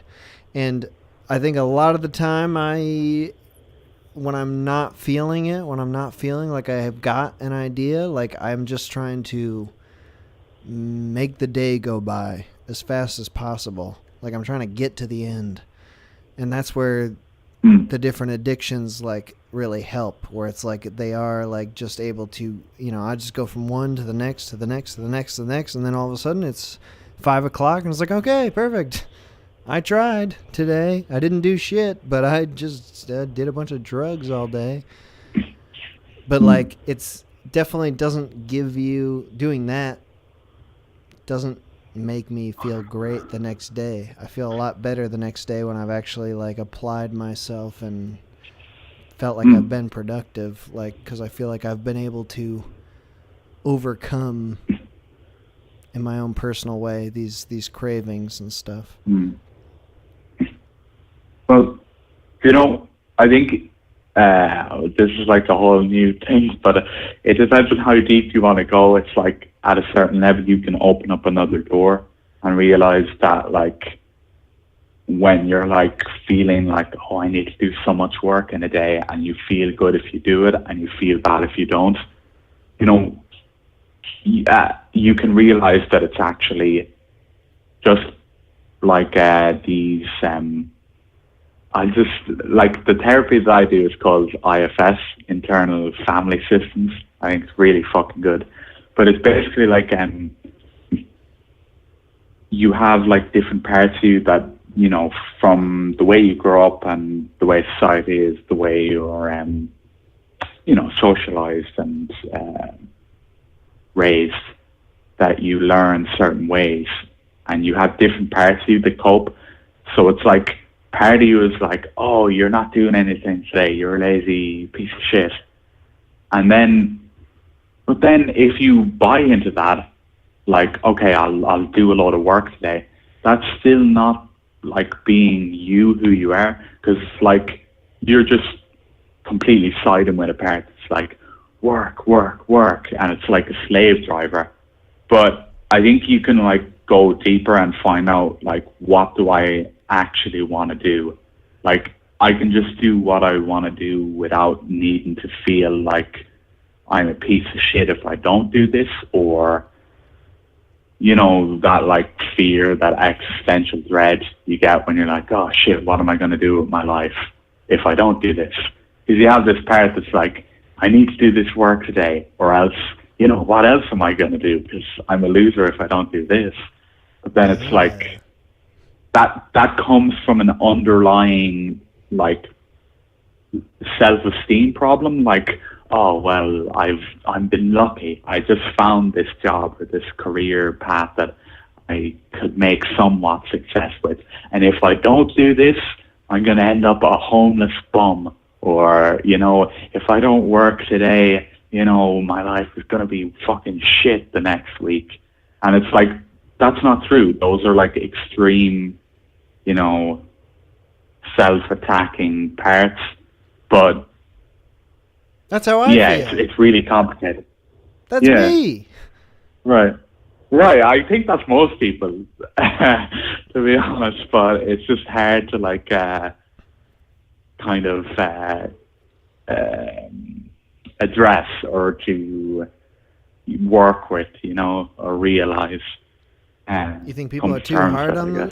You think people are too hard on themselves? Well, in one way, and then it's not just about being too hard on yourself, because some people go to the extreme and it's like, oh, I'm too hard on myself, I'm just gonna do drugs and do fucking nothing with my life. And it's like going from one extreme to the other. You need to figure out like why this part of you, or why you have part. I'll just say like the therapy that I'm doing, IFS, Internal Family Systems, I think is really good at figuring out like that you have these different parts that I kind of wish I wasn't drinking now, because I would be able to explain it better and I wouldn't sound like a drunkard sticking up for it. Like, and I drink like a couple of times a year, so I don't want to sound like a bad poster or an example for this. But yeah, it's like, it's basically like you can't be mad at yourself for wanting to like go to drugs, or even for wanting to like kind of whip yourself like a slave master, like, oh, you need to work, and if you don't, you're a bum. Like, you can't be mad at yourself for that, because that's the way you learn to be growing up. You just kind of have to figure out why that is, and then you can like fix that. But yeah, I think it's pretty good in general. IFS. This is some freaking nonsense. Irish freaking services. The internal we don't family know what the system. hell you're talking about. We do CBT over here, cognitive behavioral therapy. CBT is good. Yeah, that's it. It's just a form of CBT, yeah. That's what it is. Yeah, but CBT is bullshit, Totally. baby. Woo! Okay. Hey, Mark, thank you for calling in. Appreciate your perspective. Yeah, it's good to talk. Good to All talk right. to you again, bro. Talk to you soon. Yeah, good talking. You have a good night. You too. IFS. I freaking sin. Okay? And that's okay. Call from Tim. It's Tim. Tim! Hey, what's up, man? Tim, you're on. We knew you would call Hello. in. Dude, I saw the stream topic addictions. How could I not call in? Yeah, and dude. then the music is by someone named Terrible Tim. And I called you Tim the Terrible at one point, which was misguided because there already is a Terrible Tim. Yeah, there is that song, the Timothy Rock. It's like, you can't handle the Timothy Rock. Mm-hmm. I'm going to make that my fucking ringtone. Yeah, dude. Terrible Tim. I imagine he speaks to you. He's always talking about his cock and, he talks about vaginas a lot, but what are you going to do? Hell yeah. First off, an apology. I tried to get my my female friend, Grayson, who thinks that you're a school shooter, to talk. She said no. She said Grayson she'd be too is a embarrassed woman? to talk. Yeah. You mentioned Grayson She's got a before. vagina I and assumed everything. that was a man. That's a man's name, Gray. No, she's got a vagina and boobs and a butt and everything. Oh my God. I would have loved to I speak know. to her. Okay. We Is she gotta around? try to get her on. She's like taking a nap right now. We went to this place called Freddy's Steak Burgers and Frozen Custard, and it was good but fucking heavy. So Steak burgers she's and asleep frozen now. custard? What the whoa. That Yeah, does sound heavy. yeah. It was a lot, man. But I powered through. It's like I've got to stay awake, and because I got the perfect thing for this fucking topic. All right, I'm ready. But also let All right. Grayson know, I want to talk to her. I think she's a great gal. I thought she was a man I until will. 5 seconds ago, and that's what makes me think that she's actually a really great person. Oh, she is the best. She is like the best. I don't like the term best friend because I think that's kind of dumb, but she's like the highest quality friend I've ever had.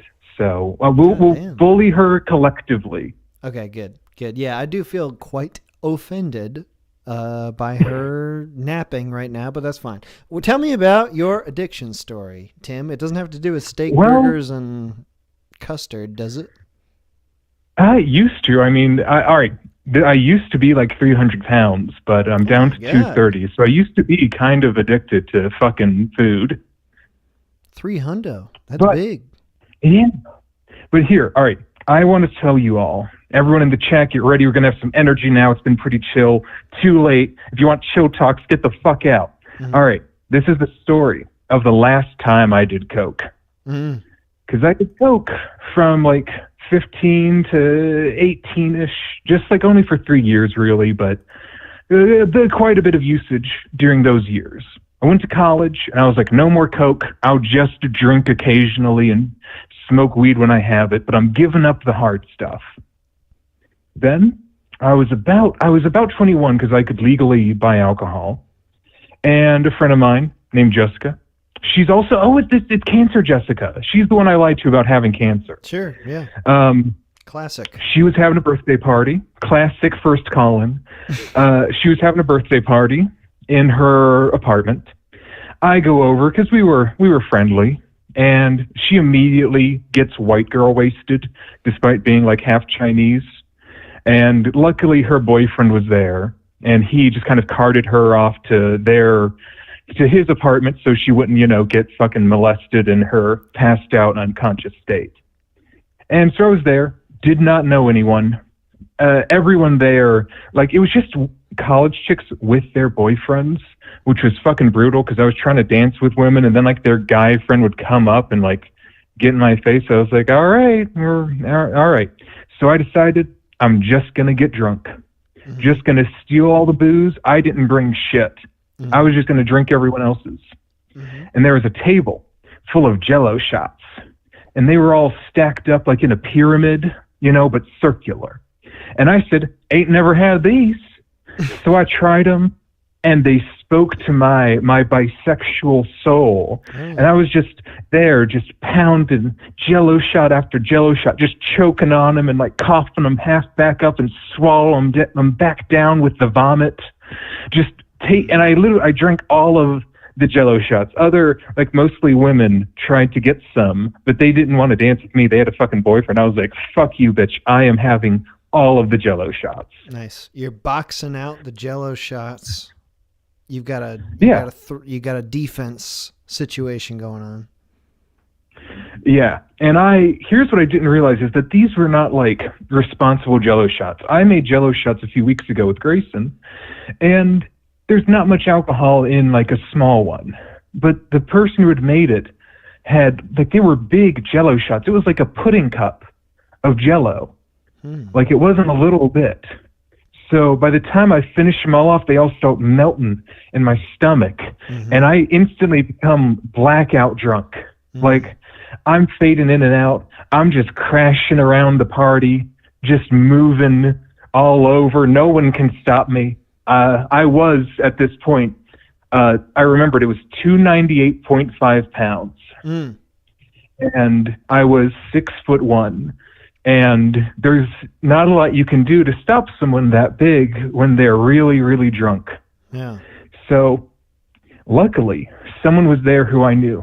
And he was this skinny little motherfucker. He was like 5'5", pretty short. And he was my weed hookup in the dorms. And he was wearing that night, he was wearing like this giant brown suit. But it was just like the overcoat. Like there was nothing underneath. Like you could see his chest, open. It was a very gay outfit, but I think he was straight. It was a weird scene. Okay. And he's like, hey man, you look a little rough. And I was like, I feel a little rough. And he goes, hey man, come upstairs. I got something for you. And I go, okay.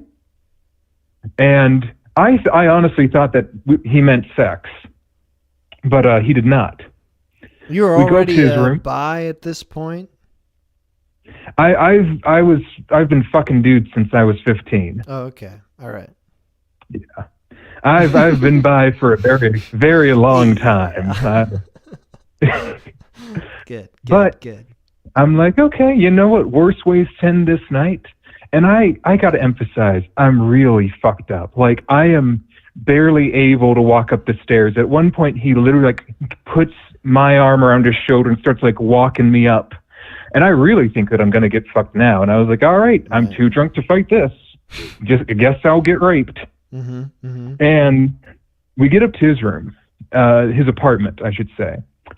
And he opens the door. There are two big black dudes sitting there. Like, they look like they're on the football team. Oh, no. And they just look at us, and they see him in his open suit jacket and me, incredibly drunk fat guy around his hanging on to him. Yeah.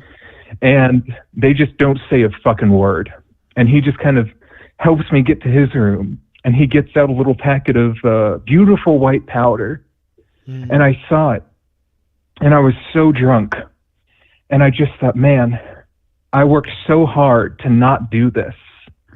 Because I was really into it. Like, when I stopped doing coke, I felt like I had the flu for about 2 months.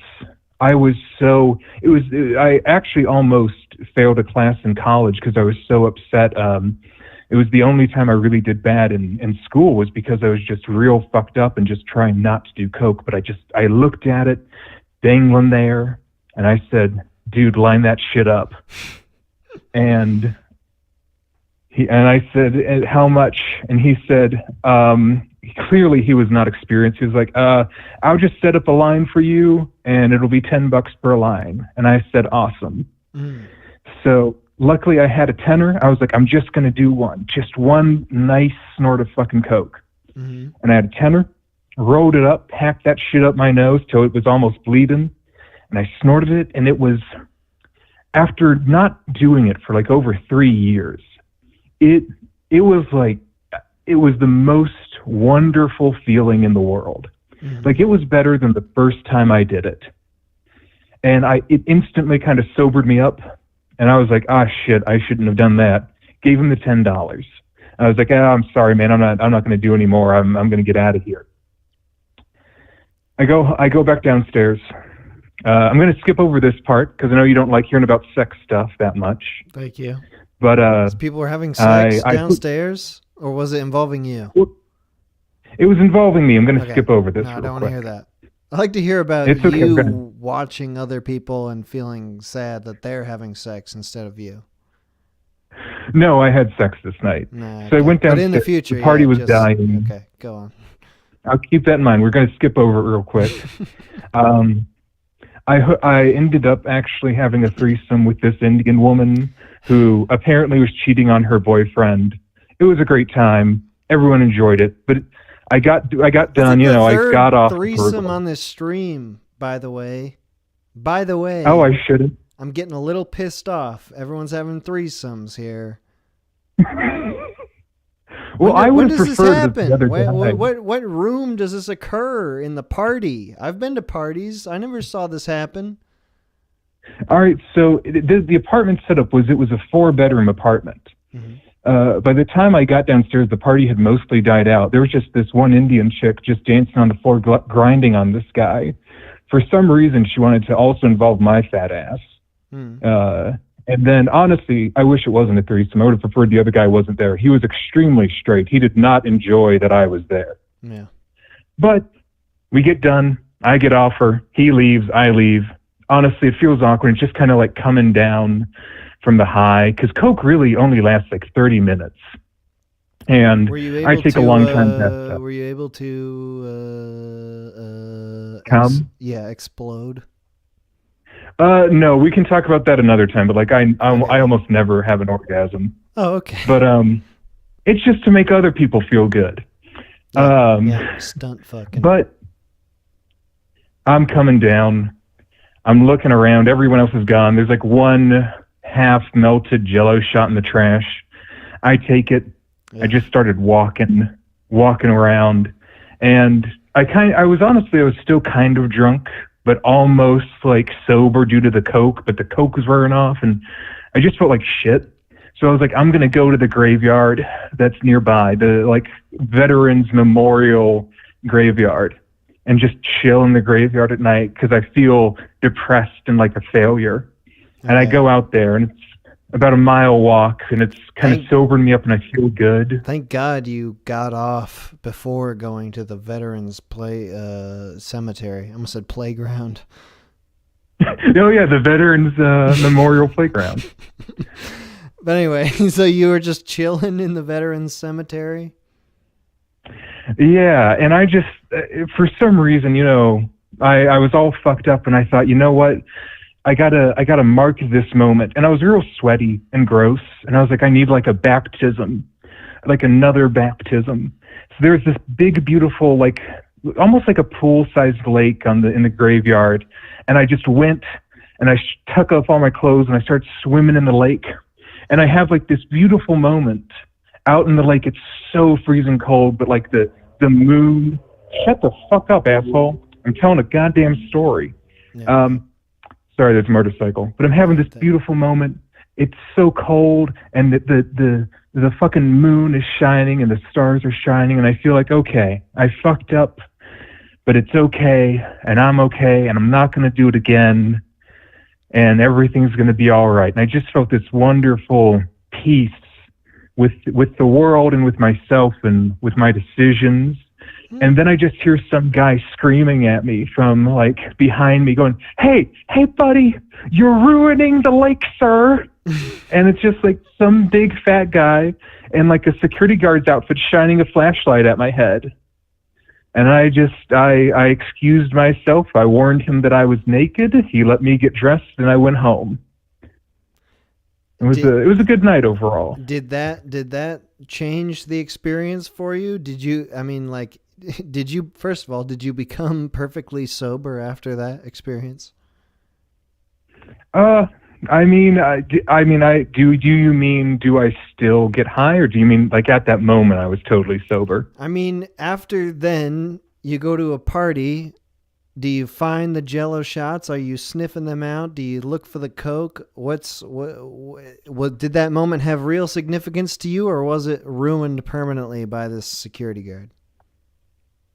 No, I mean, I still get high from time to time, but I feel more in control of myself. I don't like. I'm actually going to go get hopefully a shit ton of stuff tonight, just like shrooms and weed and shit.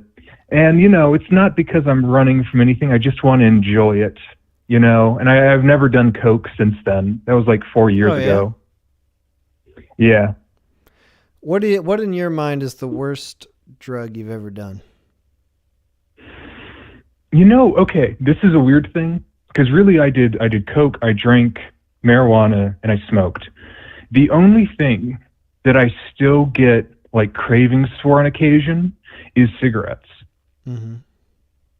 Like specifically, it's like vaping. Like I want to vape because I could just vape in my room all day and not really like fuck anything up, but I could just feel relaxed. So it wasn't necessarily... That's the only thing I get craving for, nicotine. It wasn't that you were drunk and wanting to smoke cigarettes? Because I get that, like, when I'm drinking, that's when I am really, really wanting cigarettes. No, I mean, honestly, when I drink, I just want to drink more. But, like, when I'm stressed out, like, I'm studying for, getting ready for law school and shit, and I've been stressed lately, and I'll be like, man, I could just go for a fucking cigarette right now. So, but you're pretty much clean now? Like, you're not your old self? You do things because you want to do them, not because you're controlled? Pretty much, and I kind of do that by, like, having rules, basically. Like, I don't drink alone, I don't drink by myself. I only drink, like, if I'm with other people, and, I do it occasionally. Like, I think this past year, since this year started, I've gotten drunk once, in almost 5 months now, and, like, I really can't do Coke because, like, I like it too much. But, like, I'm going to go get some weed and some shrooms, and I'm going to just do that on occasion, have it to be something fun. But, I used to smoke to avoid my problems because I was real depressed and upset. And now it's like, it's kind of a really nice thing to do on occasion and just sort of relax and not worry so much about fucking everything. Yeah. All right, Tim, thank you for calling in. Appreciate your perspective. Yeah, okay. I got a question real quick for you, man. Go for it. And this is completely out of left field. But you've mentioned that you're hooking up with these people who are already in relationships. Wait, whoa. But I didn't do that. I didn't say that. Oh, you didn't? Well, I'm fucking retarded. I said Sorry, I would be open to that in the future. Oh, okay. See, I ask your listen to the question. Say what you're going to say, though. I've noticed you have an aversion to talking about sex on the stream. Do you have an aversion to that just in general, or is it just like for the show? I feel like I'm a bit of a prude. I mean, I feel like having spoken to you a few times, you're a pretty sex positive guy. Am I correct? I enjoy it. But even more than enjoying it, you maybe enjoy talking about it. Yeah, it's great. It's funny. Right. I just don't like talking about it. Really? Hey, I'm great at it. I love it. One of my we all are. Everyone in the chat. Oh, yeah. Everyone in the chat has a 9-inch dick. Oh, yeah. It's one of my top 3 pleasures, but it's just, I don't know the way to speak about it that I'm comfortable with. I'm okay with other people talking about it. It doesn't make me uncomfortable to talk about it with other people, but it makes me uncomfortable to talk about my own experience with other people. I see. Well, then one last thing, and I'll get off here, is that last time I called in, you said you felt like I didn't care about your dick, and I just want to reiterate, like, I do, man. And if you want to tell me the size, I'm ready for it. Thank you. No. We'll save it. We'll have a specific stream that's a dick measuring stream, a dick measuring contest. You could submit pictures and all that stuff. We'll get into it. Hell yeah, dude. Have a good rest of your stream. All right, you too, Tim. Talk to you later.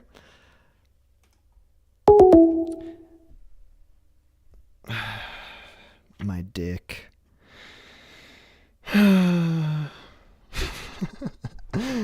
Forlorn sigh about my dick. Okay, anyway, I'm going to take another break here. This is going to be the last break, I think. Oh, I got more songs here. Well, we'll see. Okay. Taking a break here. Terrible Tim's the patron saint of the tri-state indie music scene. And the Terrible Tim's got to be one hell of a holy human being.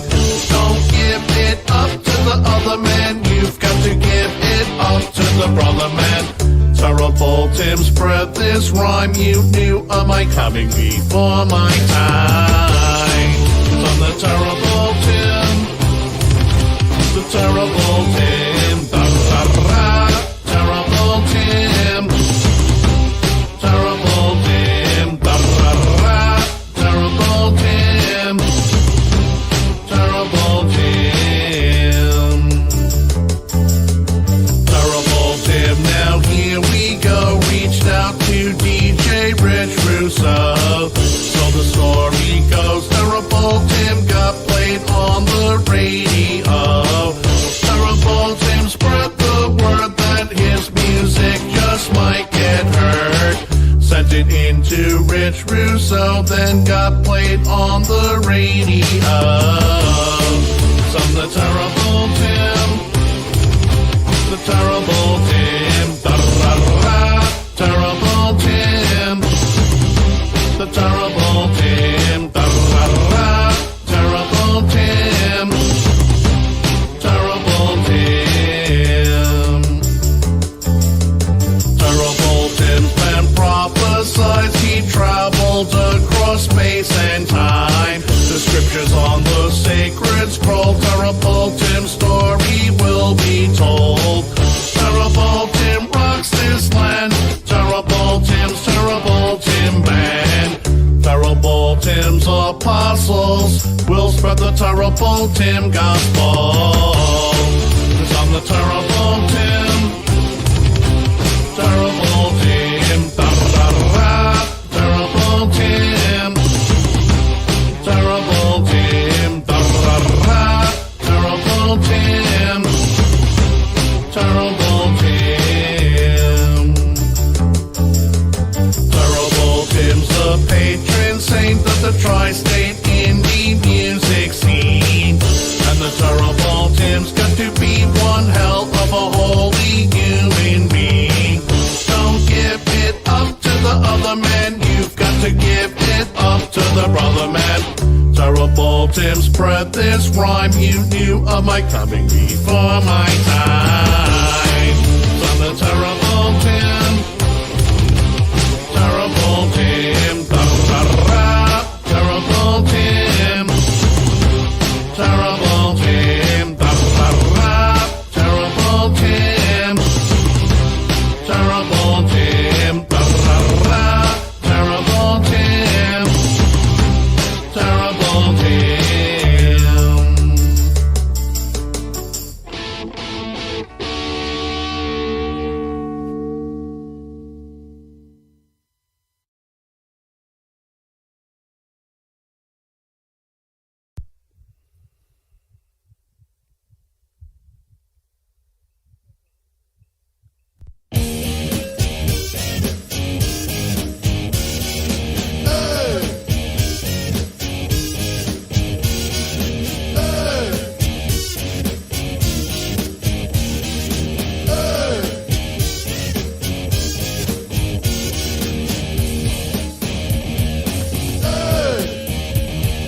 Nancy Richards wants a cock up in her vaginal slot. Nancy Richards needs a penis up in her vagina's bleeding. Nancy Richards, drink like you get every drop before you're through.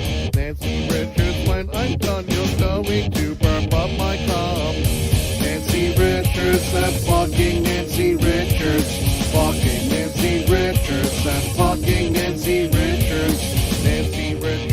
your knees. Swallow the terrible seed. Open your mouth, here we go. Swallow the terrible Tim flows. Terrible Tim was rock hard when the terrible Tim got his wad. Taste my splooge upon your tongue. Swallow my load till I'm done.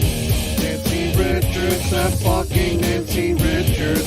Fucking Nancy Richards and fucking Nancy Richards. Hey!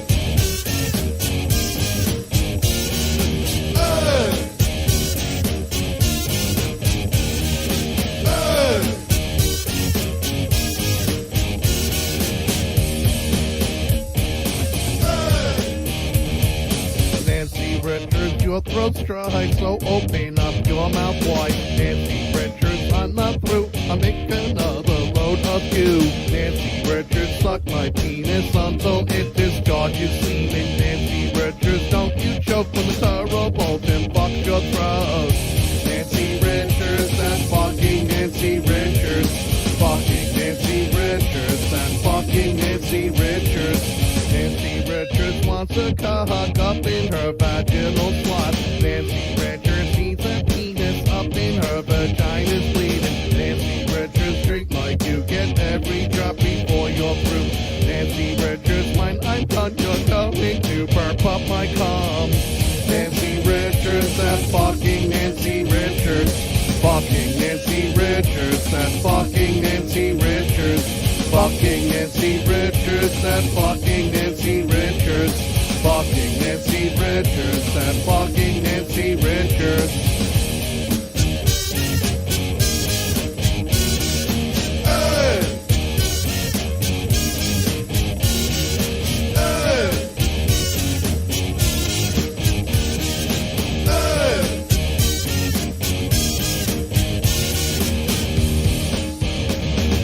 Hey!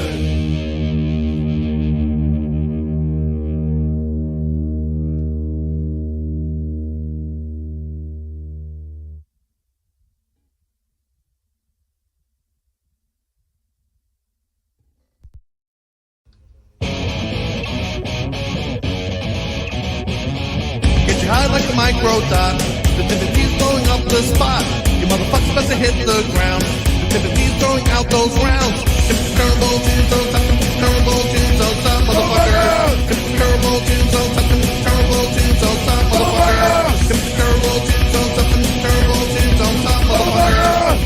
Terrible tunes, oh, terrible tunes, oh, stop, motherfucker. The Timothy's coming full out whack.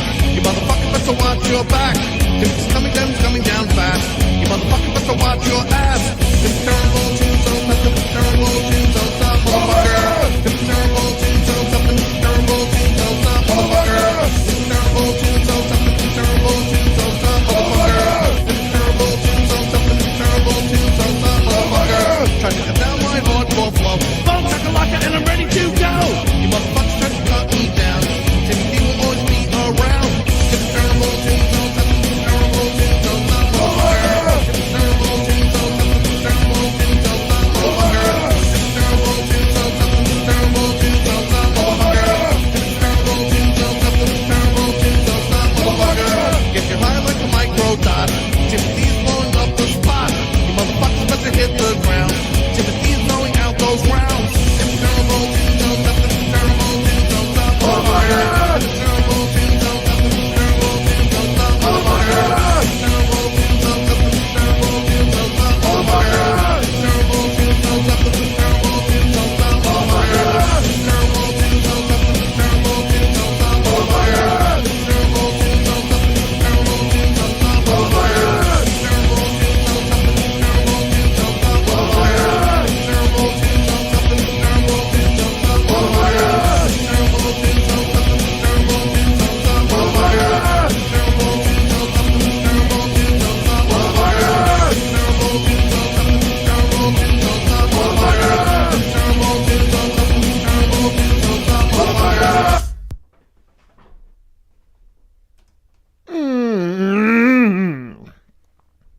Yes. Yes. We're back. Okay, good. Thank God. Call from Katie? Katie. Katie! Hello. Hello? Hello. Yo, Katie, you're on. I made it? Yeah, you're in. You're doing it. What's up? Awesome. I am just throwing away my dog's poop right now. You're what? Something about your dog's poop? What? I was just letting my dog out. Oh, good. What's up? Are you addicted to that? What are you addicted to, Katie? I gotta get back in my room right now. Nicotine. Nicotine, salt.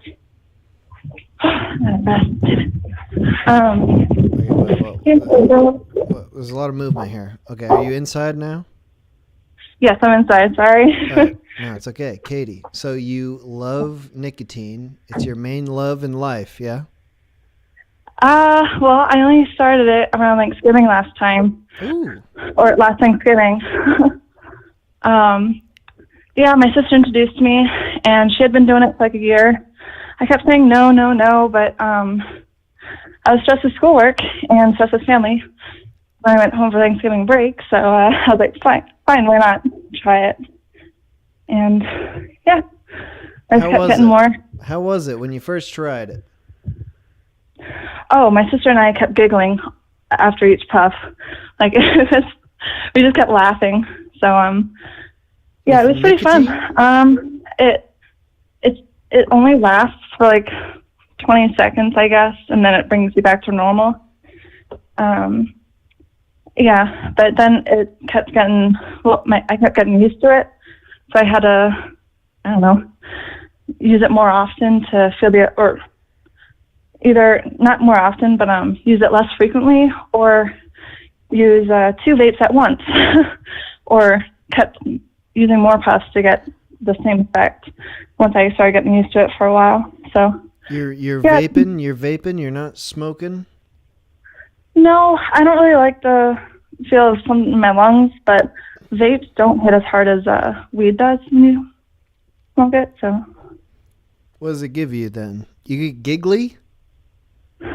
Yeah, at first I did, but then I got used to it, and it just reduced my anxiety a lot. Because about 2 years ago, I was in a pretty bad accident, and I got lots of anxiety from that. But yeah, so I guess I needed it because I'm finishing up school. Actually, it's finals week. Well, this was finals week, so I'm officially done with college. But oh, hell yeah! Yes, finally done. Congratulations. But, thank you. But yeah, so I needed it because school's pretty stressful, and I'm a perfectionist, so I disappoint myself a lot if I get like a B or a C, but. But now you're done. Yeah, Does that mean you've given up nicotine forever? That was a plan, but my vapes actually died yesterday morning, and I've been feeling a little withdrawally from that, to be honest. So it kind of scares me, and I don't want to keep doing it. So I don't think I'm going to buy anymore, so I think I'm going to end my 6-month addiction to it, but because I only did it until since Thanksgiving. So yeah, what are your feelings of withdrawal like? What are you going through? I think it worsens my anxiety, I guess. I never had this bad anxiety since after the accident, but yeah, plus I don't know, just I am a perfectionist when it comes to academics too, and it's just the pressure to do well in my classes and not disappoint my family, or I just really wanted to do good, and it just made me anxious because I'm still recovering from injuries from that accident. Today I got nerve damage in my leg and damaged both hips. So I haven't been able to exercise because whenever I exercise, it hurts the injuries more. But so. They give you pills for that, for your injuries? Sorry, what? Did they give you pills for your injuries?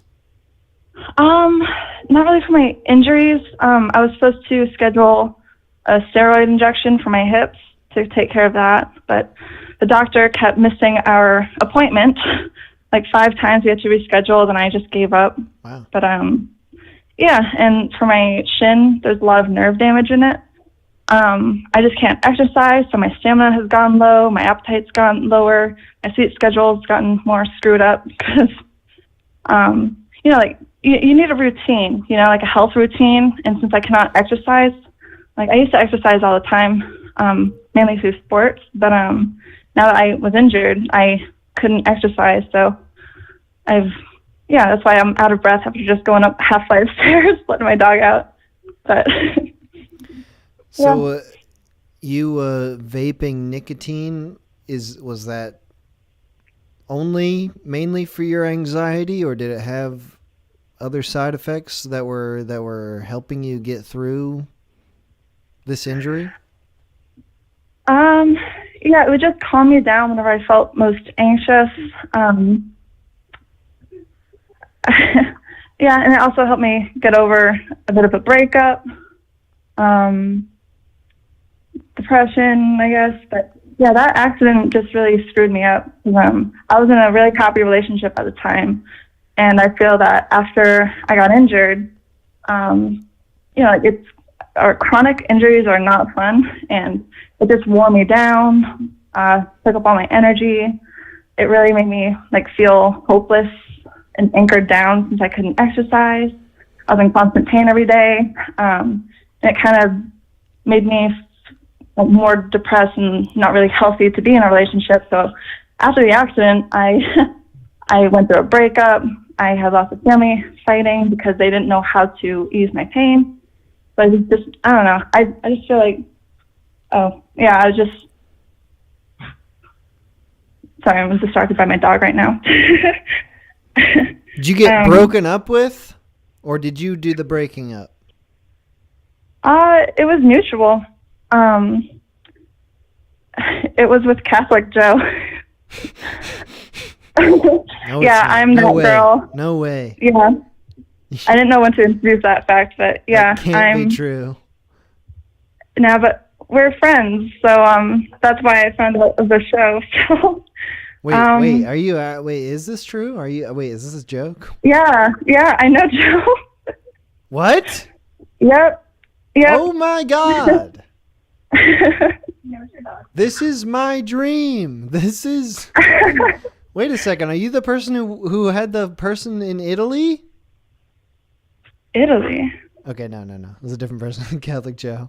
All right, I don't want to drag up Catholic Joe's old relationships. Okay, so you dated Catholic Joe? Wait, for real? Yeah, for 1.5 years until after that accident, when it was just really hard for me, and we mutually decided that, we can like break it off just to have time for both of us to find ourselves, become more independent. We were really close, and we still are, but I guess more on a friends level now, but I don't know. It's complicated, I guess. Dude. What?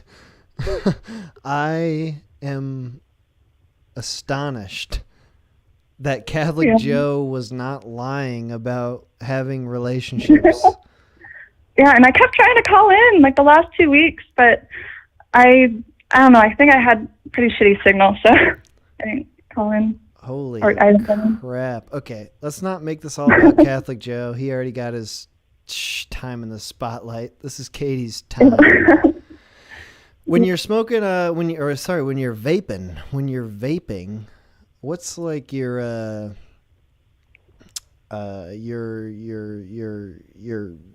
marker? I mean, like when people who are smoking cigarettes, like they smoke a pack in X days. How do you measure that when you're vaping? I just got the disposable ones, but they usually last a few weeks to a month each. But I went through them like every 3 weeks, so it was pretty often. But now that I'm stopping, like I really don't want to get reliant on that, because I do feel that whenever I don't have a puff every once in a while, my anxiety gets worse, and they have been proven to worsen your anxiety, even though the effect is to reduce anxiety. So I guess I became reliant on that.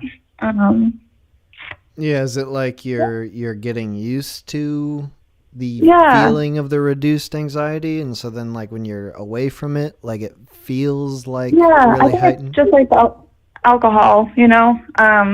People get used to it, they gain a tolerance, and you just need more of it once you've got a higher tolerance to feel the same effect. So, yeah, and once you're like going through a bit of withdrawal from alcohol after not drinking for a while or not smoking for a while, you crave that even more. But yeah, now that school's over, I don't want to be doing that stuff. But there was a time when I was kind of on the verge of becoming an alcoholic. Oh, yeah. It was like 2 years ago, well, 2.5, 3 years ago, before the accident. But I went it to study Joe? abroad and Was Catholic Joe pressuring you into it? Please. No, Please be he's a- actually the one who helped me realize that it's not a healthy road to go down. Don't say He that. helped me. Oh. Yeah, no, he's really a great guy. Like, you know, like if someone calls on the show, you'd expect them to roast someone they know, but Right. there's nothing to roast about Joe. No, he's great all around. But Well, that's actually very lovely. Okay, but sorry, go on. 2.5 years ago. When just after Joe and I started dating actually, I went to study abroad in London for a semester. So like through college, you know, so it was still a fresh relationship, right? So I was homesick. I'd never been outside the country before. I didn't know how to do long distance, so I was just really uncomfortable. And Europeans are pretty excited about drinking. It's part of their culture, and so I got kind of pulled into that, and it did help me. Well, it made me feel like it helped me get over the homesickness, the heartache of not seeing people I loved because I was like alone in a different country. Yeah, so I kind of pulled into that alcoholic vibe, I guess, with those people. And it was not a good group of people, but yeah, my drink was roofied once, and that really hit me, you know. But yeah, so it just made me realize how dangerous it is, and how in the end it's not worth it, and it's not worth it to my liver, you know. So yeah, I kind of got into alcohol for a while there. It was only because like I was in a different country, missing everybody. So Was it getting roofied specifically? That was like the wake up call? It was a big wake up call, but sadly it didn't, like the drinking didn't end there, but I was more careful. But I just kept getting peer pressured to join a bad group of people out to go to the club. But I just felt like an object at the club, so it wasn't a good feeling even so. And I don't know, it wasn't really my environment, but I just kept doing it because I wanted to fit in, make some friends, you know. They just wanted to get you out to the club so they could freaking roofie you, dude. Yeah, and yeah, that wasn't a great experience, but hey, it's a lesson learned, and I've gotten over it. So, but yeah. All right. Well, that's good. Okay. So at this point, you're not into drinking. No. And how long has it been since you've had a puff? You said you've made this decision to end it, but how long has it been? I mean, I was pretty going heavy on the puff until yesterday morning. I pulled an all-nighter doing a paper for finals, but so yeah, I haven't had any for like 30 hours. Yeah. Is that longer than you've gone in the past 6 months? No, I've gone like a few days, 5 days, for the same reason, because they would die and I'd have to go all the way back home to the shop where I get it, because I can't get it in my state right now, so I had to go to a different state to get it. But yeah, but I also wanted to comment on like what another Joe, like 2 calls ago, I think, said. Yeah. How addiction is that, like someone can be addicted to sadness because it feels like an old friend. I agree with that. I also think like it could feel like an old friend, or it just feels like you're protecting yourself from getting even more hurt by people because you put up walls, right? When you're sad, like you just recede or retreat into yourself. And I relate to that because, yeah, it's been, yeah, it feels like you're protecting yourself. So an addiction to sadness, you know, yeah. And there are certain sort of, it depends on the substance, but there are certain very antisocial substances, and then there are others that people think of as social substances, like drinking. You know, people say not to drink by yourself, like that's something you should do with other people. But you know, like, do you think that when you were drinking with other people, like that was a way to connect with who you were with, or just a way to be part of what's going on? It's definitely a social kind of light peer pressure because, like, oh, you don't want to be that one person who is sober and not like joining in on the fun of having your judgment all fucked up by alcohol with others, you know. So that's what I realized in London because I was drinking alone a lot. Yeah, by myself, depressed. But basically, after I came back from London, I realized that I'm not going to drink alone anymore because it's really not good for you. And that's one aspect that I've gotten over, or that I've stopped is drinking alone. So that is a valid point. Well, I do drink when other people are around. I love drinking alone. I mean, it's better with other people. But I feel like you reach a point where, like, when you're drinking, or when I'm drinking, I should say, where even if I'm with other people, it's excessive to the point where, like, if I ever get blackout drunk, and the last time I got blackout drunk was a few years ago, and I lost my glasses with a new group. I was with a new group of friends, people who I'd like basically never met before in my whole life, and I got so damn drunk that I totally lost my glasses. I couldn't see the next day. And it made me feel really bad because it made me feel like maybe I'm actually drinking so much to such excess because I actually don't want to, like, be social. Like, I want to be so gone, so outside of myself that, like, I don't even have to deal with anything. Like, I'm not even going to remember this. I'll just say whatever the hell I think and not even remember it the next day. Yeah, no, I understand that, actually. Because you just want to just relax, take some me time, you know? So even the drugs that, like, seem like social, when you overdo them, can become, like, very solitary. Yeah. Yeah. Yeah. Yeah, it's all about what you're seeking in that high effect, that drunk effect from drugs. Like, what do you want out of it, you know? Do you want time to think alone, to enjoy yourself with others, or, yeah, to each their own. So that's where you're at currently. You've done, you vaped a lot of nicotine. You were drinking at one point. No other drugs are creeping in? Mm-hmm.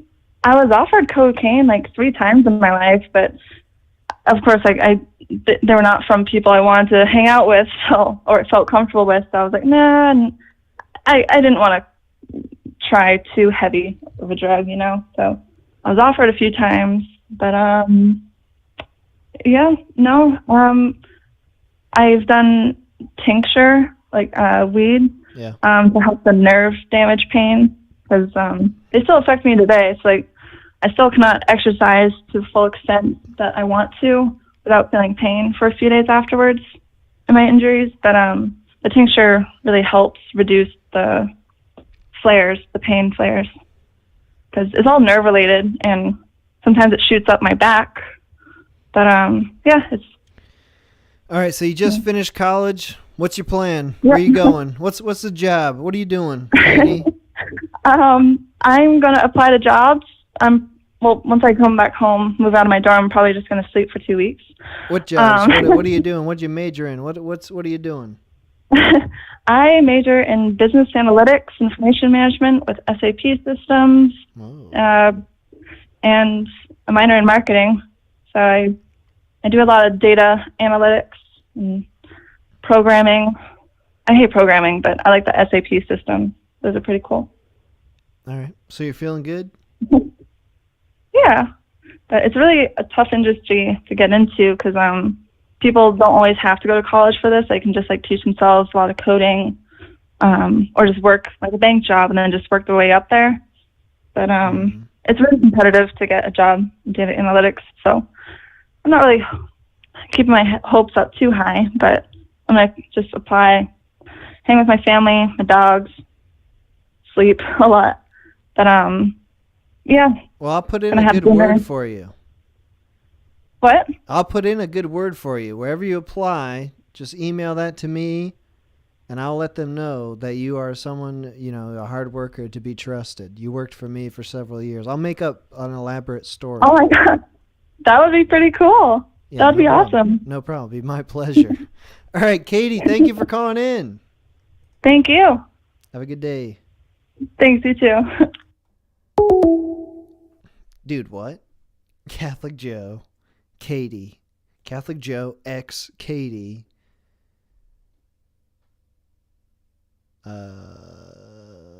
That's freaking nuts. I'm so glad. Call from. Deckard, like Blade Runner. To accept, press 1. To send a Deckard. Oh shit, I'm on. Hello. Yeah, dude. What up? Dude, how is it going? I called you like 30 times earlier because I freaked out. I didn't know if I was going to get on. You did it. You did it. It was your perseverance that came through. Woo! Yeah, dude. Hell yeah. You're on. You're on. It's easy peasy. Once you call 30, it's the 31st time. That's when you get on. Yeah, that's what they say. 31st time's the charm. So what did you want to tell us about addiction today? Okay. Let's see. I don't know. I feel like it's probably similar to a lot of people's stories, but I hope maybe it'll be interesting enough. I am addicted to nicotine, which is pretty common, obviously. But my circumstances that started it were a little odd. I started smoking in Japan. I was really stressed, and I was very fortunate to get the opportunity to go to Japan with a big group of people who were like really into anime. I was more into like the car scene, but I had a lot of negative shit going on in my life at the time, and I was really stressed. Over in Japan, you can, particularly if you're foreign, you can buy cigarettes under 20 because that's their age for, purchasing alcohol and tobacco and all that. Mm-hmm. But like I'm white, I'm very clearly not a local, and so within their culture, it's considered rude to ask for someone's ID. So they have a little tablet on their counters that says like, "Show us your ID." If you just kind of look at them and act real confused and like, "I don't know what that means," they'll just give it to you anyways. Oh, nice. Yeah. So I started there, and that was 3-4 years ago now. I'm 20 now. And I got shafted. What was even prompting you What was even prompting you to start? Just because you could? I think it was kind of a combination. It was because I could. It was easily accessible at the time. I was dealing with a lot of really bad shit in my like personal emotional life at the time. I had lost someone very, very dear to me, and I was kind of just grasping out for anything I could possibly like get access to that would ease that.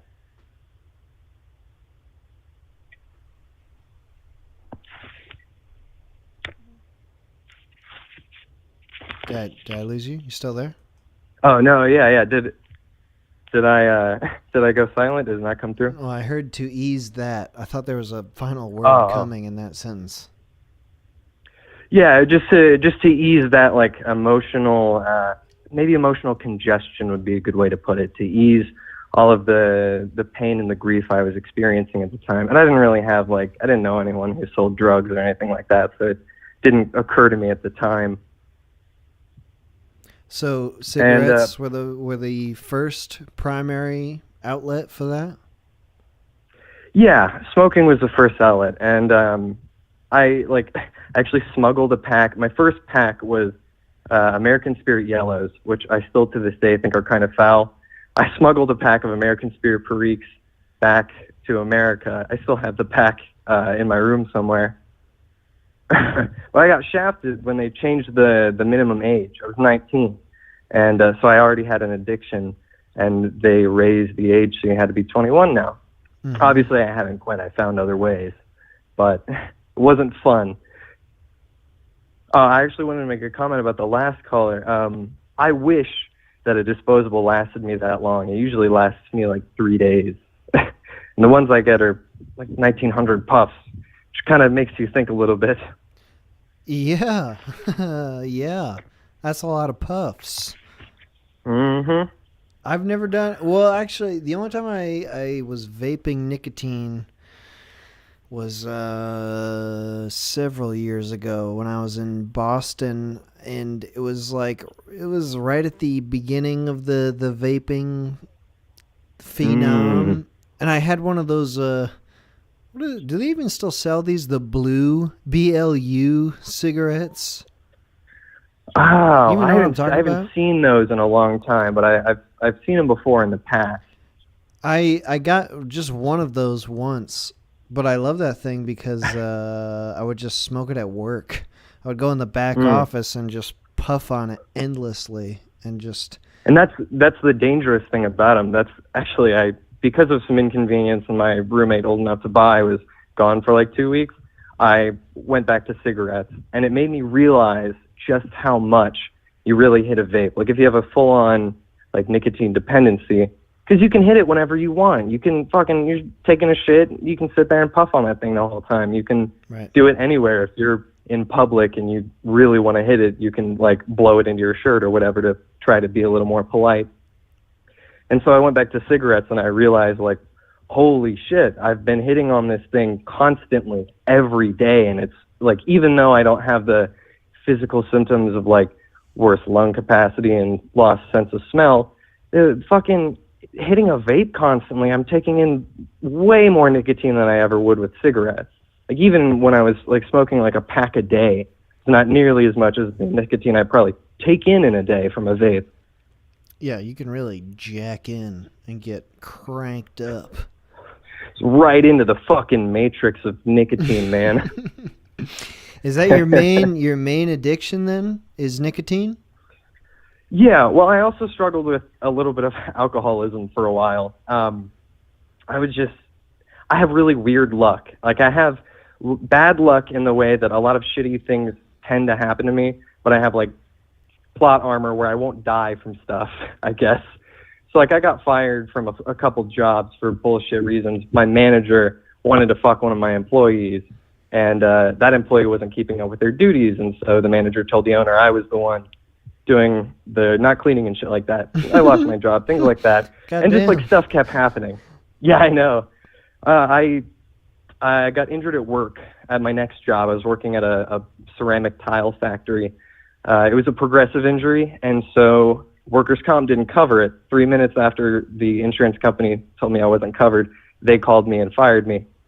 So I was, real stressed among that and financial issues. And I'm, at the time, 19, living on my own with 2 roommates. But, one of them's old enough to buy alcohol. So for about 2 months, there was a period where I was not sober for a single night. Mm-hmm. And that was not the best time of my life.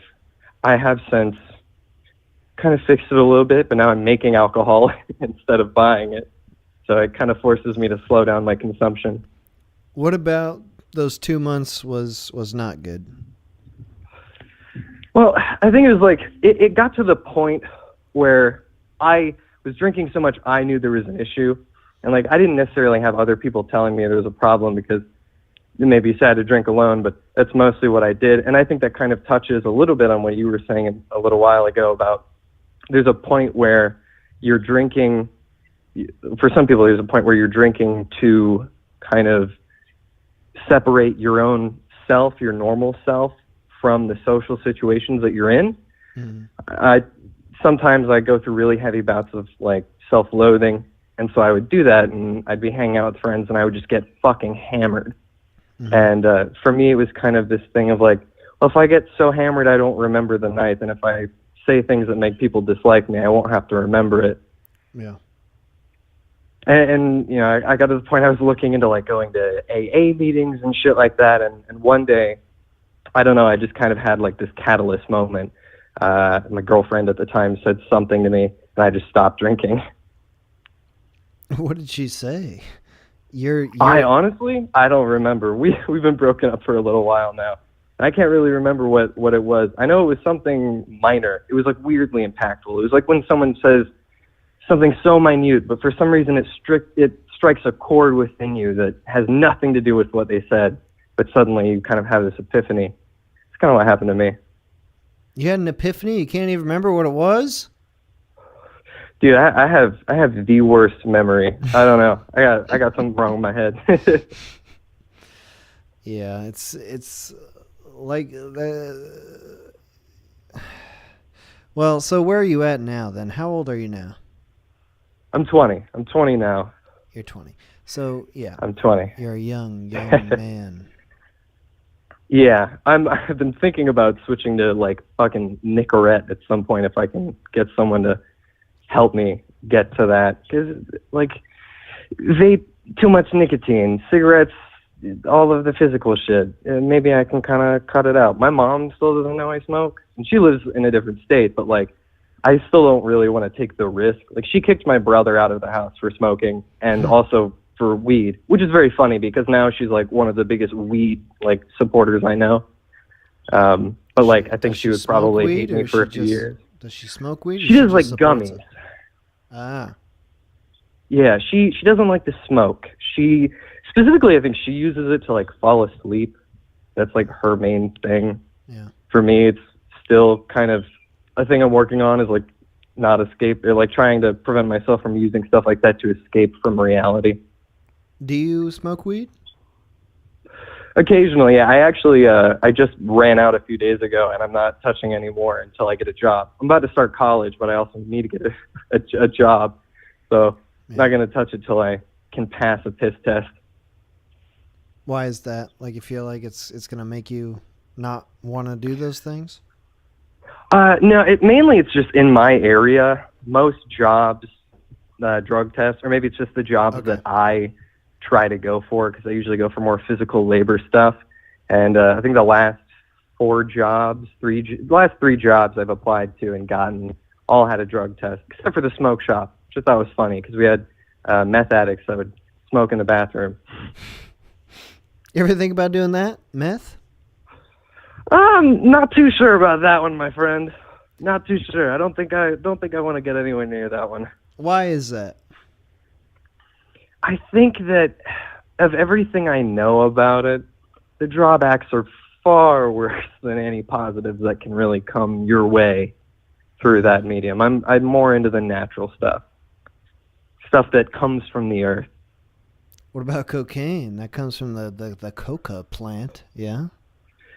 That's fair. One of my previous roommates had some experiences with it, and they put me off. He basically said, for him at least, it was like he drank 4 cups of coffee, and then the caffeine didn't wear off for 48 hours. He said he didn't eat at all, he didn't shit at all or anything. I was like, nah, it might not be for me. All right. So then you're trying to get into college. You're sort of going clean a little bit, but you've got the nicotine thing that's still bugging you. Yeah, I'm actually having a cigarette right now. Cool my nerves. Yeah. Do you feel like I don't know, like is there something that you're waiting is going to happen that's going to make you not want to do that, or are you okay with where you're at with how much you're smoking or vaping? I think for me, it's kind of a money problem. I'm pretty poor. I don't have a lot of cash on me, not a lot of Skrilla. And so for me, it's like it's hard. I would rather use, like, I have a box mod vape, and I got that to help me quit. But because I've got so little income and money right now, it's more cost effective for me to buy cigarettes. If I were to buy a bottle of vape juice and coils for my vape, that cost me $30, $40, and it would last me 2 weeks. Or I could spend, $16 for 2 weeks worth of cigarettes. Right. So you're thinking about switching to cigarettes? Oh no, I started with cigarettes, and I'm on cigarettes now because of the convenience. I'd like to just kind of cut it out all entirely, not cold turkey, because I know that doesn't usually work all that well for some people, and definitely wouldn't for me. I know that when I go through withdrawals, I get really irritable, and just the smallest fucking thing sets me off, which is like the total opposite of how I usually am. When was the last time where you were totally sober? Probably when I was like sober with alcohol, or just all intoxicants, nicotine included. Let's say everything except caffeine. Okay. Probably when I was 16. Yeah. I believe, 16. Before I went to Japan.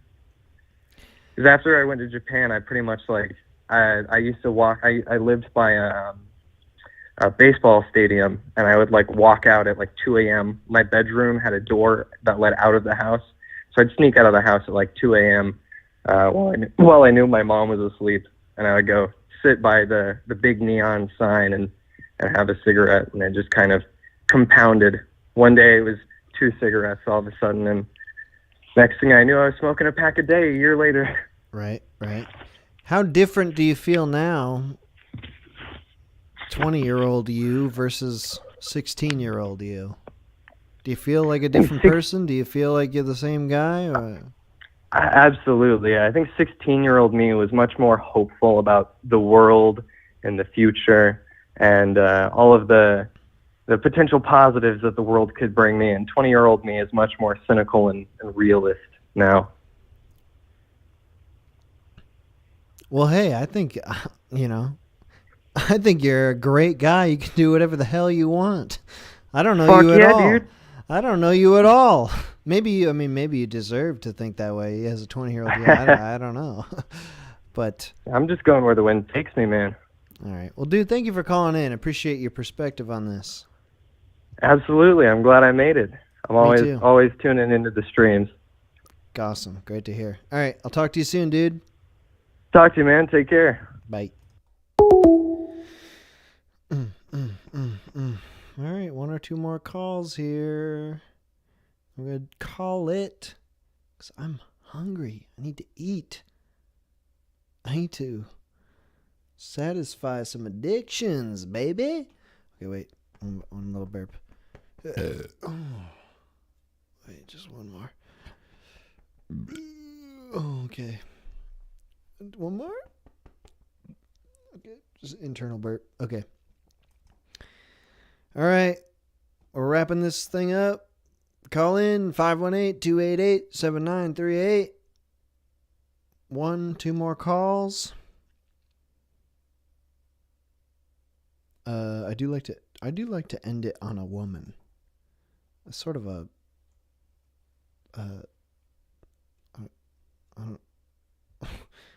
it's like a phrase that seems wrong to say, but I would like to end it on a woman. Finish on a woman. But we'll see. Whatever. We'll see what this next call brings. Calls are coming in, but they're not coming through. I hate this. This is my least favorite moment. Because I don't have anything to say. Okay, shit. Here we go. Call from Nikolai. I think I talked to this guy. Nikolai? Oh, hey! Oh, look at this. I'm on. Yeah, you called in before, right, Nikolai? Yeah, I'm a little tamer this time. Last time, when you drink 12 beers and you just don't do things the right way. It's hard. That happened that time, so. You were 12 beers deep? Yeah, man. I'm a boozer. Well, that's the subject. But I'm functional about it. Mm-hmm. I do my day. I go and get a 12-pack of Perpetual or the gin. You're a gin guy, right? Mm-hmm. Yeah, so I get my Tanqueray Rancur, my little 750 milliliter, and and I start at 5 o'clock, and I go till about 1 o'clock, 2 o'clock in the morning. Oh my And, god, that's well. Hey, it's overtime. It's overtime. I don't get like blackout drunk or anything like that. How do you get up in the morning for work again? Oh no! Well, that's why I go to Rite Aid right next to the liquor store and get some Pedialyte. And now they have not just Pedialyte, the advanced care for advanced hangovers, but they have powdered Pedialyte. So like regular Pedialyte, it's almost like an extra tax on the booze having to buy it. But powdered Pedialyte, you get like a little mixers, mix them in a water bottle. And for like $10, you get like 8 of them. Regular advanced care Pedialyte, that's like $8 usually. So you get boozers in the audience. What is in Pedialyte that is? Oh, you don't know Pedialyte? So Pedialyte is like it's like a really high in electrolytes. You're supposed to drink it if you have like deadly amounts of diarrhea and you're like really dehydrated. Yeah. Yeah. So the people at Rite Aid probably think I have really bad diarrhea all the time, but that is not the case. Well, that is the case usually in the morning the next day. Yeah, that's my system. I try to drink a glass of water with each. What's that? It rejuvenates you in the morning. Oh yeah. It's like a miracle cure, man. Go to a pharmacy store or the baby section at a grocery store, and Pedialyte. It doesn't really taste bad. Like it doesn't taste like medicine. I mean, it's not like Gatorade flavor, but. Yeah, get the blue kind. That's my go-to, and it's kind of a hangover cure. So I like the sound. That's my of recommendation. This. I like it. But I like it. Okay, go on. Yeah. Well, I've been drinking. I'm old now. I'm a 27-year-old man. Yeah. And I started drinking when I was 20. I was in the Marines. Mm-hmm. And I was in Okinawa, and the drinking age over there is 20. Mm-hmm. And so I started drinking. I'm like, this is great. And then when I got back to the States, they were like, you can't do that anymore. And I'm like, come on, I proved my abilities. And then they said, no, you couldn't do that anymore. So I'd have my pal who was of age go into the store. Very nerve-wracking because. I'm not allowed to have liquor. Oh, honey, I'm talking to the minute hour. Yeah, pretty cool. But yeah, you're not allowed to have liquor in the barracks. And I remember the first thing I got, it was a 750 of Grey Goose. And and I just remember feeling nice and afraid, but nice and cozy when I finally got that juice in me. Honey, get off my ass, all right? Dude, I just remembered. Okay. Here's the thing.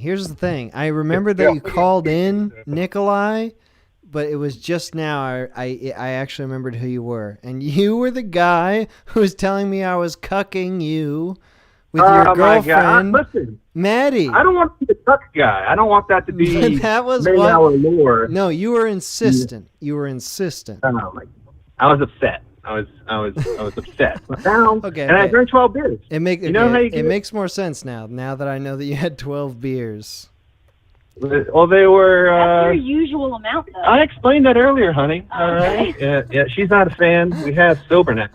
We have our couple of weeks, in which I just. Okay. Wait. So what was the Pedialyte in Okinawa, or did you not need it then? Oh, I wasn't in as deep. At that point, but when you wake up in the morning and you exercise, you just kind of sweat everything out, and you're exercising.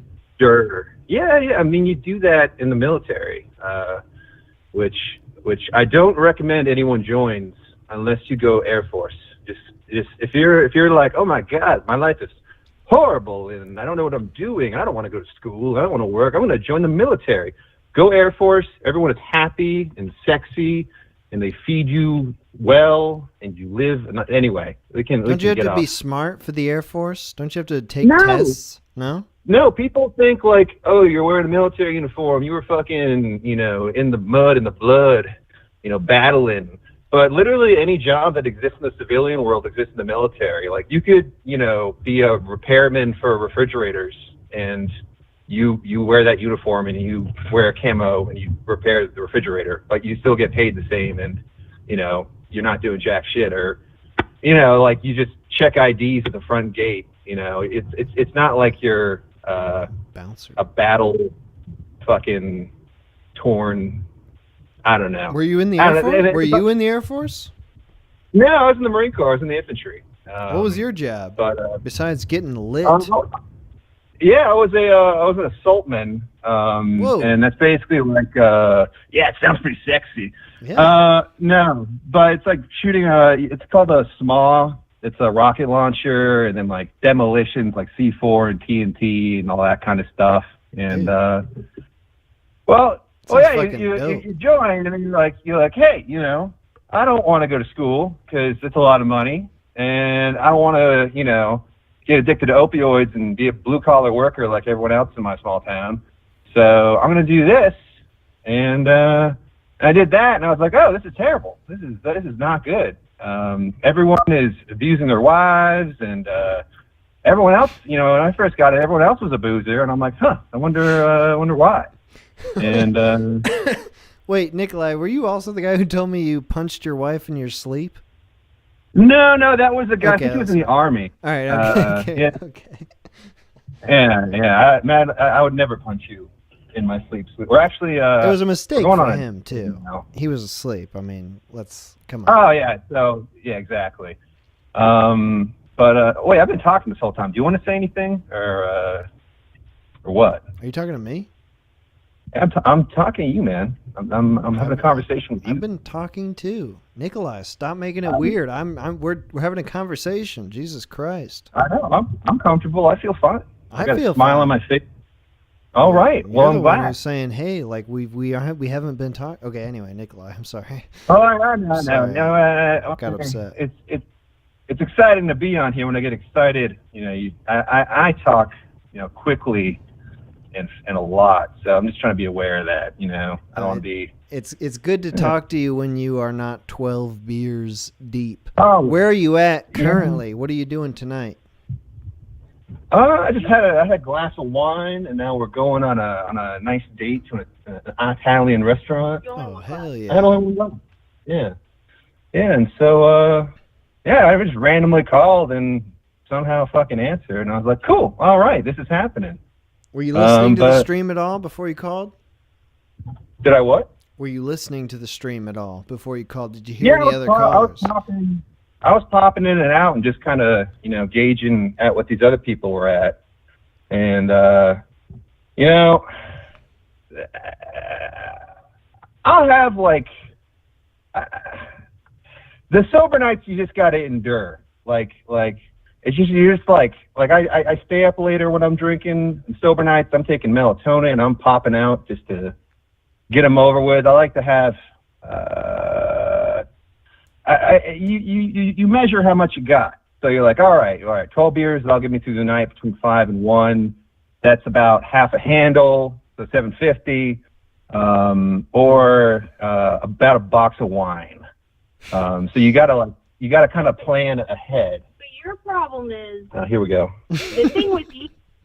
No, here's the thing that I don't understand, because I'm not an alcoholic. Nobody in my family really drinks alcohol. So I literally, this is my first experience dating him, being around somebody who drinks alcohol a lot. Welcome to the experience. And what I don't understand is you get to a point in the night where you're already drunk and you just keep drinking. Why wouldn't you just stop? Well, you got to be careful, because then you get to the sad place.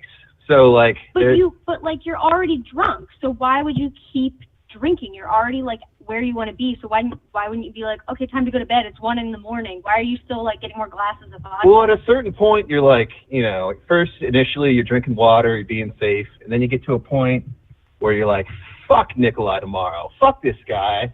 I'm living in the moment. I'm having fun.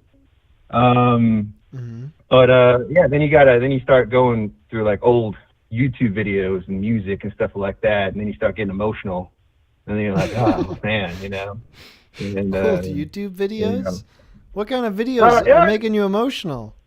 Nostalgia? Oh, you weird artsy stuff. Oh, yeah, it's so weird and artsy. This is slightly different, so it's so weird. No. Because I watch weird stuff, but you watch like pretentiously artsy. Oh my gosh, it's not. It makes me feel things. All right. Okay, wait, Nikolai, put Maddie on for a second. Oh, we're on speaker right now. What's up? No, Hello. but put her all the way on. All right, I'll put her all the way on. Hold on. There you go. Oh, hello. Okay, Maddie, hello. We've talked Hello. before. It's just your old friend, the Minute Hour. Tell us. Yeah. Hey. Dish. I want you to dish right now. Dish us the terrible, sad, pretentious things that Nikolai says to you when he's gone way over the limit. It's past 1 a.m. and he's had that extra shot that he shouldn't have. What is he saying? What is going on? What is he saying? What is he doing? What happens to him? When he's already drunk and then he goes past the limit, like you said, then what happens? He just he does this thing where he just stares, which I think is hilarious. He'll just stare at the screen. So he'll be I'll see him and I'll see him looking at the computer, but I won't see the computer screen, and I'll see him just staring like no emotion, this intense stare on his face at the computer screen, and then I'll look at what he's watching at, and he's watching people falling over or something. It doesn't matter what he's looking at, he's got this intense stare, and I'm just what do you do? I don't know where his mind is somewhere else. And you don't drink? Well, I've started drinking a little bit since dating Nikolai, but I don't when I drink, it's slightly enjoyable for a little bit, and then I get a headache, and I'm but this isn't fun. I immediately don't feel good. So and I'm a huge lightweight because I weigh nothing. So I have one drink and that's it. So I can't really spend the whole night drinking with him. So I just kind of observe. You can't keep up. He's intense. He's an alcoholic. He's oh yeah. He's dangerous. No, put Nikolai back on. Okay. Hey, it's just a regular guy, Nikolai here. How's it going? just trying to get through this world. Did you hear that? Did you hear what she said about you? I heard some words. Is that true? But I watch people just fall down. I go on Vimeo with these. Vimeo is pretty pretentious, but you gotta sift through the awfulness. But I don't drink to suppress anything. Oh my god! There she goes running her mouth. That's a huge lie. Honey, I'm trying to. It's my turn to talk. Yeah, right? This is Nikolai. We're listening to Nikolai. Yeah, but what was that? No, I was just saying we're listening to Nikolai. This is your time. Oh, okay. Okay, so it's my time. Yeah. Yeah, you. But but whatever I'm doing, I like to. If I'm just sitting there doing whatever I'm doing, it's better if I got a buzz. If I'm sitting, watching something, or I play this game called War Thunder. It's a awful game. It's like a plane and tank simulator where you fight these Brazilian and Chinese animals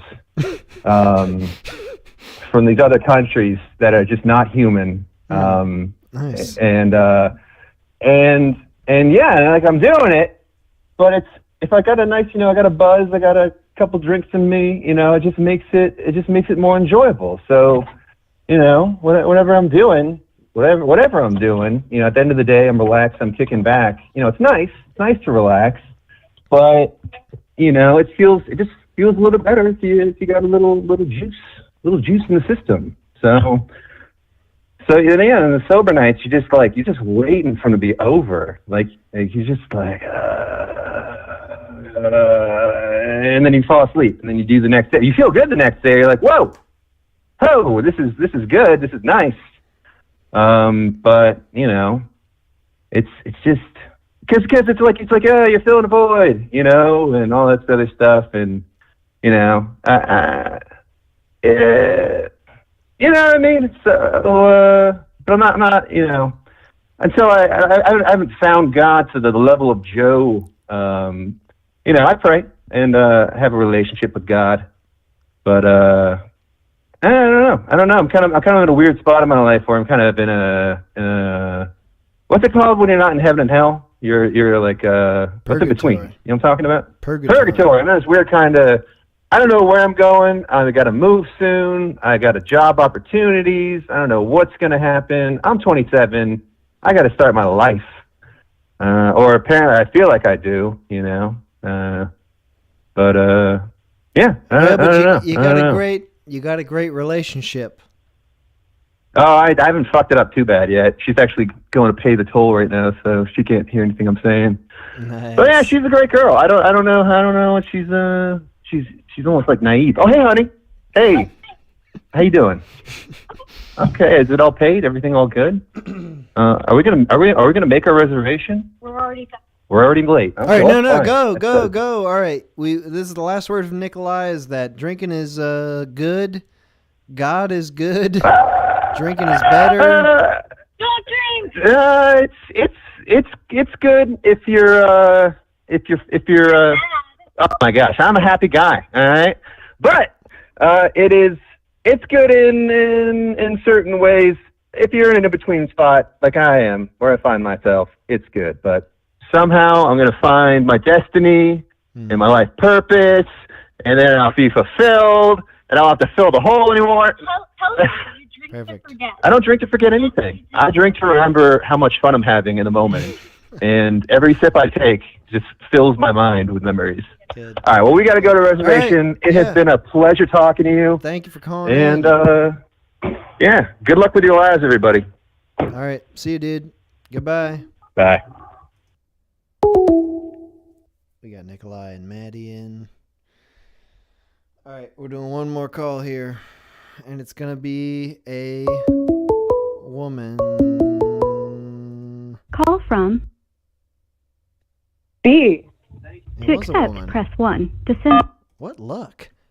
Who? B? Hello? Hello? Oh my gosh, did I make it? B, you're in again, and you're the last Oh call my God. again.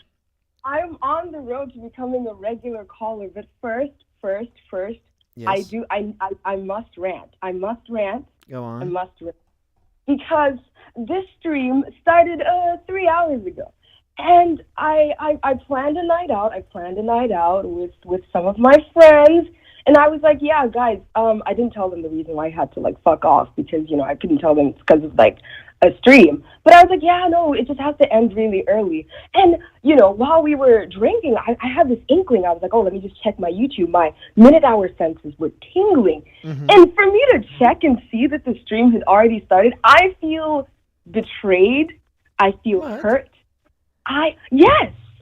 You should feel totally in tune with everything. You were able to, you knew something was happening.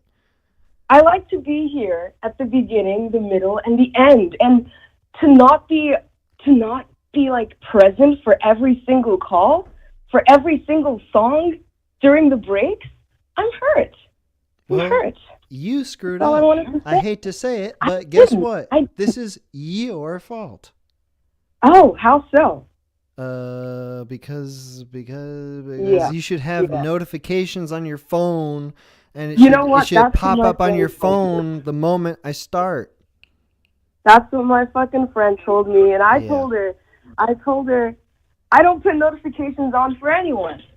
For anyone. And I won't start with you. Why? No, I don't think I will. I don't think I will. That hurts Yeah. me. That hurts me, you know. As it should. As it should. All Okay, right, so you've been actually- drinking tonight then? Are you addicted to drinking? I am not addicted to drinking. Fuck no, could never be me. I have this horrendous bottle of Irish cream that I'm choking and trying to get myself to finish, but it's not settling well with me at all. What are you addicted to? I'm not addicted to anything. That's why this is going to be a short call. I'm not fucking addicted to anything. B. Yeah. Yeah. That's the topic. I know, but like, I was gonna come in and talk about how like it's very difficult to be addicted to something where I'm from, because it's like it's either you're a drunk or you're an alcoholic. Sorry, I know that a drunk is a very like harsh term, but it's either you're an alcoholic or you're robbing pharmacies for cough syrup with codeine so you can mix it with with Sprite. So there's no fucking in between. It's like you don't like you don't like either of those? I don't. I'm not a fan. I don't think I want to engage in serious crimes for cough syrup.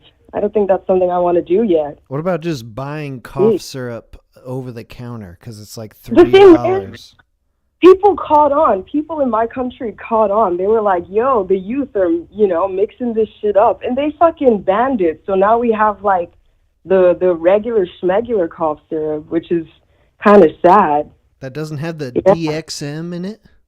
Yeah, I think so. I don't know too much about it, but I know like they were really cracking down on cough syrup. Are you not addicted to anything then? Yeah, unless you count people watching as an addiction, and I don't think we want to talk about that. I don't think we do. Well, I mean, Jesus, B, what the hell do we want to talk about? You called in. You're calling in. Yeah, it's going to be a relatively short call because this is out of my... This is supposed to be the last call. This is supposed to be the last call of the stream. It's got to be good.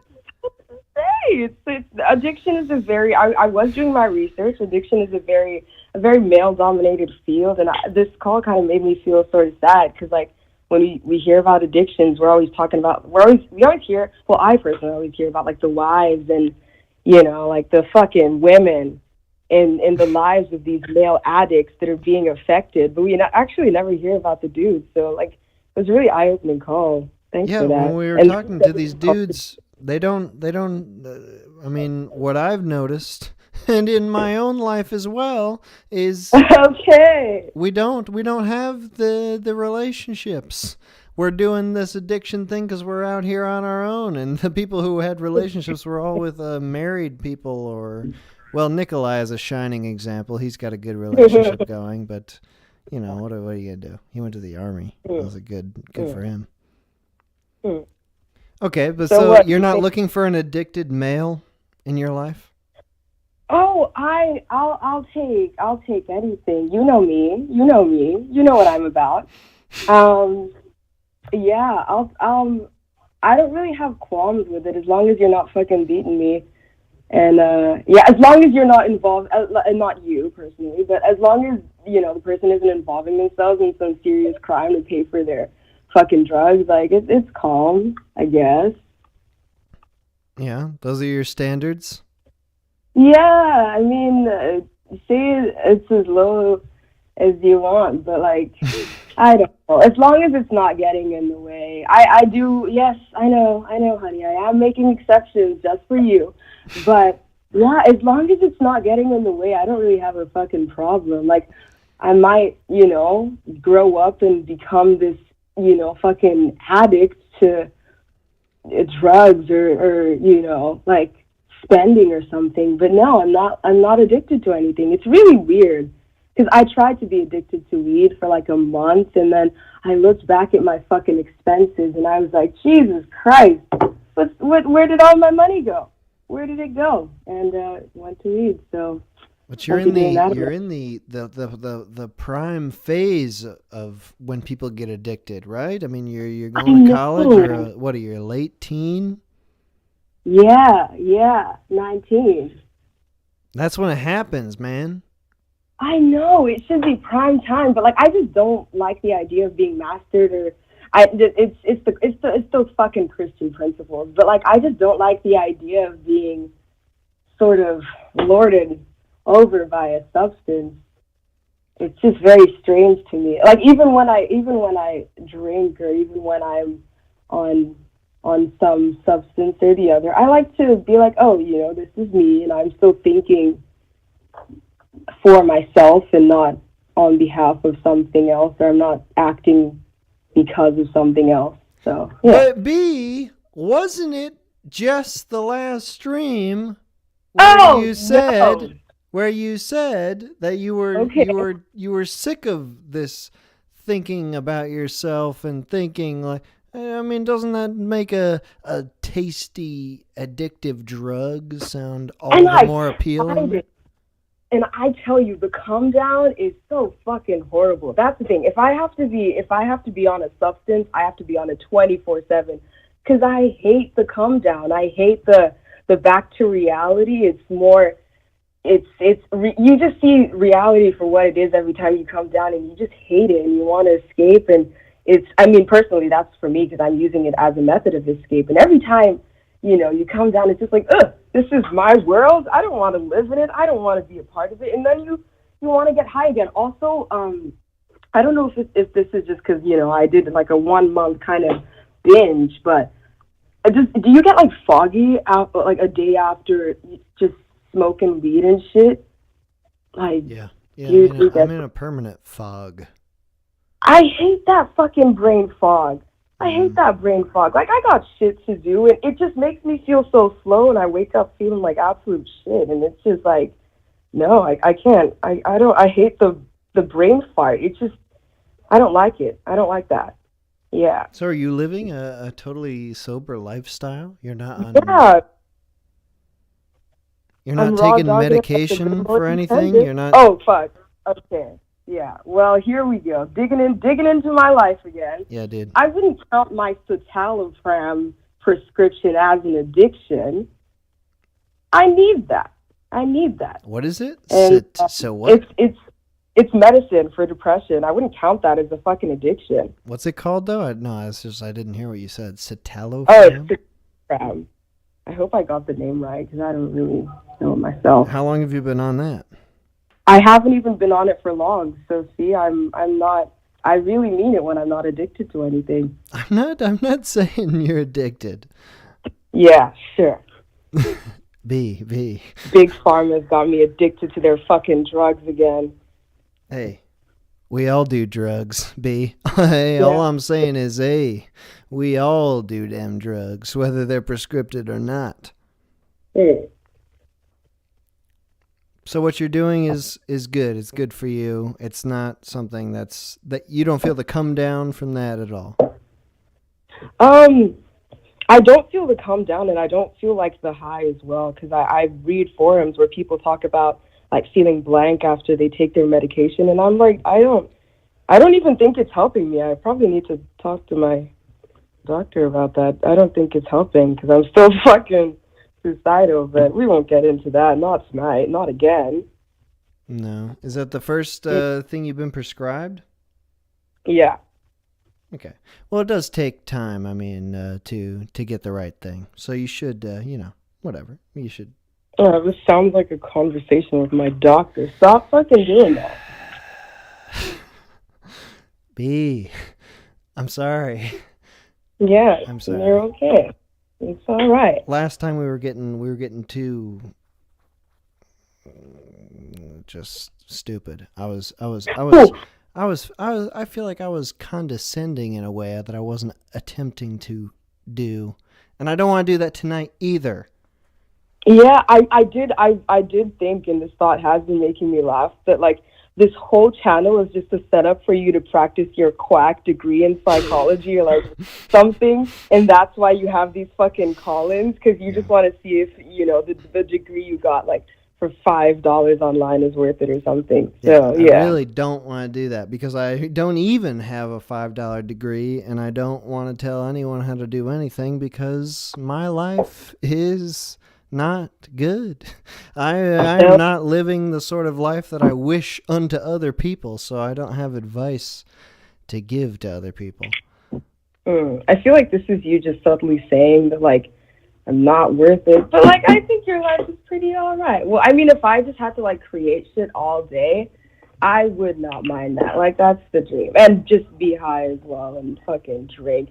Oh, shit, also, like, what are people fucking drinking?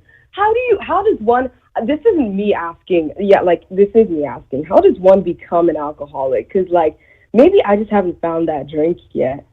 Maybe I just haven't found that. You can drink anything. It's up to you. It's your personal journey to figure out what's it going to take. For me, when you get older, especially for dudes, we just start drinking beer and we love it. We love beer. I love beer, and it's just I can go for days drinking beer. But recently I've been getting into all kinds of hard liquor, and I realized that they're all great, every single one. I do have a prejudice against beer, and everyone in the chat's gonna fucking hate me, but I call it the poor man's elixir, because I don't know, the hops and the wheat and the fucking I just can't. No, I drink light beer. I'm drinking Coors Light. You got that where you are? Coors? I can check it out.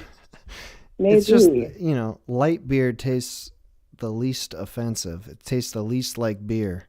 And you can drink a lot of it and not get too full, which is really important when you're drinking to get drunk.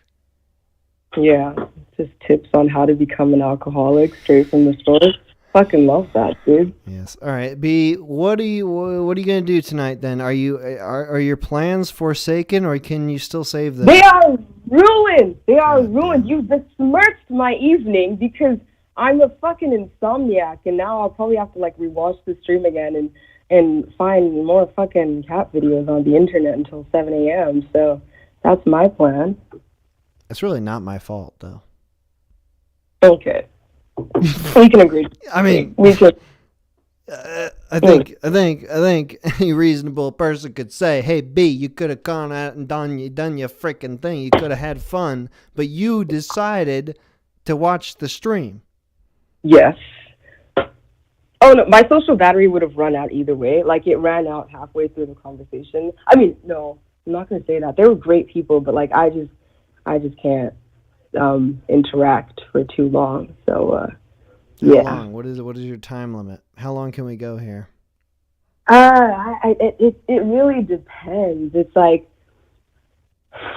if it's one-on-one with someone, I can go for hours. But when it's 1, 2's a party, 3's a fucking crowd. So wait, is that that's the term. So when it's 3 people, it just dies out a lot quicker. So maybe 2 hours with 3 people. I really pushed it tonight. And B, you're freaking across the pond, yeah. So it's late for you. It's late. It is. It's early for me, but maybe I should go to sleep. I've got shit to do. All right, well, B, do you have any final thoughts that you wanted to impart that would sum up the entire stream and make the whole thing worth it? Well, I don't. That's a lot of fucking pressure. Yeah. This is something that's very out of my element. So I think there was some dude from Ireland that was talking about therapy and shit like that. Maybe listen to him. And obviously I'm biased, so I'd say listen to Tim as well, just 'cause. And I don't know. This is out of my element. I'm not addicted to anything, so I can't say. But living a life without an addiction is actually it's pretty fun. But maybe I'm just addicted to crippling depression. I don't fucking know. Maybe that's my addiction. We'll see. But yeah, honestly, just do what you want. But I don't know. Just think about it for yourselves. Everything. This is a very subjective topic. People get into different kinds of stuff for different reasons, and I can't just give a one-size-fits-all summary and approach. But try. No, I won't try. Shit. All right, fucking fine. Fine, B, you win this time. You can't push my hand this time. Fine. Maybe not. All right. Thank you for calling in, B. Appreciate hearing from Thank you. you for Even though having you me. had nothing to say. Okay, wow, that's really fucking hurtful. Okay. The entire 17 minutes of this conversation, non-existent. All right. You So have I just something to have say. one concluding statement. Okay, fine. God damn it. Right. Fine. You had something to say. I guess. Yeah. Yes. But thank you for calling in anyway. You are welcome. All right. Have a good night. You too.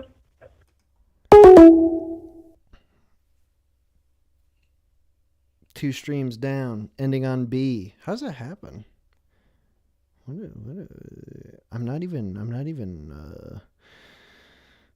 there's no trickery going on. That just happens. That's just what Google presents to me on the line.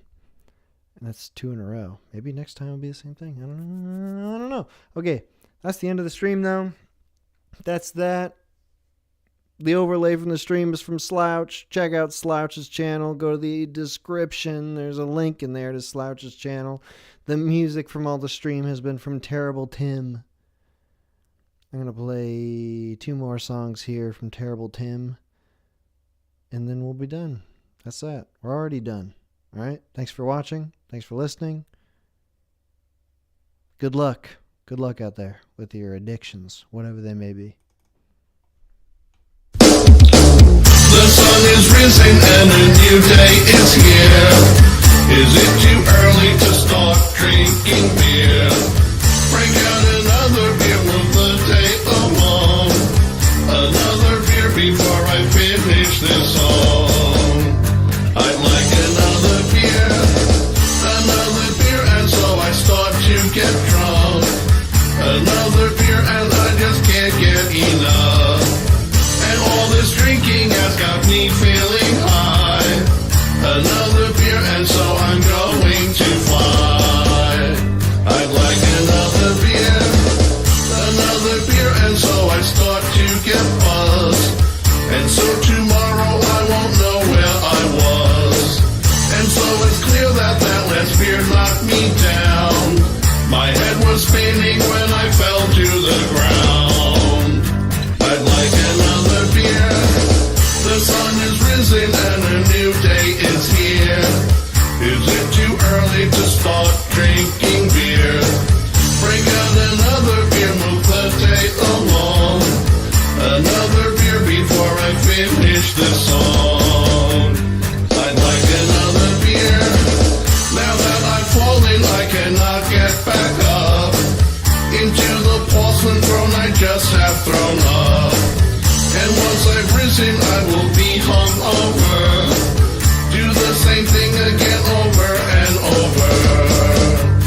I'd like another beer. I tried to fight it, but the beer always wins. Last call for alcohol, the room starts to spin. There's too much drinking, but it's never enough. God only knows where I'm going to wake up. I'd like another beer. I keep on drinking and sometimes I get sick. Could it be that I am an alcoholic? Another beer, I am 3 sheets to the wind. And now my head's floating away once again. I'd like another beer. The sun is risen and a new day is here. Is it too early to start drinking beer? Break out another beer, move the day along. Another beer before I finish this song. I'd like another beer.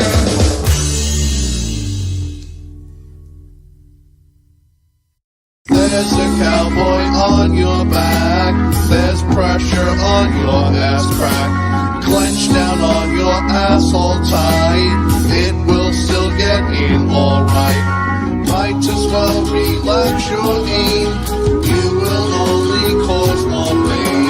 Now you doo-doos on his cock.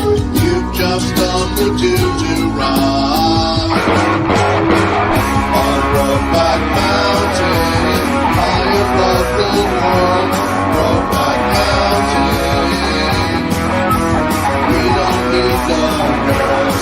Roadback Mountain, everybody has fun. Roadback Mountain, everybody runs when we come. Time to get your asshole stretched. His penis is still erect. Make sure that your asshole's greased, otherwise your asshole will bleed. Your colon is gonna hurt. You just got bumped when you make dirt. It's thought to be a whole love. Takes its toll on your asshole. On Roadback Mountain, high above the world. Roadback Mountain,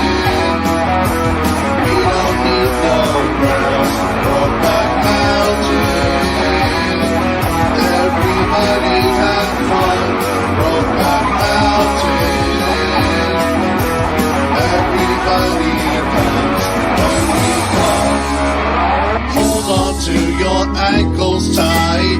Your prostate will feel alright. Your asshole will open wide to take his penis deep inside. Your asshole will be in pain. You have a two-way doo-doo lane. Do you swallow? Do you spit? Just got fucked where you make shit. On Brokeback Mountain, high above the world. Brokeback Mountain, we don't need the girls. Brokeback Mountain, everybody have fun. Brokeback Mountain, everybody loves everyone. There's a cowboy on your back. There's pressure on your ass crack. Clench down on your asshole tight. It will still get in alright. Might as well relax your aim. You will only cause more pain. Now your doo-doo's on his cock. You've just done the doo-doo ride.